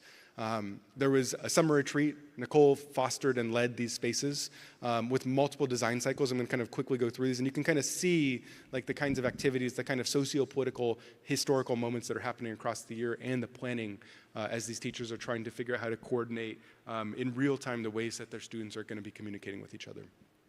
And so of these 3 design cycles, the first is really just trying to identify, like, where do I come from, right? Like, who am I? What are the kinds of identity practices that shape who I am, right? And so students would share, would comment, would kind of, for those of you who make online platforms, they're not good. We need better ones for this. Come and talk to us, because it's very difficult in schools to get young people safely to be able to communicate with each other on non-corporate controlled platforms to be able to do the kind of amazing work that they were doing. Yeah, it turns out just having kids talk with one another is not easily monetized in ways that I think platforms want and that abide by COPA rules for schools. And so these are when we found tweaks every time we've done this to make this work. But these were the kinds of identities and the kinds of communities that young people identified with as a starting place for what this looked like. We then wanted to use this for young people to be in affinity groups, to start engaging in the kinds of conversation that looks more familiar, like what inquiry in English classrooms might look like. And so students might be in a gun group or a gender group, right, and kind of think through what this looks like. And using an online platform, students were asked to engage in dialogue with one another. And as you can see from the first comment, the students automatically internalize how school has prepared them for this, right? So you see the students say, hello everyone, I'll be joining you in this debate, right? We didn't call it a debate, but you immediately kind of see the orientation. We tried, it was interesting because that's how much we've ingrained in young people that every time you talk about civic issues, it must be in the form of a debate. Because even though the students had spent the entire fall across these 6 sites, 200 kids, sharing photo essays with each other, incredibly amazed by each other's lives and how we all live in this same nation state, but we all have very different experiences. They had this beautiful dialogue. And even though they knew each other and we had been seeding this kind of dialogue, as soon as you start talking about an issue, they thought they were supposed to go into debate mode, and we had to then take a step back. Yeah. I mean, you can see just kind of in these responses, right? So you get, I'm going to read the Elizabeth Warren quote in a second because I think it's useful, but you see the kind of, I'm going to share my data, you're going to share your data. I'm not actually in conversation with you, I'm just kind of performing what school tells me to do, right? And so one student's evidence was foreboding considering what happened afterwards. But Elizabeth Warren said, we lose 8 children and teenagers to gun violence every day. If a mysterious virus suddenly started killing 8 of our children every day, America would mobilize teams of doctors and public health officials. We would move heaven and earth until we found a way to protect our children, but not with gun violence. That is not a quote that's aged well post-pandemic, but it's a useful kind of reminder of where we are. So this kind of middle design cycle kind of pointed to maybe the limitations of how conversation might, or how dialogue might be sparked. But we saw other ways where once we moved past this kind of debate, we got more expansive forms of conversation, right? And so in the same kind of group around understanding guns and and the role that guns play in communities, right? One student wrote, I left my gun on the porch and it didn't kill anybody, and you kind of see, the picture that they posted. And then another student offers a different nuanced picture of a tribute in the street for lives lost as a result of localized gun violence. And the ways that these moments kind of fuse together. I think the next slide is a quote from one of these creators, right?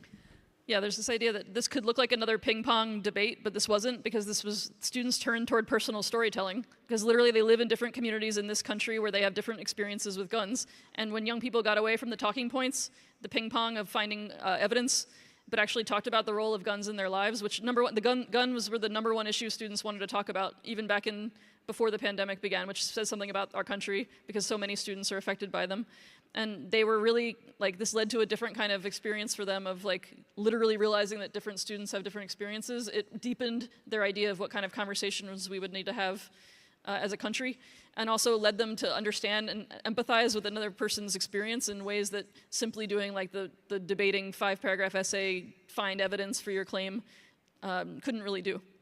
Yeah, and so you get the student. I'll actually read the whole thing. I think it's really useful to hear young people's voices. It's kind of surreal because it's kind of like, hey, there are people out there outside of you, and there are people that exist and have lives and have experiences that aren't you. And that's kind of weird to think about because our life is us. It's always what we've experienced and what we've known, and rarely do people get to go out and experience other people's lives. So seeing these other people and reading about the experiences they've had, it's very eye-opening. Right? And these are the kinds of transformational moments that, in classrooms, right? In classrooms with the kinds of restrictive policies that we're seeing today, right? Young people were able to have complicated and difficult and powerful conversations with one another, right? And this wasn't work that was just centered on young people, right? I think, including the shout out from the audience, the group of teachers that have been a part of this and continue to be a part of it, I think are a lively group that continue to enrich each other, enrich our thinking, and I think are more, have more kinship than just a professional learning community. And so we can think through the ways that, in this quote, one's future is really bound up with others, right, as a result of this work, right? We see mutuality, we see relationality in the work of teachers, and oftentimes we're siloed in our classrooms, right? That if you're trying to do the quote-unquote good, critical work in your classroom, you close your door and you do it, right? Rather than find these kinds of digital networks of folks who might engage with this work. And I don't know if the person's still here from Slido or someone was going to help us, because we basically didn't want to switch to a Q&A if like there weren't questions, and we can keep on talking through the next one. But if there are some, then we're going to pause for a moment and get to some of your questions. So we see a few popping up here on the screen. This is a cool little thing. There's a question here: how can you start if you don't have administrator buy-in yet, or you don't have time to rewrite a whole course? How can we start to teach civics in this way? Which is a great question, and this is one we talk about all the time. It can feel like we're asking you to do one more thing, and we are very aware as teachers that we are constantly being asked to do all of the things all the time, and it can seem like impossible to think about, throwing away everything we've already done, and that is not at all what we talk about. We usually say that like small steps are radical acts. There are ways in the book that we talk about. Oh God, it went away. I was going to look at it again. It's like it disappears. We talk about the fact that there are ways we could start by tweaking in our unit plan template that we offer. Perhaps you look at your curriculum inventory and you look at all the voices in a unit that you're teaching, all the different texts that you assign students. Is there diversity in those texts in terms of race, gender, sexual orientation, experiences? Can we shake up our units and replace one text? Can we change our assignment that we give, the assessment we give at the end of a unit, to be something that is actually something that's going to live in the world publicly, instead of something that they turn into you that only you see? Can we make it something that actually goes out into the world and engages with people? Like tiny steps like that can be the start. In each of those commitments, we give steps about how to start and then steps for taking it to the next level. So there's this idea that, and when it comes to administrator buy-in, we were talking about the 3D project a little bit, and this is a project that, again, there are people, different communities that had different levels of different political commitments to talking about controversial issues, and we were able to work in each space with the administrators and the school districts to buy in, to get into young people to be able to talk to each other. It can seem a lot less scary when you just get young people to talk to each other. What they wind up talking about will come out, but it's a lot less scary for us as educators to frame it as about letting young people talk to each other instead of saying that we're coming in with a political agenda. So there are ways that we can work around that. And like we said, the reason the 3D project and all of these projects were so powerful is that educators banding together in a community creates the kind of bravery that we need and the solidarity that's needed to take those steps, even when the people that might be around you in your school aren't really ready for that step. And so, and like the 3D project was first sponsored through work with the National Writing Project, celebrating their 50th anniversary this year. Ooh, national. It is currently being sponsored by the National Council of Teachers of English. He's the president of it. Incoming president. So blame someone else for now, but incoming. And you know, we're continuing to do this work with nationally recognized organizations, right, that are supporting the kinds of visions of what this work might look like. And I think I just want to add to Nicole, the idea of starting small is this idea that we often bring up as start now, right? I think it's easy to say, this is really important, I'm going to do it next year, right? Or I'm going to do it in my next unit, right? There's nothing stopping you from having a vulnerable and powerful conversation with students now, right? There's nothing stopping you from shifting or adjusting. There might be something shifting or adjusting your assessment questions. I recognize there are different kinds of challenges that you're facing in every school space, right? But there are ways where you can do this work right now, and it might be small and it might not feel big, but it is a radical shift to start thinking through looking at your classroom and the possibilities of what happens in it as malleable rather than fixed by somebody else. I think this question goes to the next question that at least I'm seeing on here.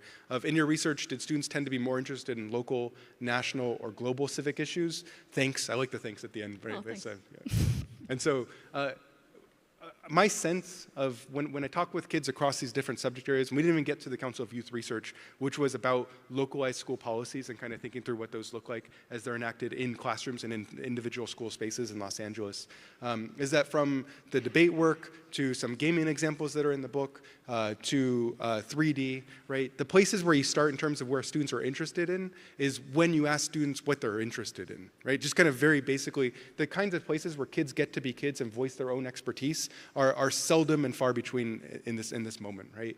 And again, as an English teacher who cares about literacy because it's the most important subject, I think we're in this kind of beautiful moment where students are in their most literate moment in any generation we've ever seen, right? Students spend all of their extracurricular time reading and participating with multimodal text. That's what they do for fun, right? They go on TikTok, they play video games, they're networking. They're reading all day for fun in ways that we don't treat them in schools, right? And it's the kinds of interests that we just don't value anymore, right? And so I just want to recognize that when we think about civic issues, what are the ways where schools have moved apart, have been divorced from what young people are actually engaged in these deeply literate spaces? Mm-hmm.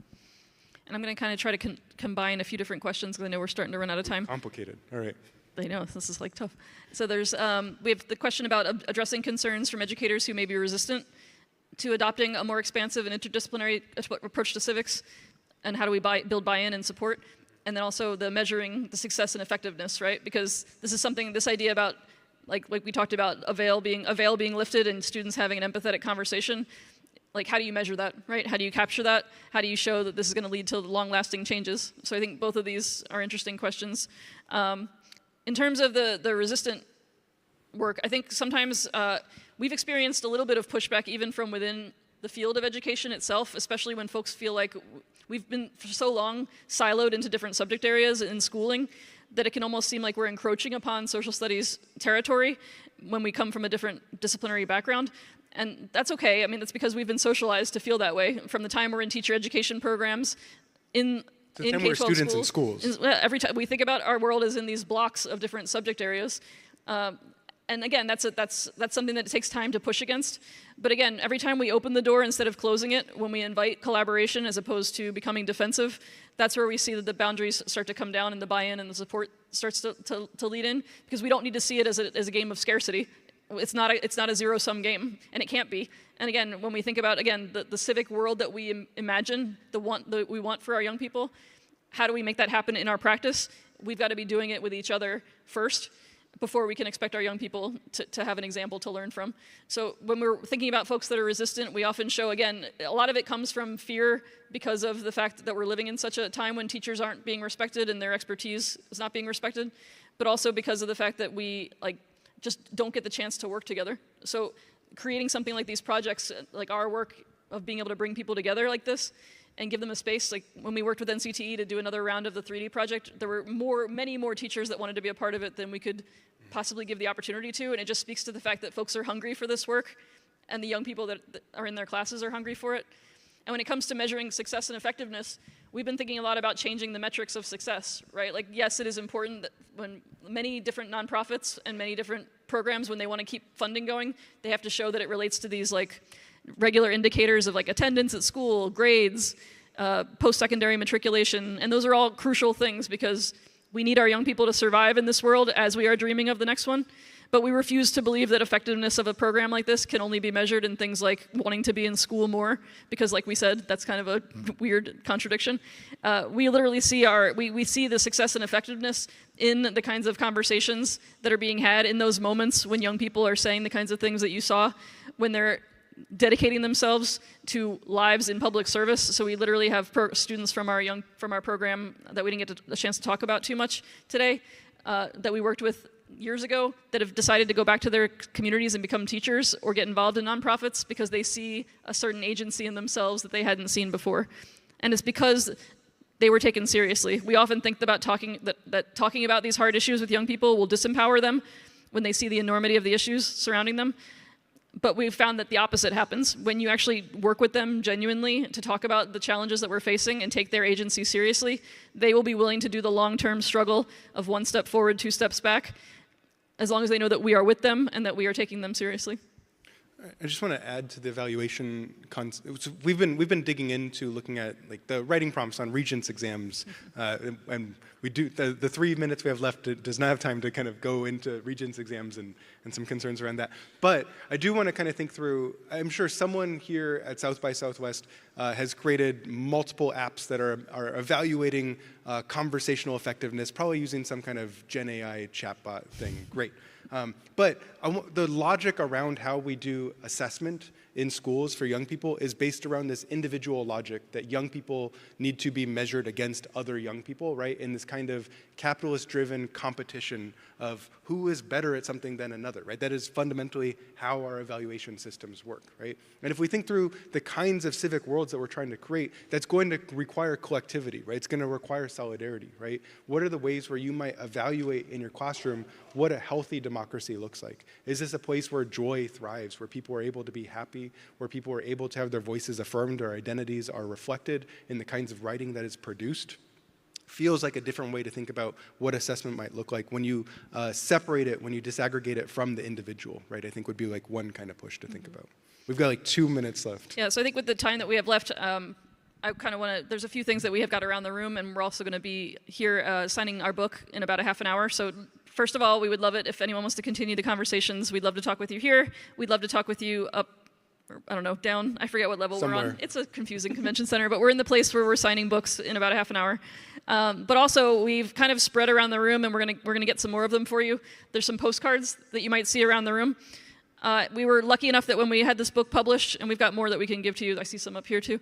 We worked with this amazing letterpress shop. It's the oldest surviving hand-drawn letterpress shop left in the United States. It's in Nashville, Tennessee, called the Hatch Print Show. They make beautiful posters. We had posters made with them, and we had them turned into postcards. And the question we ask is, what is the world that you are dreaming and teaching for? And on the back of that postcard, there's a QR code where you can have access to the whole first chapter of the book. But we also invite people to actually fill out those postcards to themselves, like literally address yourself a postcard, answering a question about the world you dream of, the world you teach for. Because sometimes when we're at conferences like this, we get very inspired, almost like inspiration overload, and then we have to go back to our environments where we are dealing with the constraints that we're dealing with, and we don't want to lose this moment where we're dreaming together, and we want you to have a way to remind yourself of that dreaming. So we encourage you to take a postcard, get the first chapter of the book, come and talk to us more if you're interested, and kind of keep this conversation going. And I think the last thing we'll say is just the idea of the speculative, or this idea of building a new world. We often think that it's like happening very far away, like beyond our lifetimes, beyond the lifetimes of our young people, like we're just striving for something in a far off future. But there's a lot of artists that we're really drawn to. There's a particular artist in Los Angeles where we both lived for a while. But she writes about the fact that the speculative and the idea of a new world is not something that's happening only 100 years from now. It's also happening 5 minutes from now. And so like Antero said, we have the power to make choices to build a different world in the interactions we have in this room, like right now, in the conversations we have after this session. And the choices we make in our lesson plans, like next week when we get back into our schools or into our spaces of work. So we just want to leave you with the idea that we are building the future right now. The young people deserve to be all right, and that we deserve to be all right. And so we just want to thank you for being here with us to have that conversation. Thank you.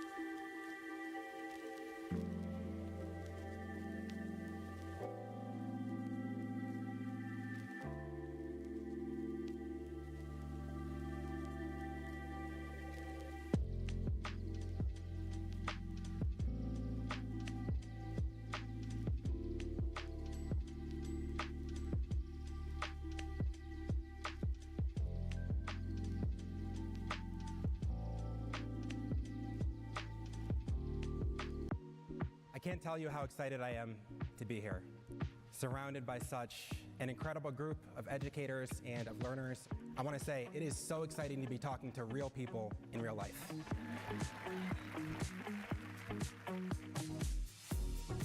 What has me most optimistic these days is, and I think forever will be, our teachers. I wish others could peek into classrooms and see the good and beautiful work that our educators are doing day in and day out. So our teachers, they're what give me hope. We're asking kids to do something that they have never done before, which is, what do you want to do next? Not do you have the rest of your life figured out, but what do you want to do next and how can I help facilitate that for you? I think that's what educators do. When we bear witness, we change trajectories. In a room like this, full of some of the brightest and most passionate and innovative educators, I think it's our responsibility to make this happen.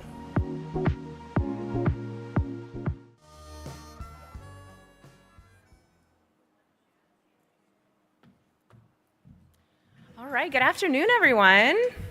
Wow, it has been an amazing 3 days here at South by Southwest EDU. I'm Julia Chatillo. I'm the programming director here at the event, and it is my sincere pleasure to introduce our last featured session of the day.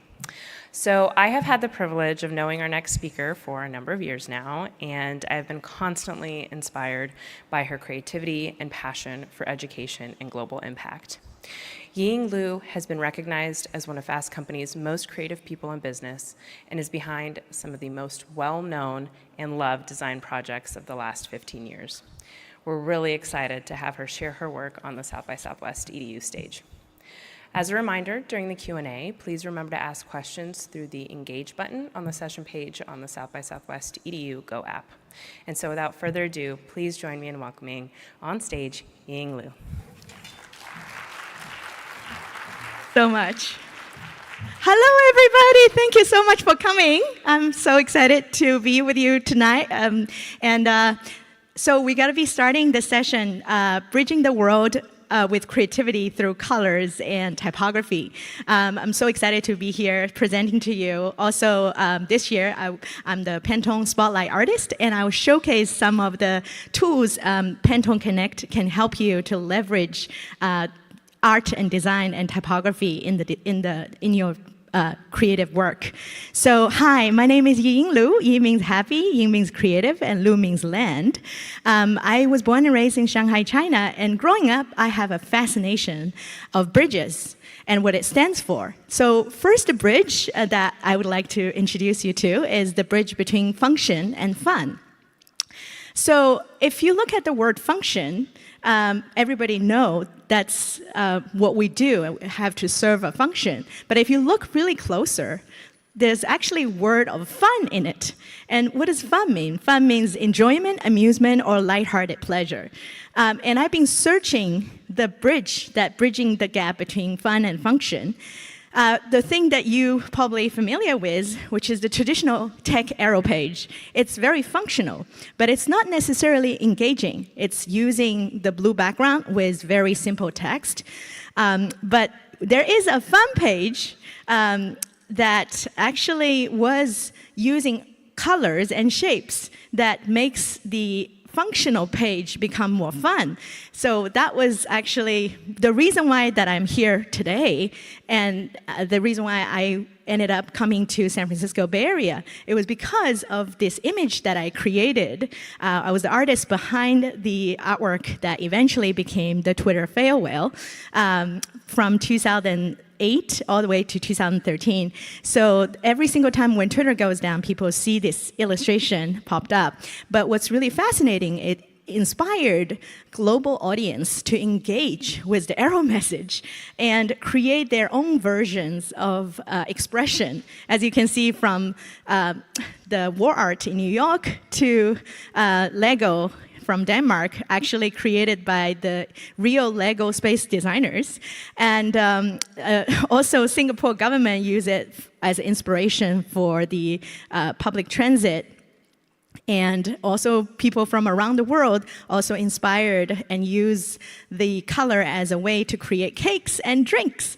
And what's really fascinating is it became a cultural phenomenon. And also it inspire people to celebrate Halloween as well. Somebody loved it so much and tattooed it on the leg. I was also fortunate enough to work with Team Coco to create this piece for celebrating Conan O'Brien's new show on TBS almost 13 years ago.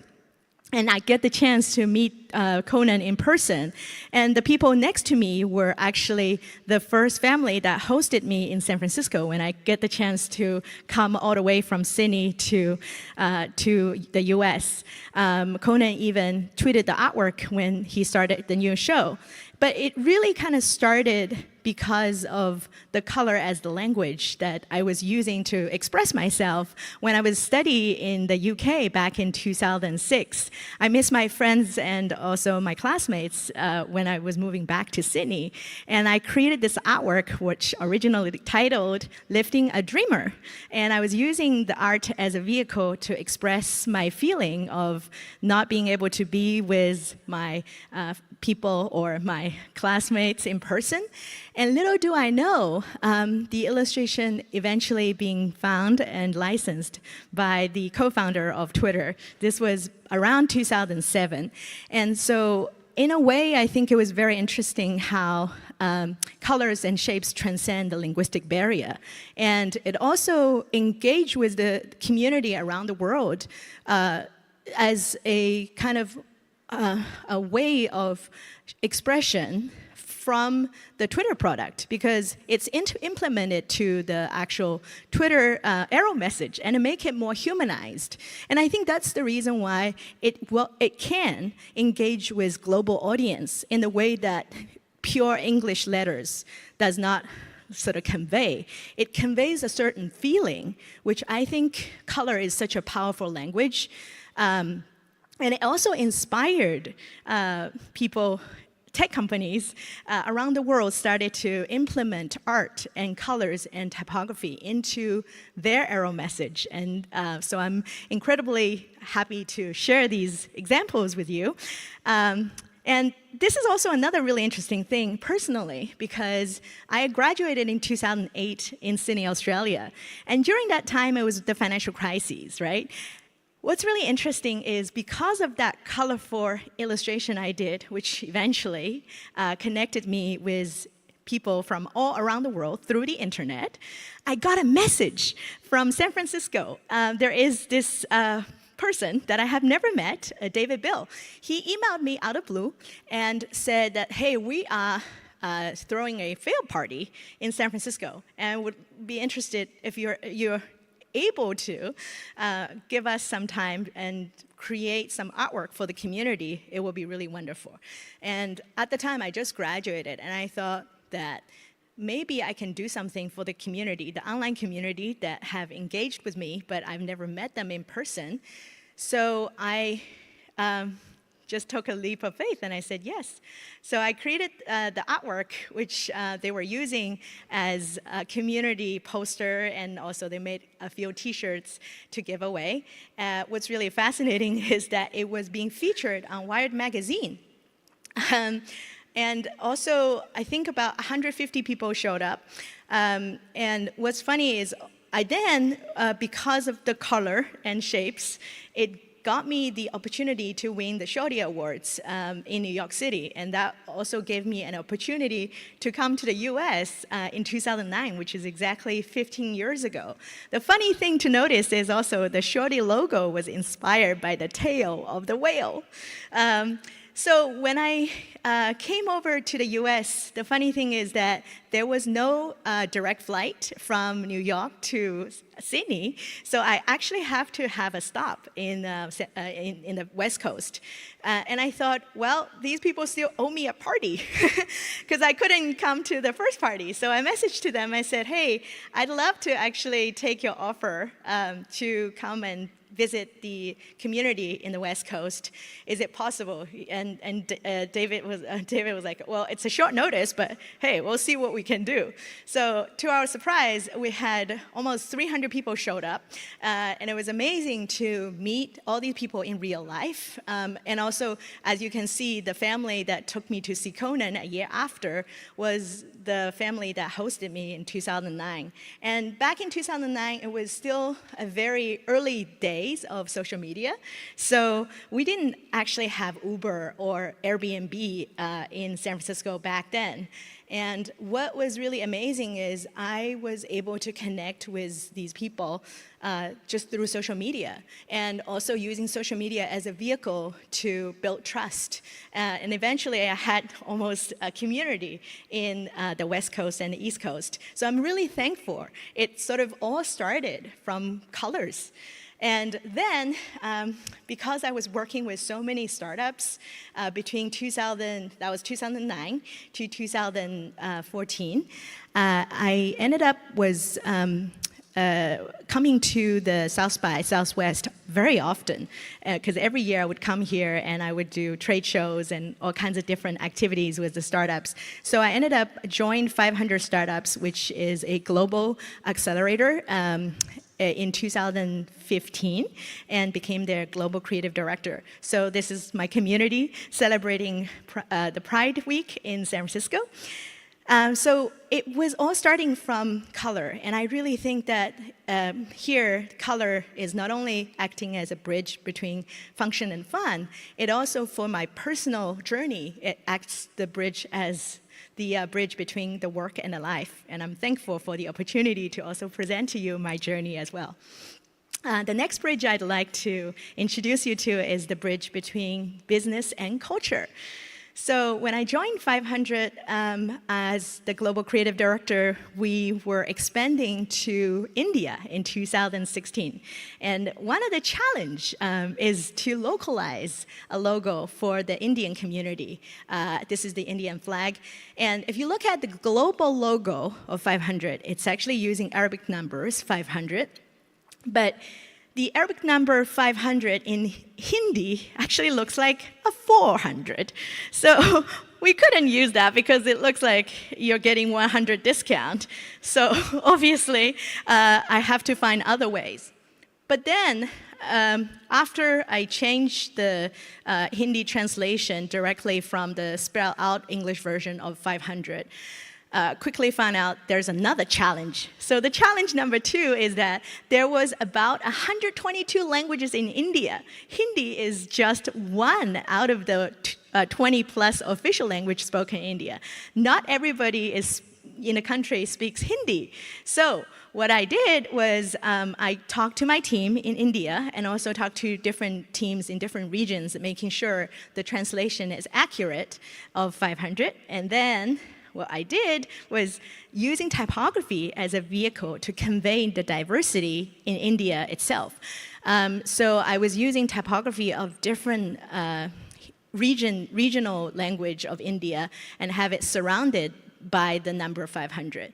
Another thing I did is, again, looking into the flag, which is a visual representation of the community and the country. And I was looking at the colors of the Indian flag. And here you can see we can actually use Pantone Connect to select the color and find the accurate Pantone solid coded color of that particular orange and also the green. And then afterwards, we can integrate the actual colors into the logo itself. So the logo is sort of mimicking the color scheme of the Indian flag, and that's how I achieved the localization of a global brand in the Indian region. Another really fun example I also would love to share is how I localize the 500 in Korea. So when 500 was doing a Korean expansion, we actually did an event with Google Campus Seoul in Seoul, Korea. And it was a 2-day event for the female founders and also female entrepreneurs.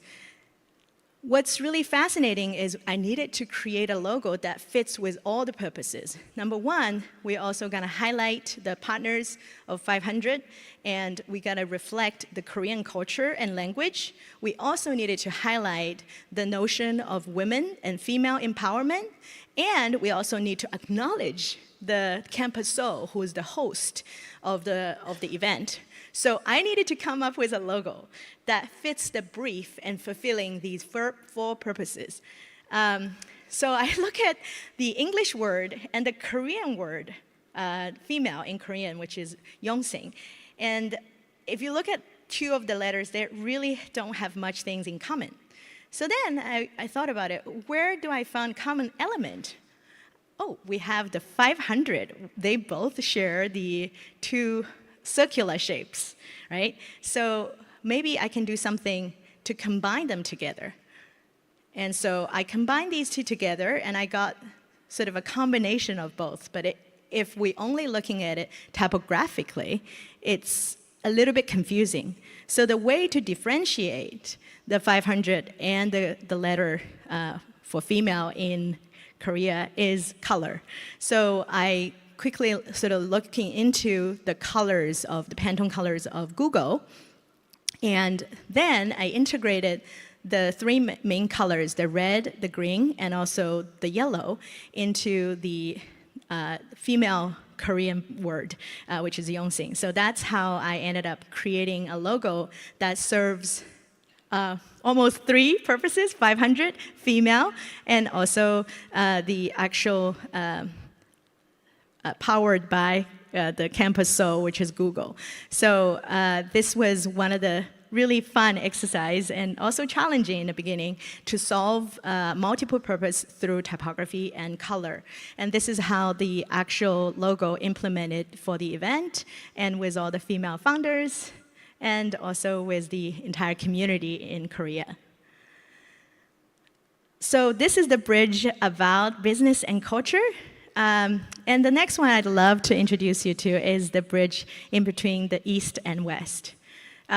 This is also one of my favorite examples. I did this project in 2015. In 2014, I got the opportunity to create a campaign for Disney Shanghai. So when Disney opened up the resort in Shanghai, China, they reached out to me and asked me to create a recruitment campaign for the Chinese and global community. Because at the time, they were still building the castle and also the entire resort, and they realized that the most important thing of a organization and community is not only the hardware, but also the people, which is the heart of any organization. So when they try to recruit all the talents across China and APAC region, they wanted to create a campaign that authentically Disney and distinctly Chinese. And when they give me the brief, they have 5 different characters that I needed to highlight, which is Mickey stands for magic, Simba stands for growth, Mulan stands for courage, Elsa stands for dream, Snow White and Seven Dwarfs stands for female empowerment, and also teamwork.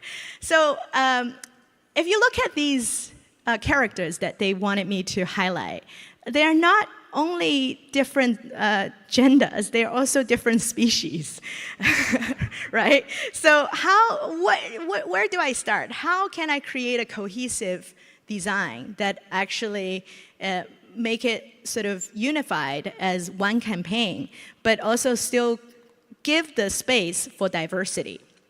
So again, I was using color as a vehicle. So I assigned 5 different colors for the characters based on the color itself. And then I was looking into the inspiration of the traditional Chinese paper cut, which is a very much beloved style of folk art. So what I did is I looked into the inspiration of the sort of bold and also very much flat design of the paper cut. And I also work with the team to finalize the pose of every single character, for example, Mickey. And what I also did was integrating the cultural component, which in this case, this is the lucky clouds, which is very much vastly used in Asia, that they bring luck. And so I integrated the lucky clouds into the clothing of Mickey.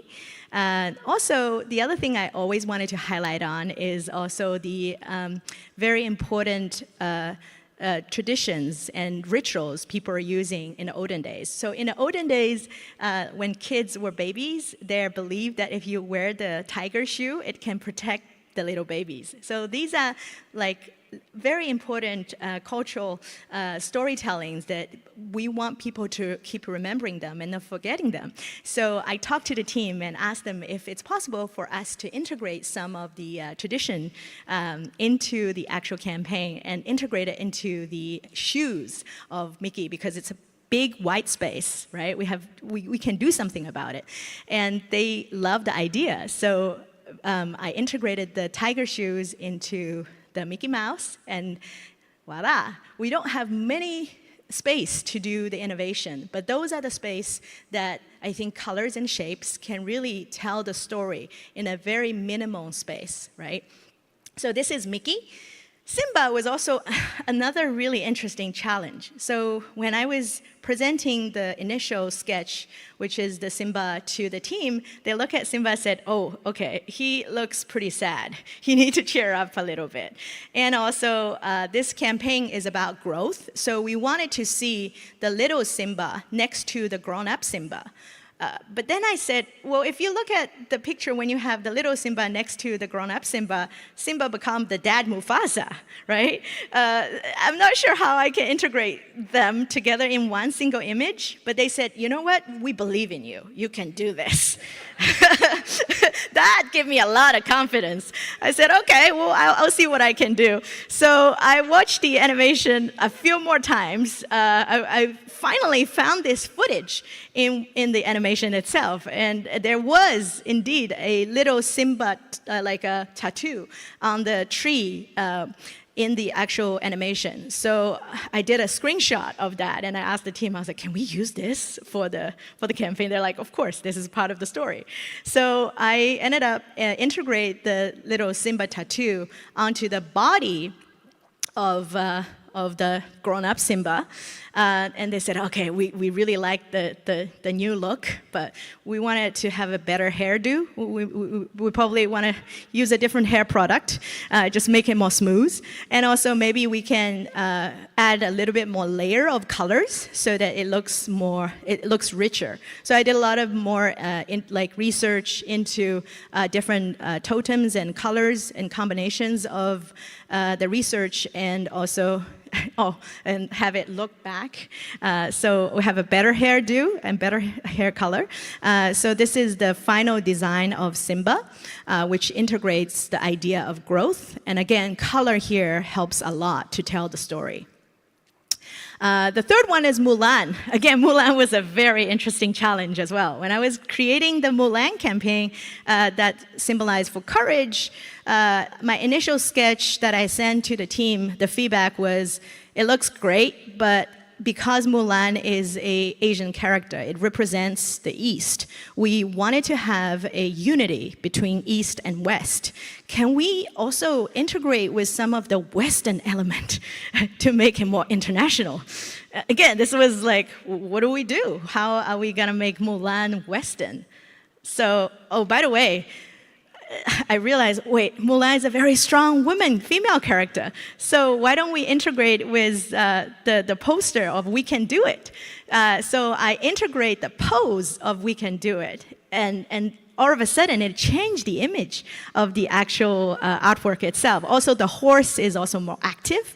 The next thing I did was, again, using colors as a vehicle to tell the story, to visually tell the story.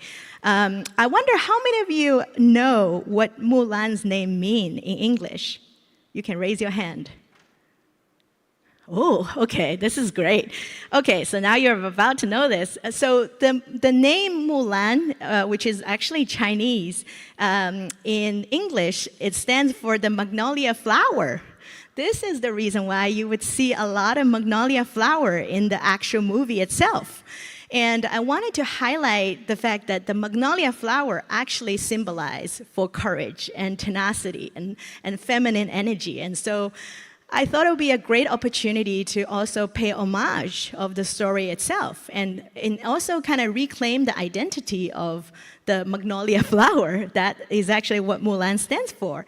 And that way, people will have a better understanding of the actual storytelling. And so I integrated the magnolia flower in the foreground and background, again, using different layers of green to showcase the story. And it's also integrated in the horse, integrated into the fabric. So that's the campaign of Mulan. The fourth one is Elsa. Again, Elsa is a very Western character, as you all know. And so how are we going to make her more Chinese? That's the question that they gave me. So they said, we believe you can do it. Like, okay, how are we going to do this? So I look for inspiration, again, through the colors and also shapes. So I choose the pose where Mulan looks very, this is Elsa. Elsa looks very active with the snowflake, and I thought about, again, using the paper cut as a vehicle to tell the story. So the shape of the paper cut sort of making it looks more just integrated with the Chinese aesthetics. Again, here I was using different shades of blue to visually showcasing Elsa with the snowflake. And this is how I solve the Elsa story, which is, as you can see, this is the final product, that we're only using 3 shades of colors here. And that's the Elsa campaign. And the last one is the Snow White and Seven Dwarfs. So this was also a very interesting exercise because when I started the drawing, I drew it like this, and I show it to the team, and they said, oh, there's much of a pyramid here. We wanted to have it more equal. We wanted to have the diversity. We also wanted to have the equality. So could you redesign it and so that you have the 7 dwarfs surrounding Snow White? And also integrating the idea of the fact that the story happens in the forest. And so this was the last design of the how I integrated the Snow White and 7 dwarfs with the forest element of the flowers and the shapes of the animals into the dress, using color purple in different shades to tell the story of Snow White. And again, the colors plays a very important part in the visual storytelling and also building the actual cultural relevancy through colors and shapes. So this is how the campaign was being integrated into the marketing and also opening interviews and also welcoming sessions for the community in Shanghai. And it was also helping the Disney Shanghai to successfully recruiting 100,000 people in China. So that was the project with Disney Shanghai.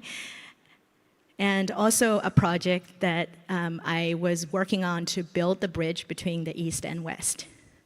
And the next one is another really fun project I'd love to introduce you to, which is the bridge between the tech and art. I'm not sure how many people are familiar with emojis, because one of the things I've done in my life, which also was initially started as a community effort, later on it became the emoji project that also billions of people are using. But I don't know how many people actually know what emoji stands for. Emoji actually is the Japanese language which based on the Chinese character, emoji, which means drawing language. And the first emoji sets was actually introduced in 1999 by Japanese telecommunication company called NTT. They invented the first set of the 100 emojis. And I created the 6 emojis on your phone, including the dumpling, the chopstick, the fortune cookie, the takeout box, the peacock, and the boba tea. Thank you. Thank you so much. So I want to kind of show you how I use colors and also shapes to create these emojis in the first place. We started from the dumpling. So in 2015, I moved to San Francisco from Sydney, Australia. And my friend Jennifer sent me a message to invite me for dumplings. And I quickly realized that this is Jenny. So she sent me a message of all the pot stickers. I messaged her back and said, yes, I'm surprised that Apple doesn't have dumpling emoji. And she said, oh, good point. But I was like, well, this doesn't lead me anywhere. I think that it will be really great if I can do something. But then I realized, wait a minute, I'm a designer. I have imagination. Maybe I can do something. So I went back to my table and I came up with my first dumpling kind of prototype, which I call it the bling bling dumpling. It's a dumpling that has blinking eyes. And then we quickly realized that dumpling is universal because Georgia have khinkali, Japan has gyoza, Korea have mandu, Italy have ravioli, Polish people have pierogi, right? Pelmeni, empanadas, it's everywhere. It's universally kind of delicious, but also universal language of food. And so what I decided is working with Jenny to actually submit it to the Unicode Consortium and letting people use it as an emoji. So in order to do that, we started a nonprofit called Emoji Nation. We also submitted a Quickstarter campaign requesting for a dumpling emoji. And eventually, this nonprofit called Unicode, which is actually located in Silicon Valley, they are looking after all the encodings of emoji and a lot more. But they are basically the organization that controls the emoji on our emoji keyboard, whether it's phone or computer. So we submitted the idea to the emoji subcommittee of Unicode. And they said, we love your bling bling dumpling, but if you look at the existing food emoji and beverage emoji design, there's actually no expressions. I was like, not really. If you look at the poop emoji, it actually does. But because of that, I have to get rid of the facial expression on the dumpling. And they also mentioned that the newer designs of the emoji food are 45 degrees. So I had to eat a lot more dumplings and look at them in 45 degrees. And I came up with the 45-degree design. It was also really interesting to notice that that design only uses two color here, even though it looks like a lot more.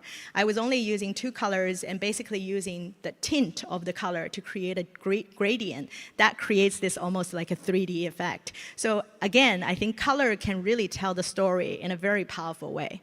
And the team actually then come to me and said, well, because you did the dumpling emoji, how about creating the takeout box, chopsticks, and fortune cookie? So I went back and I created all these other emojis as well. And we submitted in 2016, January, to the Unicode Consortium. And my friend Alalita also tweeted the emoji submission. But what's really interesting is Bobby, who's another he's an international typography person in Taiwan, who actually tweeted back in real time, thanks to social media. He said the figure crossed chopsticks means impolite to China and Japan to the elders. I was kind of confused because I'm growing up in China and I didn't know about this custom. And I did more research and realized that it's indeed a very important tradition. Because if you think about it, again, it's kind of like the old tiger shoe. These are customs and traditions that need people to carry on for the younger generation to understand and also remember. And as my upbringing, I was not being told that this is something that I need to be aware of. So it's really wonderful that I was being educated as I was doing the design. And it's also really wonderful to have community input from Bobby, who's a little bit generation above me, giving me the feedbacks. And it's also, if you look at traditional language and the simplified Chinese, for example, there's simplification in the language, but it's important for us to understand where does it come from, and also carry the lineage and carry the tradition. So I thought that there is a community, effort that I needed to do, which is uncross the chopsticks to carry on the legacy and making sure it's not confusing for people who know about the tradition. So I uncrossed the chopsticks and making it sort of semi-parallel, and that becomes the actual chopstick emoji. And we ended up submitting it in 2016 and got it passed in 2016 and eventually released around 2017. That's how these 4 emojis were existing on your keyboard. And what's really funny is in 2017, I also submitted the peacock emoji with my friend Irene Cho.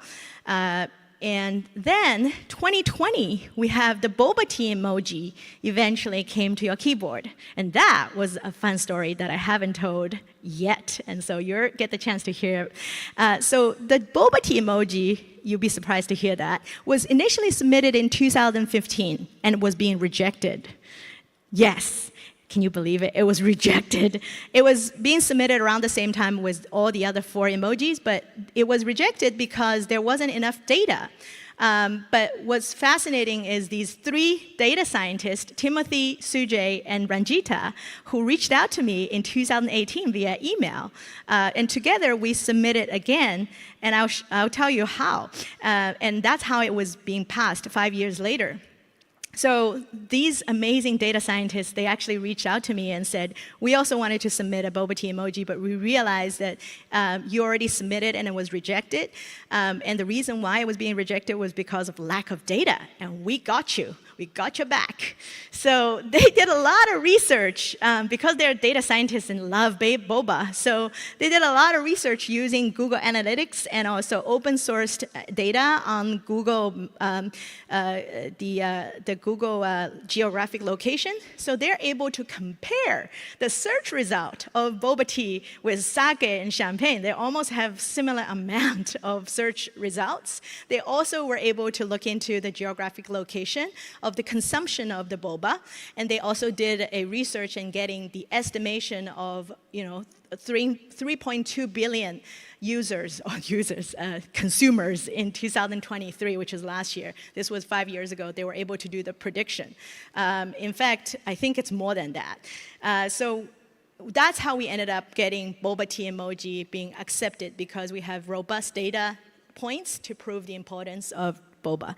And that's how all these 6 emojis eventually were available on your keyboard. So thank you for listening to the story. But the other thing I think it was really wonderful is I was able to work with the Computer History Museum to showcase all the emoji champions that making the difference in the emoji world, but it's also a way to showcase diverse and inclusion through emoji itself. We tell the story of the origin of emoji. We also showcased people from the creation of the emoji, from the girl who created the hijab emoji, who's sitting next to me, and also Jenny, who did the documentary on the emoji, and also my co-author of the dumpling emoji. We also did an event with the company who started the emoji. I happened to be in a conference, and I met the marketing people at the NTT, which is the Japanese people started emoji back in 1999. And it was quite a serendipitous opportunity that I did all these community work, but they actually see the value of the community work also can empower diversity, inclusion, and equity, and use emoji as a vehicle to help to advocate that messaging for the corporate. So we did a diversity, inclusion, and equity event by integrating emojis into the classical art. So what I did is I always want to do something with public domain classic art. I did a research. What happened is that the 100 pieces, the world's most celebrated classic art in the history, only 5%, or probably less than 5%, were from women. And also it's very interesting for me to actually having a dialogue with the classic art that is more than 100 years old. So we have Leonardo da Vinci with boba tea, and also diversity and inclusion. It's also really fun to integrate different skin colors of the surfers into the Japanese Ocean, and also the swimmers. And we also have the dance with Matisse, and this is one of my favorite, Edvard Munch. And Vermeer. And what we also did is, as you know, emojis are the tools that we interact and talk to each other virtually. And I'm always interested in also bridging the gap between the virtual space and the real world space. So I'm very thankful that you're here in person attending my session and having sort of an in-person interaction. I really value the in real life interaction. And so it was such an honor to be able to create this event with NTT that we bought the artwork live and allowed the community to interact with the artwork. And so as you can see, the community had a lot of fun sort of integrating the artwork into the networking event. And it's also really wonderful. After pandemic, you get the chance to interact with people and not only see the art, but also become part of the art. So this was one of my favorite projects, which is bridging the gap between marketing and education. So again, similarly to what I did with NTT, one of my favorite projects working with corporate, but also adding the education element was a project I did with Apple and Adobe. This was in 2019 when Adobe just launched their drawing project called Fresco. It's allowing people to draw on the iPad. I used my bridge project. This was my initial illustration of San Francisco in Adobe Illustrator. And I make the illustration into a black and white template. And I give the template away to the attendees at the event. And basically what I did is I really want to see people create their own bridges, but a lot of people have never drawn on iPad. And also a lot of people never did any digital drawing. They're kind of nervous, especially kids. So what I did is give this particular artwork as a layer. So they can delete the layer later on, or they can keep the layer. And they can use Adobe Fresco, which is an app that can mimic the watercolor, gouache, and acrylics on the digital canvas. And so the Apple team helped me to demo how to use the app on an iPad. We also give the iPad to attendees from 6-year-old race to engineers in different tech companies. And it's really amazing to see people come up with their own drawings, regardless of age difference or, different levels of confidence in creative practice. A lot of them have never drawn. We have lawyers in the room, we had accountants in the room, and we also have, this is a girl who just moved to the city for the last year. So it was really wonderful to see all the local animals was also being integrated into the artwork. Just to see the community work was very, very rewarding.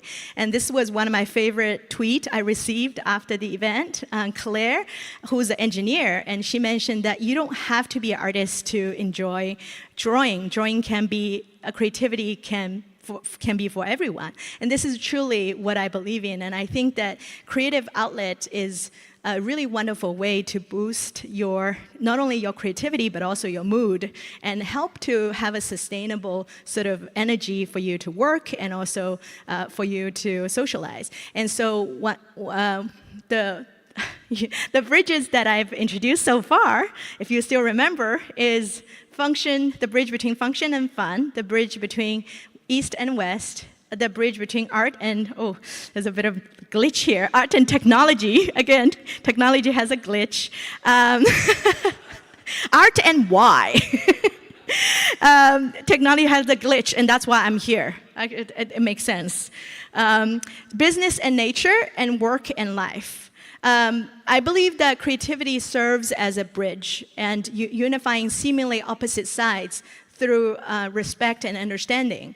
And it generates new business and cultural value, and it's crucial for the future. And here, again, I'm really thankful that you're able to see all the bridges that I've been building through colors and typography. Again, this was my personal project, and I've been working on bridges around the world. This is San Francisco. This is Sydney, which I also have been living in Sydney for a long time, so Sydney is also my home. The way that I express my love is through the language of colors and shapes. And it was so wonderful to share the bridges here. This is the Singapore Bridge as well. I created it in 2021 to celebrate the Singaporean birthday. Because I also have traveled there and I have worked with many entrepreneurs over there as well. And today I'm showing the new bridge I just created 2 days ago, literally before I fly out, of the Austin, Texas, the Austin 360 Bridge, and it's also known as the Pennybacker Bridge. I want to kind of pay homage to the Pennybacker who came up with the bridge. It's such a wonderful bridge. It's also connecting the mountains from the Colorado River, and it's also serving as, you know, a connector that creates the unity of the landscape. And I want to show you how I use the Pantone Connect as a tool to actually integrating the color palette. So you can search the colors from the closest on the Pantone palette, and it will also tell you the relevant colors, which you can add it to swatches. It will give you hints of the harmony colors, and you can use the harmony colors to create more hue distribution through the color palette. That really helped me to come up with a cohesive color palette that I can send to myself or send it to my fellow designers. And that's how I use the San Francisco color palette to create this particular artwork. So it has a cohesive color scheme with the previous bridge, but it also has its own sort of unique look, integrating with the architecture shapes that I did a lot of research on. So this is the Austin 360 Bridge. You can also download the bridge desktop wallpaper for free. You can take a photo or scan the QR code. I also have a gift for all the attendees here, which is 25% discount of the Pantone Connect, which you can use it for your project. And feel free to also check out more information. I would also love you to submit or recommend other bridges around the world that you'd like to see, or you'd like to draw, or you'd like me to experiment. And this is the project called Bridges Around the World. And I believe we are all bridges. And I'm so thankful to be here presenting to all the educators here. I think the work you do is phenomenal. And it's also bridging, I think, the next generation with all the causes that we believe in and we care for. And so thank you for being here. And also, I would love to keep in touch. This is my social, and feel free to also send me questions and also send me any of your bridge suggestions or your favorite emoji. Thank you so much.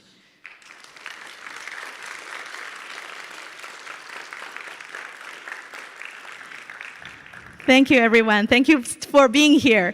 And I'm going to answer some of the questions. So anonymous, number one is, how long does your design process take on average hours, days, or month?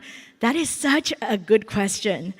Honestly, certain projects like the Bridge Around project, I started in 2011, so it's been almost 13 years I've been working on the bridge project, and I still tweak on them. Like, I still tweak on some of the designs. Like, for example, even for the Austin one, I did an initial design in 2012, almost 12 years ago, and it's really hard to say. I think on average, if I come up with the concept from literally scratch, like the Disney Shanghai project, it take about 6 months to come up with the entire design, but we also have to, okay. The second one is, how do you see the role of emoji evolving in the realm of communication? And what potential do you see for emoji to be used as a tool for promoting diversity, inclusion, and equity? Great question. So the thing that I think everybody can do here is you can also submit your own emoji. You can pair with a designer if you you don't do many design, or you can submit it by yourself if you do the design, and you also do the research. We actually open source the emoji process on Emoji Nation, where you can download the template and then use it as a guide to create your own emoji submission.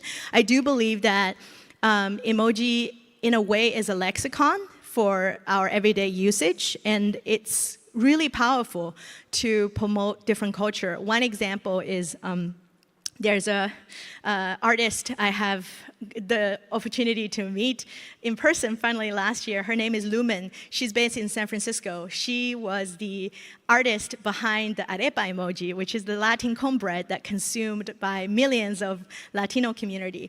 And she actually connected with me on Twitter back in 2012, which is 12 years ago. But we never met.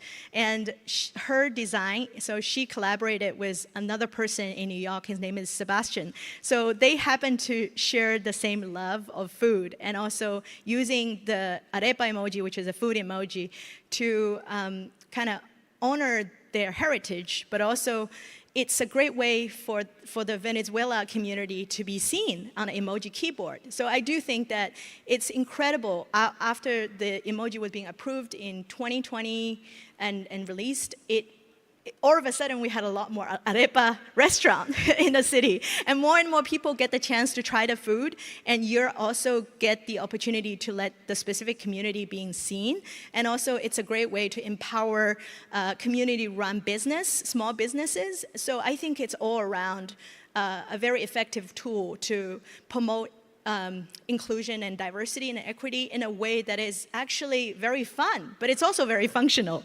So I thank you for the question, Esme.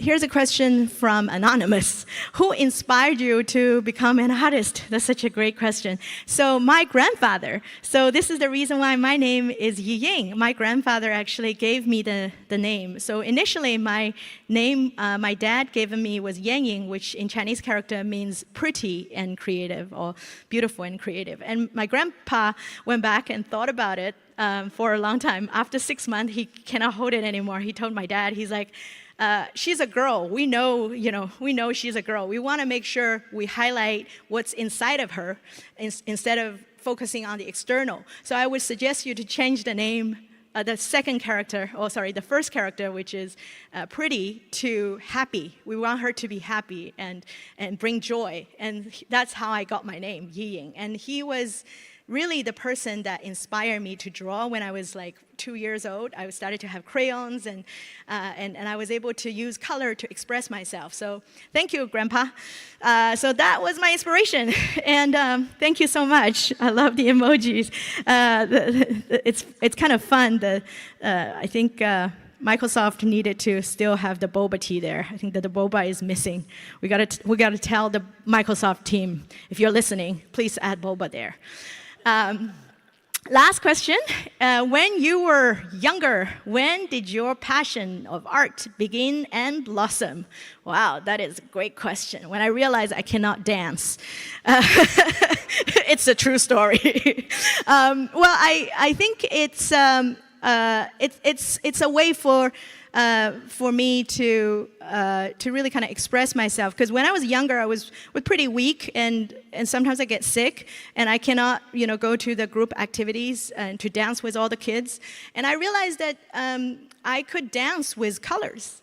I can really kind of make a lot of movement of my emotion through colors, through shapes. Even like, I think a lot of times typography is a way of movement, right? You look at the type, you feel the movement. You look at certain color, you feel the vibration. And so I think, it's kind of funny that my passion of art began and blossomed from when I was little because I was sick. And sometimes I think it's a blessing in disguise when there's certain limitation. That would actually inspire you to do things that you meant to do. With the industry that you're in, we know that you've received many rejections, but what keeps you going to master your craft? Oh yeah, there's a lot of rejections. That is a great question, and I think that was interesting. I think it's really the community. I think the community really kept me going. And I think it's also not only the community, for example, when I was working on the Disney project, they rejected the project because they know that I can do better. A lot of times I think we can reframe the rejection as a way of improving. If they accept my first draft, it wouldn't allow me to see my potential. And if you think about it, it was because of the rejection that I received really helped me to dig deeper and talk to more people and do more research and realizing what I can do to make it better. And so I think that what kept me going is also the community. I think the community at Disney were like, we trust you can do it. We don't know how, but we know that you can do it. A lot of times it's the friends and family, but also the colleagues who trust you, who put trust in you, that really can help you to keep going. And similarly with the boba tea emoji, that was the community. It was not my personal effort. I mean, I started this because I love boba, but it got rejected, and I couldn't do anything about it until literally 3 years later, I got this email from this community, 3 people, and they together made the boba tea emoji possible. So really, I think I'm really thankful to the community here. How many countries have you traveled to, and how many bridges have you personally connected to? Wow, that is a great question. Thank you, Jennifer. I have pretty much traveled majority of the countries around the world, probably I would say 25 so far. And how many bridges do I have a personal connection to? Oh, this is such a good question. I lost count.